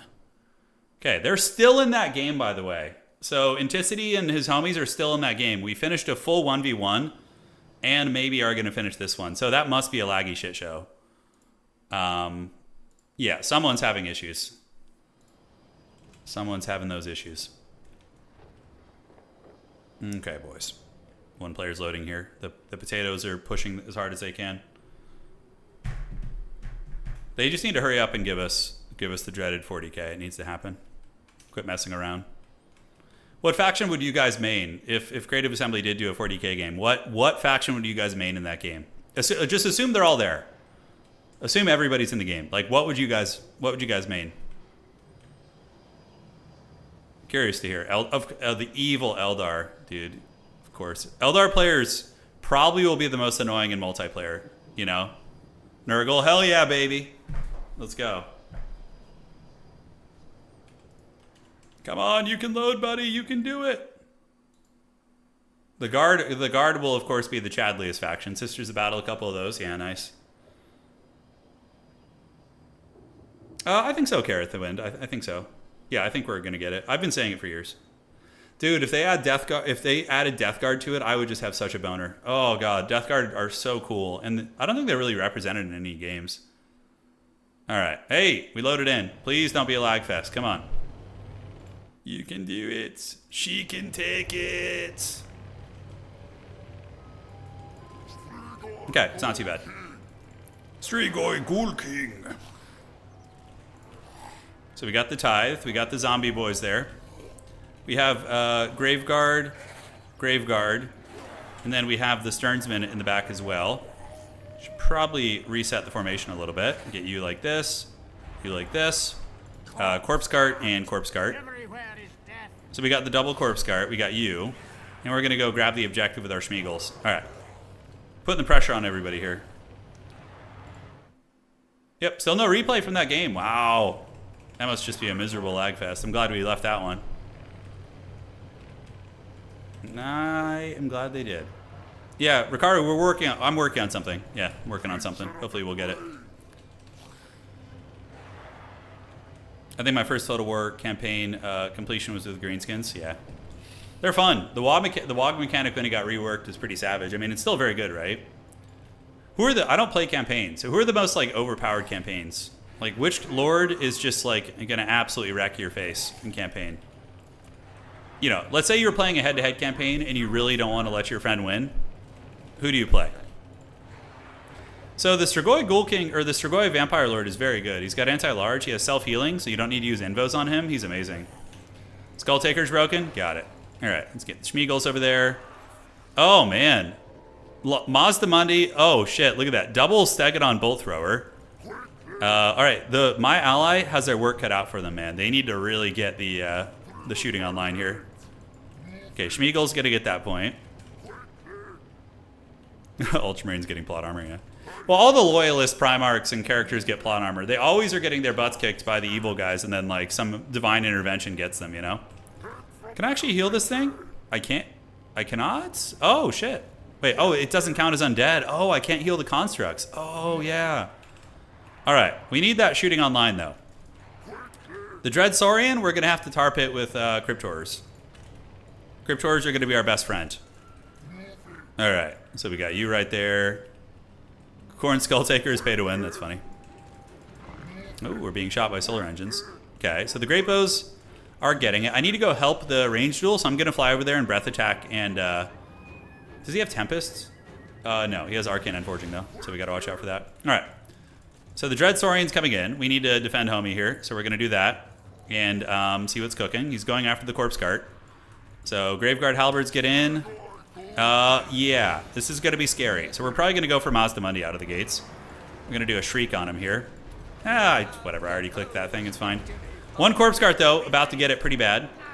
I'm going to need my allies' help with these beasties, that is for sure. They are looking very erect and very mad. All right, so let's get you in there, get the Cryptors coming in. We need to surround them with Cryptors and just cheap halberds and stuff. That's going to be the best bet. These are what? These are Coldon Riders, so let's get the halberds to go help out there. Great. All right, so my ally about to probably lose these great bows. Granted, we do have the points here, so we have the objective advantage. Don't know if there's any, like, fighting here is kind of stupid. The Cryptors are going to come across and try and help, but overall it's going to be tricky. Here we will win this fight. The Graveguard Halberds will trade extremely well there. All right. So we do see the big Stegodon getting driven back. Look at that. Sepulchral Stalkers, though, getting some work in there. I can go after Chungamundi. Might not be a bad idea. So we're going to kind of dive over there and see what we can do. Cryptors are on the big man. We Spirit Leech him, and... oh, we got Arcane and Forge. That's pretty funny. Okay, well, we don't want any of that smoke. Let's get you guys forward, do this, and get you guys coming in forward as well. Pull you back. Get the corpse cart moving. And the Dread Saurian's a little bit overextended. Our halberd position is doing very well. These guys are trying to flee. So Mazdamundi is getting hammered here. We have a lot of undead on the points. The Schmeagles are just hanging out back there. Let's go in and see if we can get Mazda here. We're going to try. So we're going after him.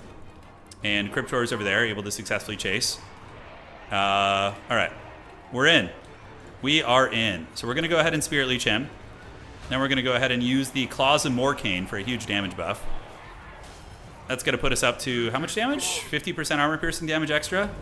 Pretty good. All right, so the big beasties have been chased back.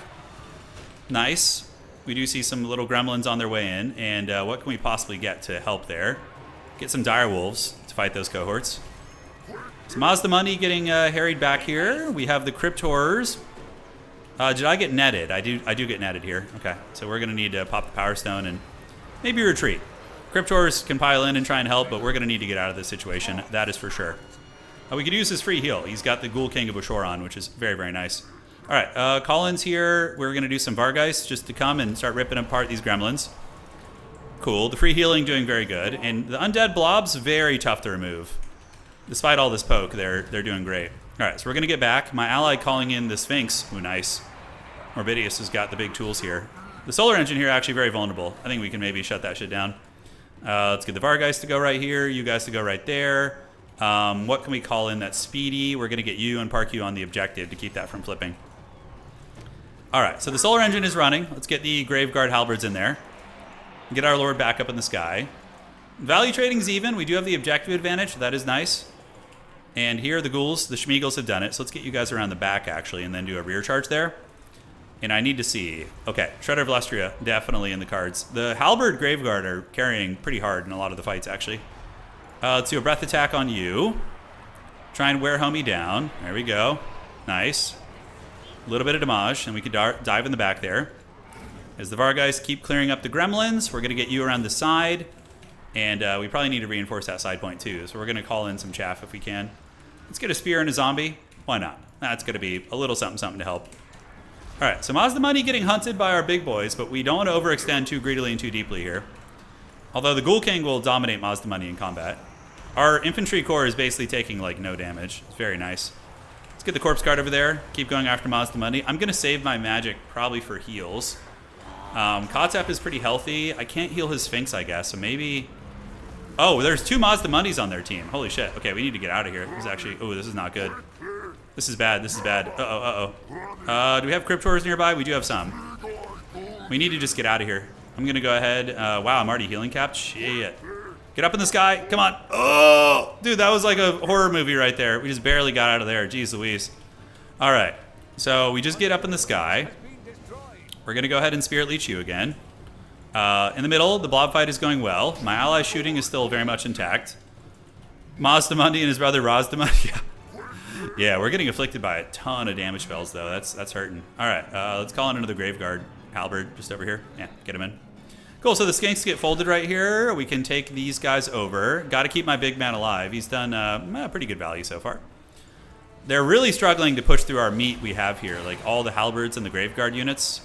I could do a split push. My ally's already up there with something, so maybe calling in like a Haggard Spear just to loosely threaten that objective. We can take our Ghoul King up there too, because we're getting nailed by a lot of magic that is not fun. All right, so big boys coming in.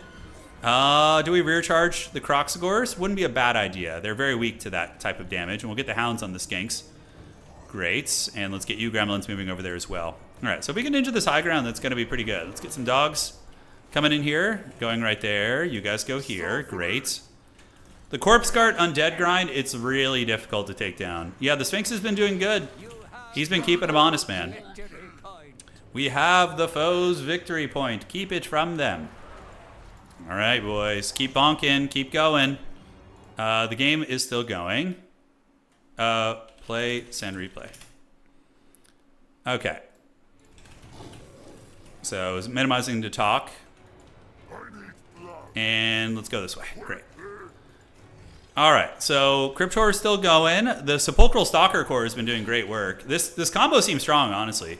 Getting a Vampire Counts have one of the best front lines in the entire game, right? So getting that is just, with the Tomb King's utility, but also the Undead synergies, pretty badass, man. All right, Graveguard's right there. Let's go ahead and call you guys in. Get a Corpse Cart to support the side there, so it's going to come. Mortis Engine could be good. I'm about to get afflicted by some shit. Let's pop that. Is that another... Man, they've been unforging the Arcane all freaking day, man. Yeah, we're just going to save for invos on our allies. It's going to be the idea. Triple cap right now. I think we're in a good position. And the Lizardmen are really getting pushed back. They have their big monsters still alive. My Lord's still cooking. I feel like my ally has done so much damage with his Sepulchral Stalkers. I feel like he's done a shit ton of damage. Let's send some zombies up there just to be annoying. Yeah, just get the chaff going. All right, so back here, Sepulchral Stalkers, laser beaming. We're soon gonna have all our breath attacks and stuff, so let's get you on the Dreadsaurian. Gonna nail him there. So there's the breath attack, and then we get a Spirit Leech on him too. So that should break the Dread Beast. It should. We're gonna dive in, try and get a big Alpha Strike here with our Strigoi Ghoulmaster. Cause some Morcane for 700 weapon strength. It ain't bad. Nice. Dreadsaurian's down. That's clutch. All right, side point. I think we're good. We got Graveguard Halberds here, which will dispatch of those Croxagors. And we can call... Yeah, let's get you guys on the side. We need the Vargeist to kill the Croxagors too. They'll kill them a little bit quicker. All right, so aside from that, what do we got? Spears come back this way. 800 points. Are we losing the middle? I don't think so. Strigoi Pimp King is going to keep rolling. He can pop this, although he's already healing cap, so not going to do anything for him. We'll Spirit Leech probably that Solar Engine. Dodge the shot. Got nailed. Risky to fly over the army, but I think we can get that Solar Engine offline if we get a Spirit Leech on it. I could overcast, but the overcast damage probably isn't worth it. Yep, that was risky. I had to know that was coming. Can we get him away? I mean, there's not much follow-up here. So you guys dive the back of the formation. Absolutely going to bunker bust them. I do get hit. Can we get the Solar Engine here? We're still netted. I guess we just get you. And we're netted for another 2 seconds. Invocations, who can I invo? Probably just, is there anything my allies have? Those are all constructs. Let's just get the Sternsman here. Okay. So we're probably going to lose the Count Chocula here. He's got how much HP? 900? Okay. Yeah, and we just barely dodged that shot. We managed to fold their position here. Man, vampires do feel very strong, though. I can feel the power, man. The temptation of evil is here.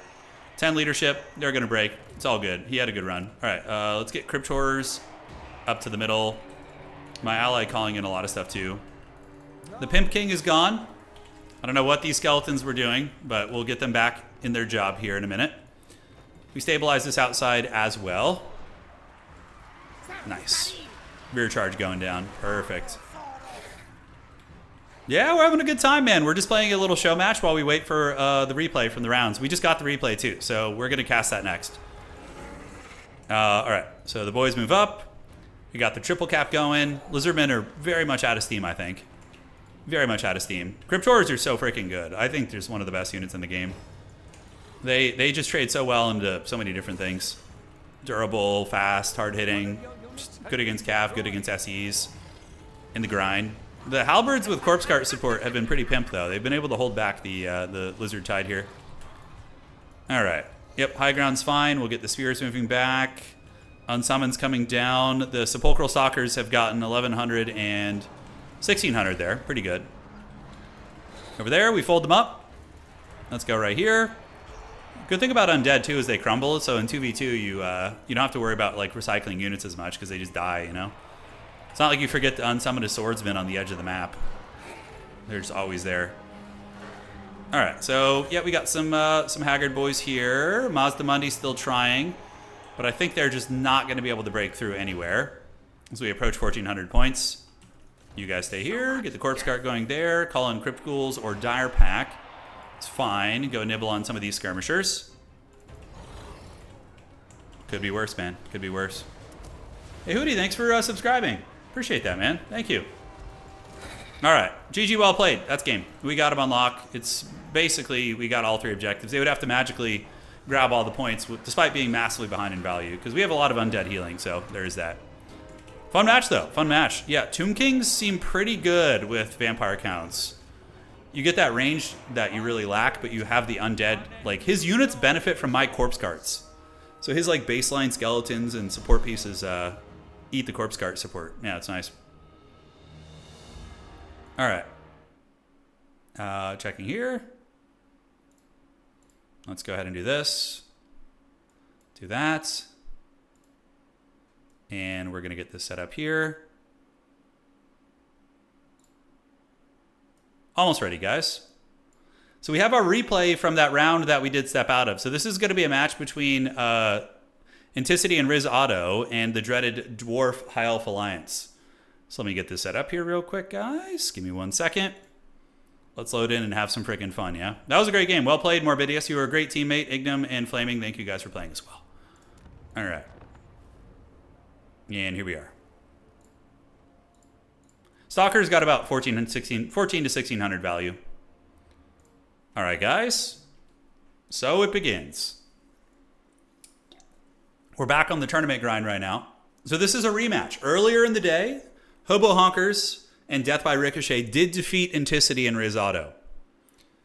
Right? But it is go time. So looking at the legions of the Lizardmen and Kislev, it's going to be mass Cold One Spear Riders and mass cavalry coming in from Kislev. We have an Ice Witch of Tempest with Hawks of Miska and Hailstorm. Anticity going to be using a Slant of Metal. He's going to be hiding it behind the pillar here. I don't know how to get rid of that. How the hell do I get rid of that thing? Okay, there we go. And he's going to be casting Final Transmutations on the big blob fights. Looking at the armies of Hobo Honkers and Death by Ricochet, it is going to be a legion of Dwarf Warriors, backed up by Lothar and Seaguard. So some spear, hybrid spear units, not bad against the Cav spam. Slayers and a couple cannons. Now, this map is a little bit worse for cannons because it is a dune map. There are like dunes that you can have some issues with, but even still, we will see how this all goes. All right. The Cav army of Anticity and Riz Otto, pressuring the points. Objective 1 is taken. Objective 2 is going to be taken by Anticity and Riz. And Objective 3 is going to be taken by the Elves and the Dwarves, most likely. Lothar and Seaguard are going to poke into the cohorts pretty well. And, of course, they do some sweet spear damage if they do get charged. Eltharion the Grim, what is he going to be bringing? He has Tempest and Apotheosis. Unfortunately for him, it doesn't look like there's any air units. Now, big cavalry flank coming in. We do see Anticity and Riz getting an army around the flank here, including some mobility. So the Winged Lancers are coming. Cold One Spear Riders moving in, and now the Dwarves are going to be consolidating their strength while the Elven... This is so weird. An Elven front line with Dwarves in the back. It's very strange. We'll see how it works out. So on the side, Silverhelms engaging versus Cold One Spear Riders. Normally a pretty terrible fight for Silverhelms, but with an Apotheosis and Eltharion the Grim, maybe something can be done here. Cannons are still shooting, and of course Death by Ricochet is a really good Dwarf player. He's very good at defending his artillery, so if anybody can do it, it's going to be him. But this is very sketchy for Eltharion. He's going to need to start coming up with an escape plan. If you look here, you can see the armies of the Lizards and the Kislevites able to get a massive envelopment here and potentially surround Eltharion. He's going to need some Slayers. Cannons are shooting, though, and it looks like they are going to go after the Slan Mage of Metal. And I always feel like shooting at the Slan is a bit of a mistake, simply because he's just going to run back over the hill, and you're going to have wasted all that damage, Chadtharion the Grim still fighting, getting Slayer support, so the mighty Dowie do surge forth. They got their axes out. for the Ancestor Gods, and they'll be able to cut through these Velociraptors, and Eltharion the Grim is able to stabilize right there. Now, the Kislev army moving around like a mobile hammer. We do see Hobo Honker's losing a ton of his Lothern Sea Guard, so they're just getting overwhelmed. But the cannons are hanging in there. They're doing a good job. Hobo Honker's calling out Fireborn, which is an excellent choice against all of these units. And they are stuffed, though. That is the one thing. Final Transmutation activated from Anticity on the Slan Mage. So he drops it back here on top of Eltharion the Grim, who is going to be getting hammered. Using an Apotheosis to counter some of that damage, not bad. And at the end of the day, that Final Transmutation wasn't that brutal. Now, Cav are moving in. We do see Dervishes and Koldun Spear Riders diving the Dwarven Cannons, but immediately intercepted and assisted by their Elven allies, which is so weird to say. But the old Fireborn move in, and they are going to get afflicted by a Blizzard spell, it looks like, so they're going to dodge that. But the Blizzard is very good here. Going to be hitting quite a few units, and I think the cannons will be stabilized and still will be online. Fireborn bouncing across, intercepting Feral Cold Ones, as well as some Dervishes over there. The Dwarves and the Lizards, though, or the Dwarves and the Elves, might have problems getting up on the points. They do have some Giant Slayers moving, and Giant Slayer is getting a shitload of damage here, actually, on the Ice Witch. That's very cost-effective here for death by Ricochet. Ricochet's cannon still shooting in the deep, blasting from downtown, looking across. Team Kislev Lizardmen do have all the points. Anticity's Lord dying, though. Potentially in danger. The Slan got cannonballed into the Shadow Realm. Okay, the Anticity special. The Slan Mage is going to be fleeing the scene. He's at 1200 HP. All right, so that could be a big comeback option for these bad boys. If they can stabilize their cannons, repel the push. This is very deja vu. It's very similar to the first time they played today, and in that time the Elves and the Dwarves did win. They repelled the all-in push, and then they were able to counter-push and get the objectives back. But 500 points on the board here for the forces of Kislev and the Old Ones. It does look like the cannons are in a bit of a dodgy position, though. I think one is still online here. We got one back here. Fireborn trying to clean this up. Still no points on the board. No points on the board. The Slan Mage going to be fleeing. Looks like he's going to go all the way off the battlefield. I mean, he's at such low HP. I'd be surprised if he rallied there. A lot of Dwarves looking resurgent. On the outside, we do see the Illyrian Reavers trying to ninja this point. That's a good play. Just send some cheap cav unit over there, but Anticity is going to be responding using his Skink cohort to come in and try and mitigate that capture weight. We'll see if that works out for him. Slayers ripping and tearing back here. Hawks and Miska, very, very good. Going to do okay damage against most of these units and also break some leadership. Cannon at negative 22 leadership, but they cannot get out of their backfield. That is a big problem for them. We do see Eltharion the Grim and his Fireborn trying to push back against Griffin Legion, which of course they'll beat, but it's going to take some time. Giant Slayers getting worn down. And on this side, it does look like Dervishes and Reavers fighting it out. Reavers do win that fight. They're a little bit higher stat line, 32-38 against 28-24, but they don't have the Unbreakable trait, so that is something to consider. Silverhelm's coming, Dwarves playing the outside objective, just a lot of desperation, knowing they're super far behind on points, and it's not going to be easy to escape their backfield here, as more Koldun Spear Riders do move in. The Grim Delvers are out, cannon back online, and here comes the Slayers to try and save this. But it looks like the dive was successful. The cannons were, oh my god, that is so goddamn lucky. Oh my god. So instead of his whole army taking a negative 16 penalty, his Slan is now alive. That is really, really lucky. Anticity should be thanking the Old Ones, man. That is so fortunate for him. That thing was like on the edge of the battlefield. All right, guys. So Silverhelm's coming up. Miners on their way in. And it looks like this objective, is it going to flip or is it going to be held? There's a Frostworm here. Frostborn hungers, and it should be able to probably clean these guys off. Looking on the other side of the battlefield, I don't know. They're really struggling to get up. They're really struggling. Although the Miners are grinding it down. Giant Slayers and Slayers fighting well. Malachi McKyson doing what he can. And, dude, look at the Lords. Look at the Lords for these guys, dude. Oh, my God. The Ice Witch is at, like 10%. The Slan is on death's bed. He's going to cast the Final Transmutation here before he dies. That Lord needs to be taken down 100%. All right, Dwarves slow grinding. Might be able to get there eventually. On this side, really nice play by Ent and Riz Auto. Riz with a beautiful cab play, able to get his Dervishes and Frostworm here to clean up that. These guys are jiving very, very well, playing very well together. Eltharion does get in. Oh, he kills the Slan before the Final Transmutation goes off. All right, big play by the Hobo.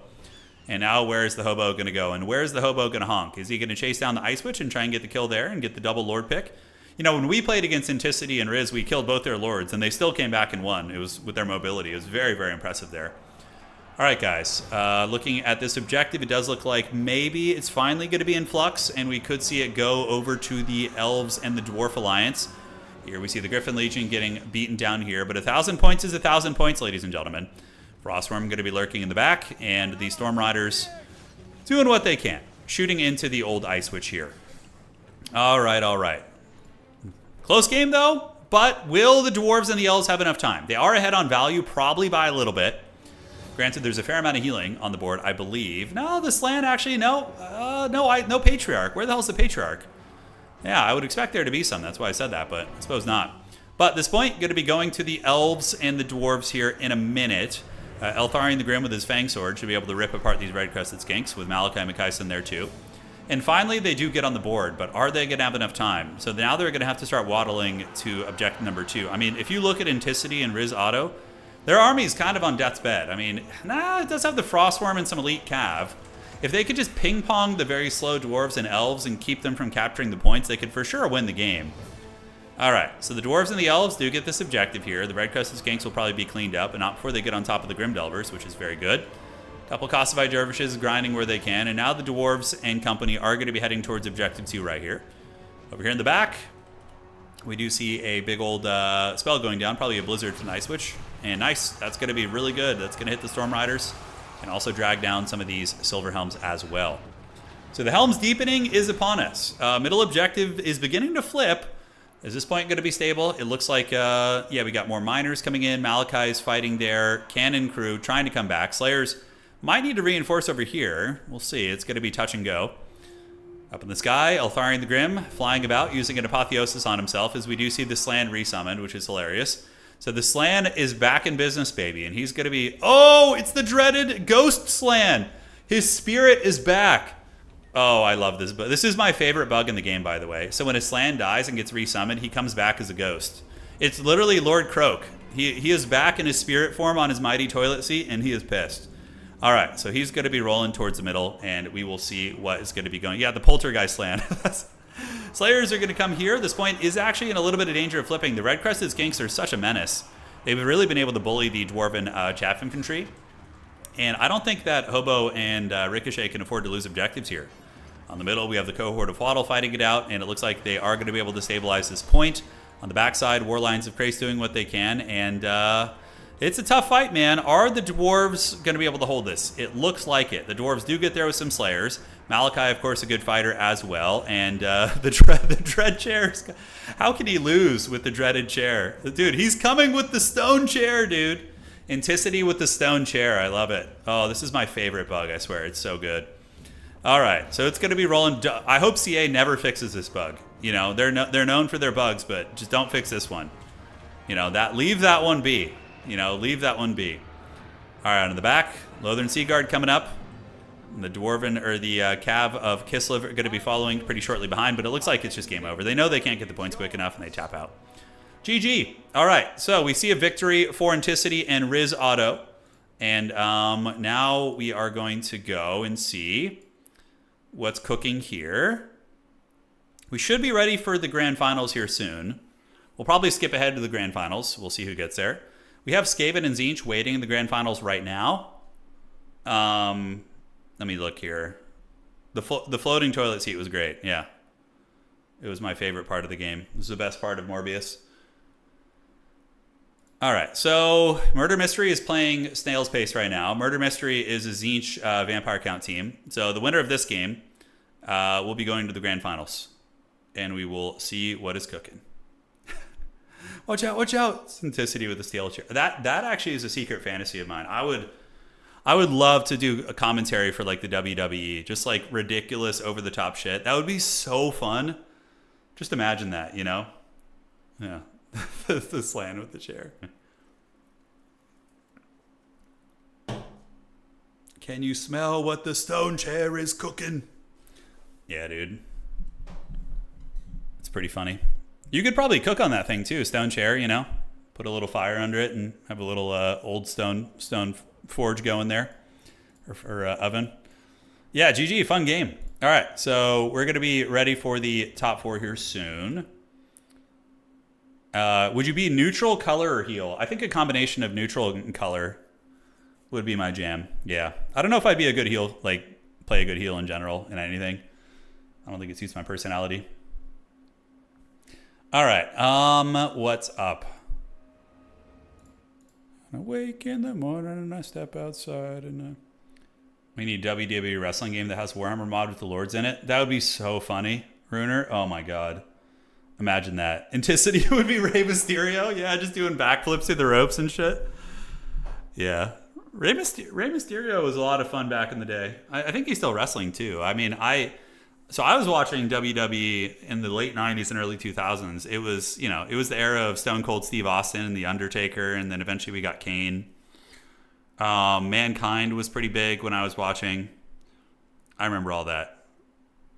It was WWF back then, yeah. Yeah, and then the World Wildlife Federation came in and punched him right in the dong. Sting? Yeah, Sting was fun too. Okay. So let's see what's up here. We can get into the lobby. So let me tell him. Lobby spec slot. We're probably going to cast the finals after this. Just go straight to the finals after the semifinal game. And do it. Rey Mysterio was awesome because, a lot of the wrestlers have pretty, crazy physiques, right? Like these big, hulking athletes, But Rey Mysterio was, someone a lot of people could relate to. Not necessarily you couldn't relate to his athleticism, but in terms of, yeah, you're like, oh, one of us, Okay, Skaven and Zinch. So we are here for the grand finals. Hopefully it doesn't lag. We'll see. Do a duo cast with Sparty, WWE style. I would do it. Macho Man Randy Savage. He was a little bit before my time. Macho Man was more late 80s, early 90s, right?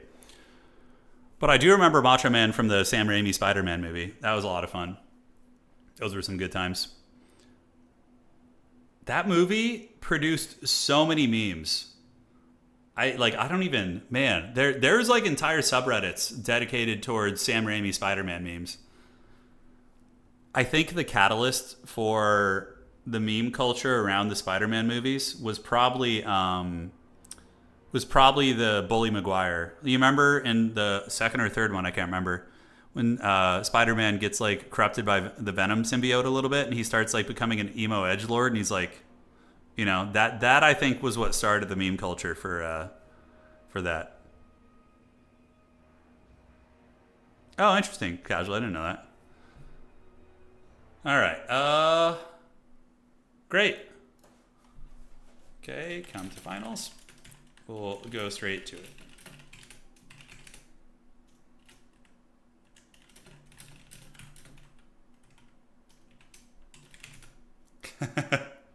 All right, we got the double shrine team. So it seems like the Zinch stuff has been pretty brutal. Okay, so we have it. Let me let these guys know. Okay, invite the other team. It's Storm and Penguin. It's been a long one today, guys. We've been going, over 4 hours, give or take? So, a bit of a spoiler. I will cast the game separately on the channel, but Anticity and Riz Auto did lose their match. So Plague Penguin and Storm were able to defeat them. So Plague Penguin and Storm are the defending champions from the last 2v2 tournament. And now we have Killian and Boss Toss versus... So 2 Zinch players and then a Skaven ally and a Vampire Count player are going to be the battles. Seen any good movies lately? I am binge watching as much as you can the Physical Asia show. That shit rules. That fitness competition show where they have different Asian countries battling it out. It's so goddamn awesome. Because they don't worry about lawsuits. These guys are going hard. They're tackling each other and that's what you want, Watching an Olympic judoka battle against MMA fighter and fighting over a ball is so fun to watch. Yeah. Falcon would be the Undertaker, although he doesn't like undead factions, so that doesn't make a lot of sense. Falcon is an elf lizardman guy. Those are his favorites. He always hated undead, actually. I remember Falcon used to call them undead scum when he would play against them. Yeah. What is this show? Physical Asia? Oh, it rules. I would show you guys a trailer, although YouTube is really strict with that kind of stuff. It might just crash my stream. Hold on. Let's see. When I wake in the morning and I step outside and I take... That song's stuck in my head now. No. In episode 1, they had people wrestling next to metal pipes and shit. Yeah, it's savage, dude. Yeah. All right, there's an article here. Mm-hmm. Yeah, so the show rules. We can look through some of the teams here. All right. So basically, you have teams from 8 different countries. I think 6 of them are Asian countries, and then you have Turkey and Australia as well. Yeah, here's the show. So you have like teams, and it's full on grappling and like Mortal Kombat. It's pretty epic at times. So like Team Korea, yeah, this guy was an MMA fighter. He was in the UFC. He was great. This is the winner of one of the previous seasons. He's like a hybrid athlete. This guy's a beast. You can look, and then they have a CrossFit athlete. I think they have a former national team wrestler.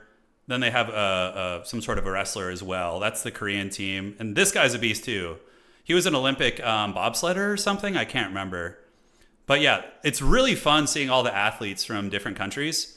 You get Yushin Okami, who anyone who's watched MMA knows who he is. This guy was a beast. Freaking awesome. You get a pro MMA fighter from Japan. This guy is a national team swimmer. This lady has been crushing people. She's a national team wrestler. Wrestlers are always the scariest, I think, on this show. You get the judoka. He was an Olympic judoka. I think he got silver and bronze as well. And then, yeah, you get a former professional baseball player. Yeah, so you got like, here's Team Thailand. I wouldn't go through all of them, but the teams are really fun. Team Mongolia is really beast mode. This guy is a monster. The Bach wrestler, I don't know what that is exactly, but it's their traditional wrestling in Mongolia. But yeah, Mongolia's team is really good. They have this guy, he's just the Terminator. He's really small, but he's just so strong for his size. Yeah, it's great though. I highly recommend the show. It's a blast. Yeah, highly recommend it. Yeah. Oh, you're saying Arrow's been playing Macabellum, yeah. Adam, how'd your games go, man? How are your games going? Yeah, no, I do the same thing. I often would skip the conversation and go right to the competitions, just fast forwarding. Yeah, Mongolia is a really strong team, but Australia is really savage too. Australia, their team is huge. They have Robert Whittaker from the UFC. They have a strongman. He's just massive. And then they have like this huge national rugby player who's just colossal. Their team is going to be very formidable for sure. Yeah, Manny Pacquiao is the team captain for the Philippines team. The Philippines, I don't want to spoil anything, but yeah, Manny does pretty good, and he's 46 years old, and there's one challenge where Manny really takes the team on his back. He's like carrying so much weight for his size. It was impressive. American Gods, yeah. I've watched. My wife and I watched the American Gods show. All right, so we're just waiting for these homies to ready up. Great. They're saying it's a rematch. Really curious which ally is going to be more useful, the Skaven or the Vampire Counts, I mean, Vampire Counts historically are very favored against Skaven, like hardcore. They crush them, but that's not to say the Skaven, with Tzeentch's support, can't win some of those trades, Adam says, they went well, man. I was a little bit too drunk for the last game. Oh, no. Were you getting a little bit blasted? Man, I cannot... My alcohol tolerance has gone into the pits as I've gotten older. No, it was never good in the first place. Despite having a lot of Irish ancestry, I cannot drink very well. But man, I if you give me like 2 pints of beer now, I'm just done. I'm cooked. I'm like, I'm in trouble. All right, let's see here. Skaven. What could the Flensing Rune is pretty good. So they're both going to be abusing the shrine probably. Yeah, and I mean the fact that we have double Tzeentch Shrine in the grand finals, you might if you guys decide you want to see more 2v2 tournaments, we may need to put restrictions on the Tzeentch Shrine. It might be a little bit too strong, considering we're seeing every team that brought it in the grand finals. Yeah. Welcome to your 30s, yeah. Well, I'm almost welcome to the 40s, bro. Yeah. I'm 37, dog. We're getting a little bit crusty. By the way, I wanted to ask you guys. So I've really been enjoying the Anno game, the city builder, but There's a game called, I think, Europa. Is it Europa Universalis? And there's a new one coming out, right? It comes out tomorrow. Oh shit. Now, it's a Paradox game. Would that be something that you guys would want to see? I've never played it. But yeah, let's see here. Oh man. Yeah, but would that be something fun to stream tomorrow? Is it good? Has it been reviewed well? I don't know. I'm learning EU5 with my friend group on Thursday night, and I think I'm going to melt my... I've never played it before. I've never played any of those games. Paradox grand strategy games tend to be more fun to play than to watch. Yeah, we'd probably just do it once. I think the Pax Romana game is probably a little bit more fun to watch because of the island building and the RTS PvP, but... EU is cool, but it's quite hardcore. Okay, Davok, you would know about this. I'm glad you're here. Does it have multiplayer that's like kind of fun? Like if we were to play a multiplayer game, Davok, with a couple other people, could we get like scheming and politics and backstabbing and those type of things? You know? You're saying Legend did well, that's right up Legend's alley. Like Legend of Total War, he's like all about like the min-maxing of those kind of games. You know? Like he'll fight a siege battle for 2 hours to win it by running a unit in circles, you know? Which is just such an impressive amount of determination, for the record. It's insane. That's like the kind of guy you'd want with you in the apocalypse, you know, just like willing to do anything to survive or win, you know, just like at any cost. All right, let's see here.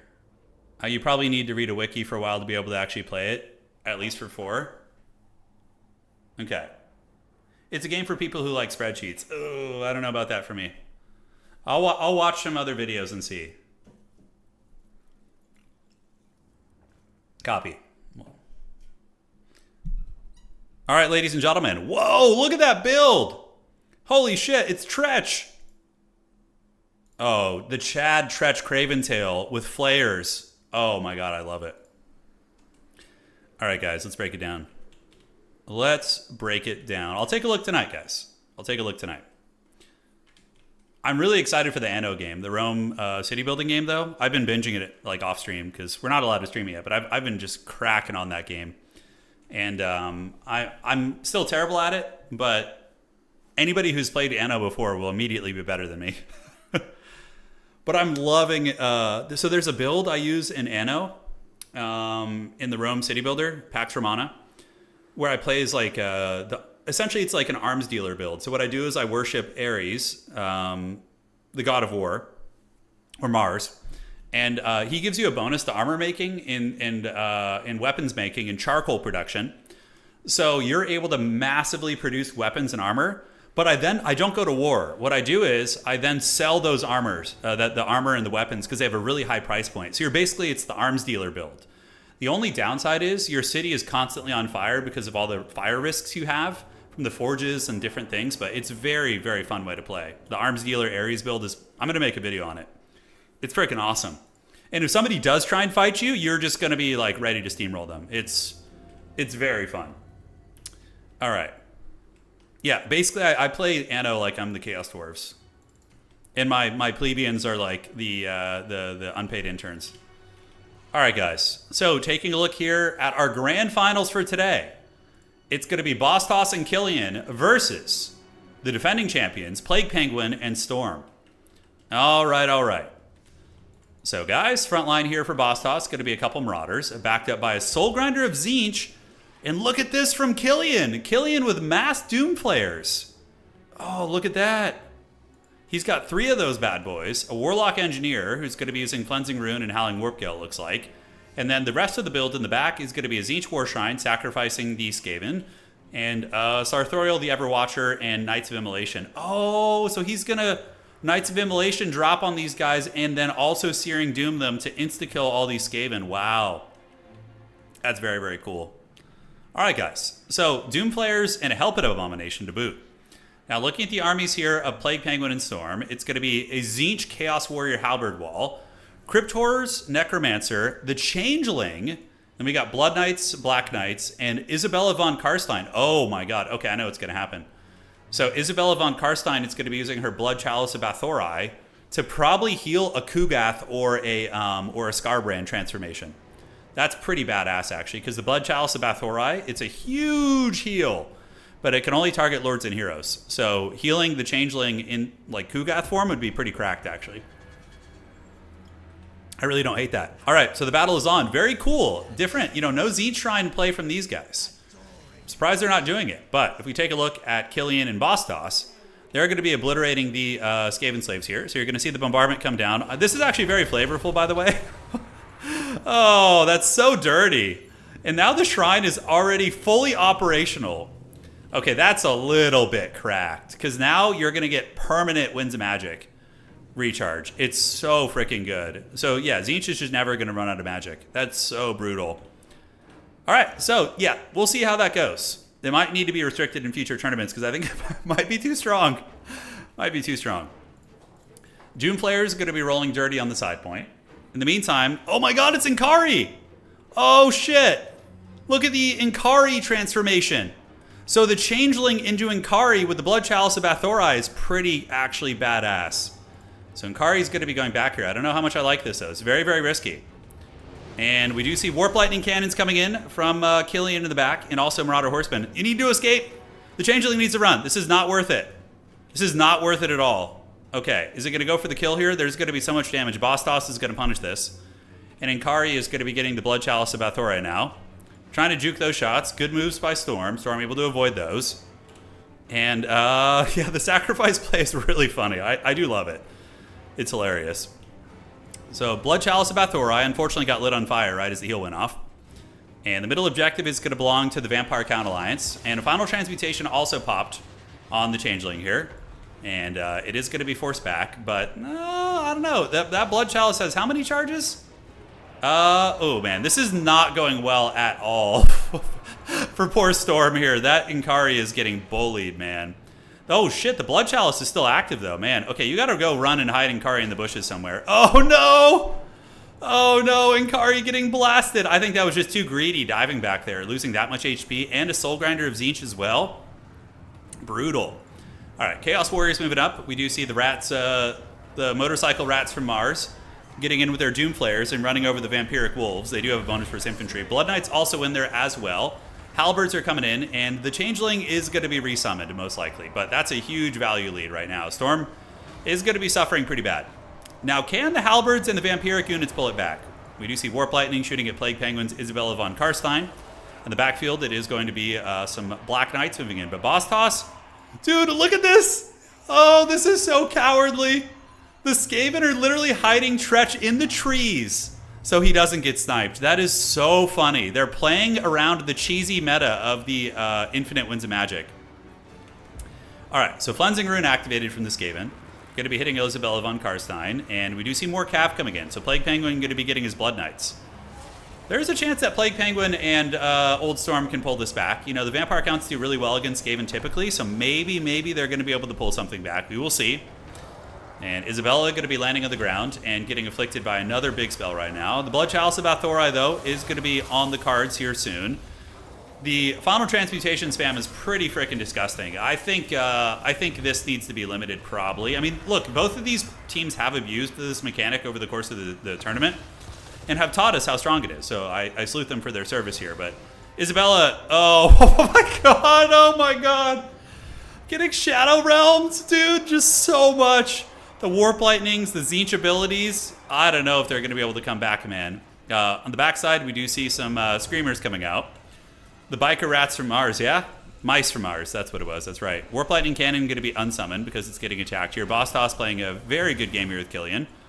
And, yeah, Vampire still holding on to the middle, but with Isabella dying, I think that could be it. I mean, dude, absolute karate chops. And you know what?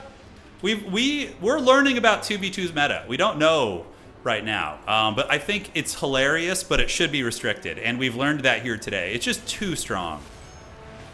Now, some of the Tzeentch teams did lose today, despite using that mechanic. But, yeah, I think that the Skaven Tzeentch team has been able to crush. Their Lord sniping is so nuts, because Flensing Rune plus Tzeentch sniping is so much damage.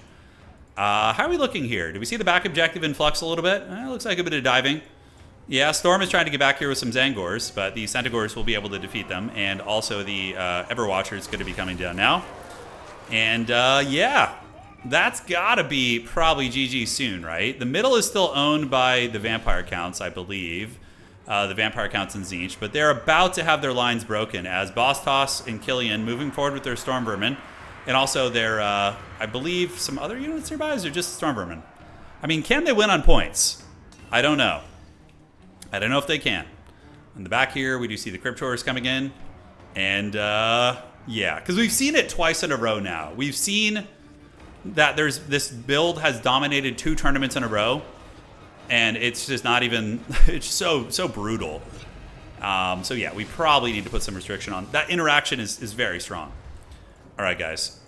So, Chaos Warriors still trying to hold it down in the middle. Storm fighting valiantly to try and keep on to the point. Zangors from Boss Toss will be coming in around the side. And the Vampiric Tzeentch Alliance is still kind of holding in there. That Flensing Rune is going to be, yeah, plus 40 wins of magic so far. Damn, that's brutal, dude. That's so brutal. That's a overcasted Final Transmutation, I think, is 28 wins of magic. So, yeah, you're going to be able to just cast those nonstop over the course of the game. Will they be able to hold on to it, though? I mean, somehow the Vampire Tzeentch Alliance is still holding on to the point. I think it's because Storm brought all these Chaos Warriors. But now we start to see the point flip for the first time. And ladies and gentlemen, I think that is... Yeah, we got to ban Skaven Slaves. That's clearly the answer, the solution here. Boss Toss and Killian going to be coming around. And the last of Plague Penguin's forces are being harried and run down. Storm's Infantry Corps is still hanging in there. I mean, could they win on a grind? You never say never, man. It'd be a super impressive comeback if they're able to, right? I mean, if Storm had been a little bit more cautious with his Inkari in the beginning, this could be closer, but here comes Boss Toss's Angors. Those bad boys moving in. The Blood Chalice Inkari combo is really sick. I really like that. I thought that was super cool. Like giving a big, powerful Tzeentch sniper healing. Not Tzeentch, Slaanesh, but not quite enough. All right, Boss Toss with his horsemen going to be running away from the direwolves right here. And ladies and gentlemen, I think that is going to be the end of the road. The Skaven are now coming in with mass capture weight Storm Vermin. Not the most durable of creatures, but, you know, they can still hang. And there's going to be some Skaven Slaves. Going to be 6 capture weight there. Back objective is looking safe. Boss Toss has enough mobility to probably hold it down here. Whereas in the back, we do see Aeson the Fallen coming out for Storm. A good choice, mind you. Certainly going to be good at grinding down mass amounts of Skaven infantry, but... the value gap is closing a little bit. It's coming back, but I think it's without the Lords. Like, they're both probably sitting on so much unused magic. Blood Knights coming out for the Plague Penguin, and Blood Knights are there as well. All right. Rats are everywhere. For those of you guys who wanted to see the glorious Skaven in action tonight, here you go. Celebrating their victories.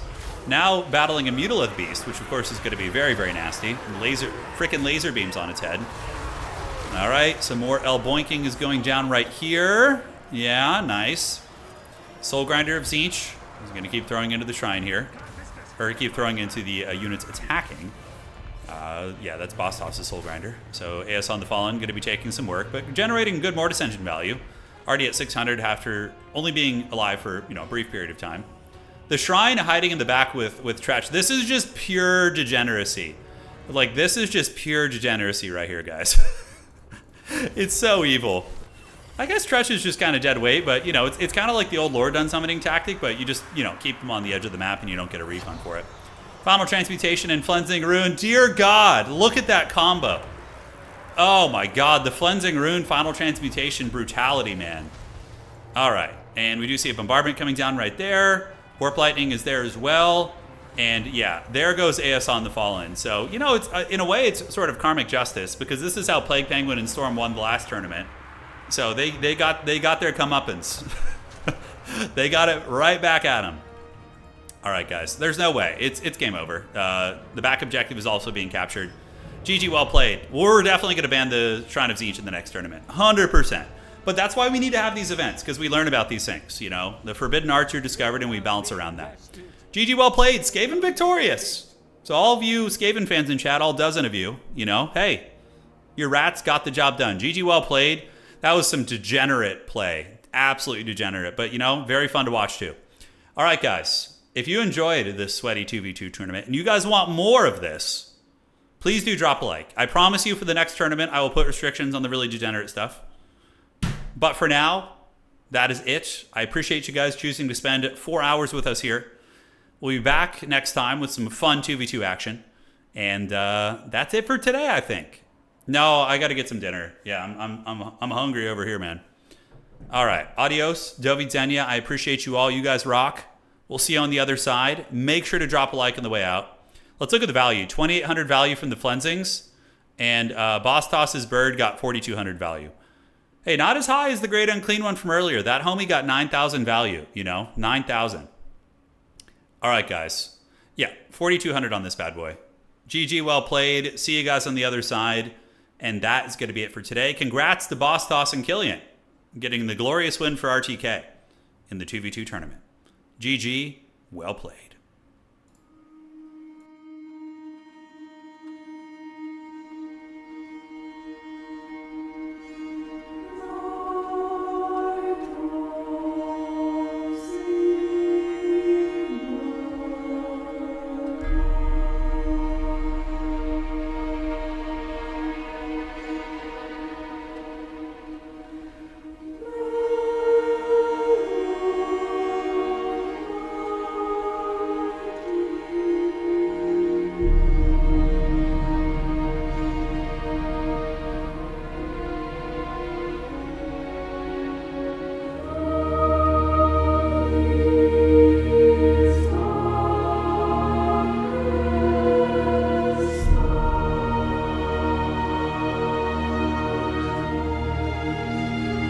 Thank you.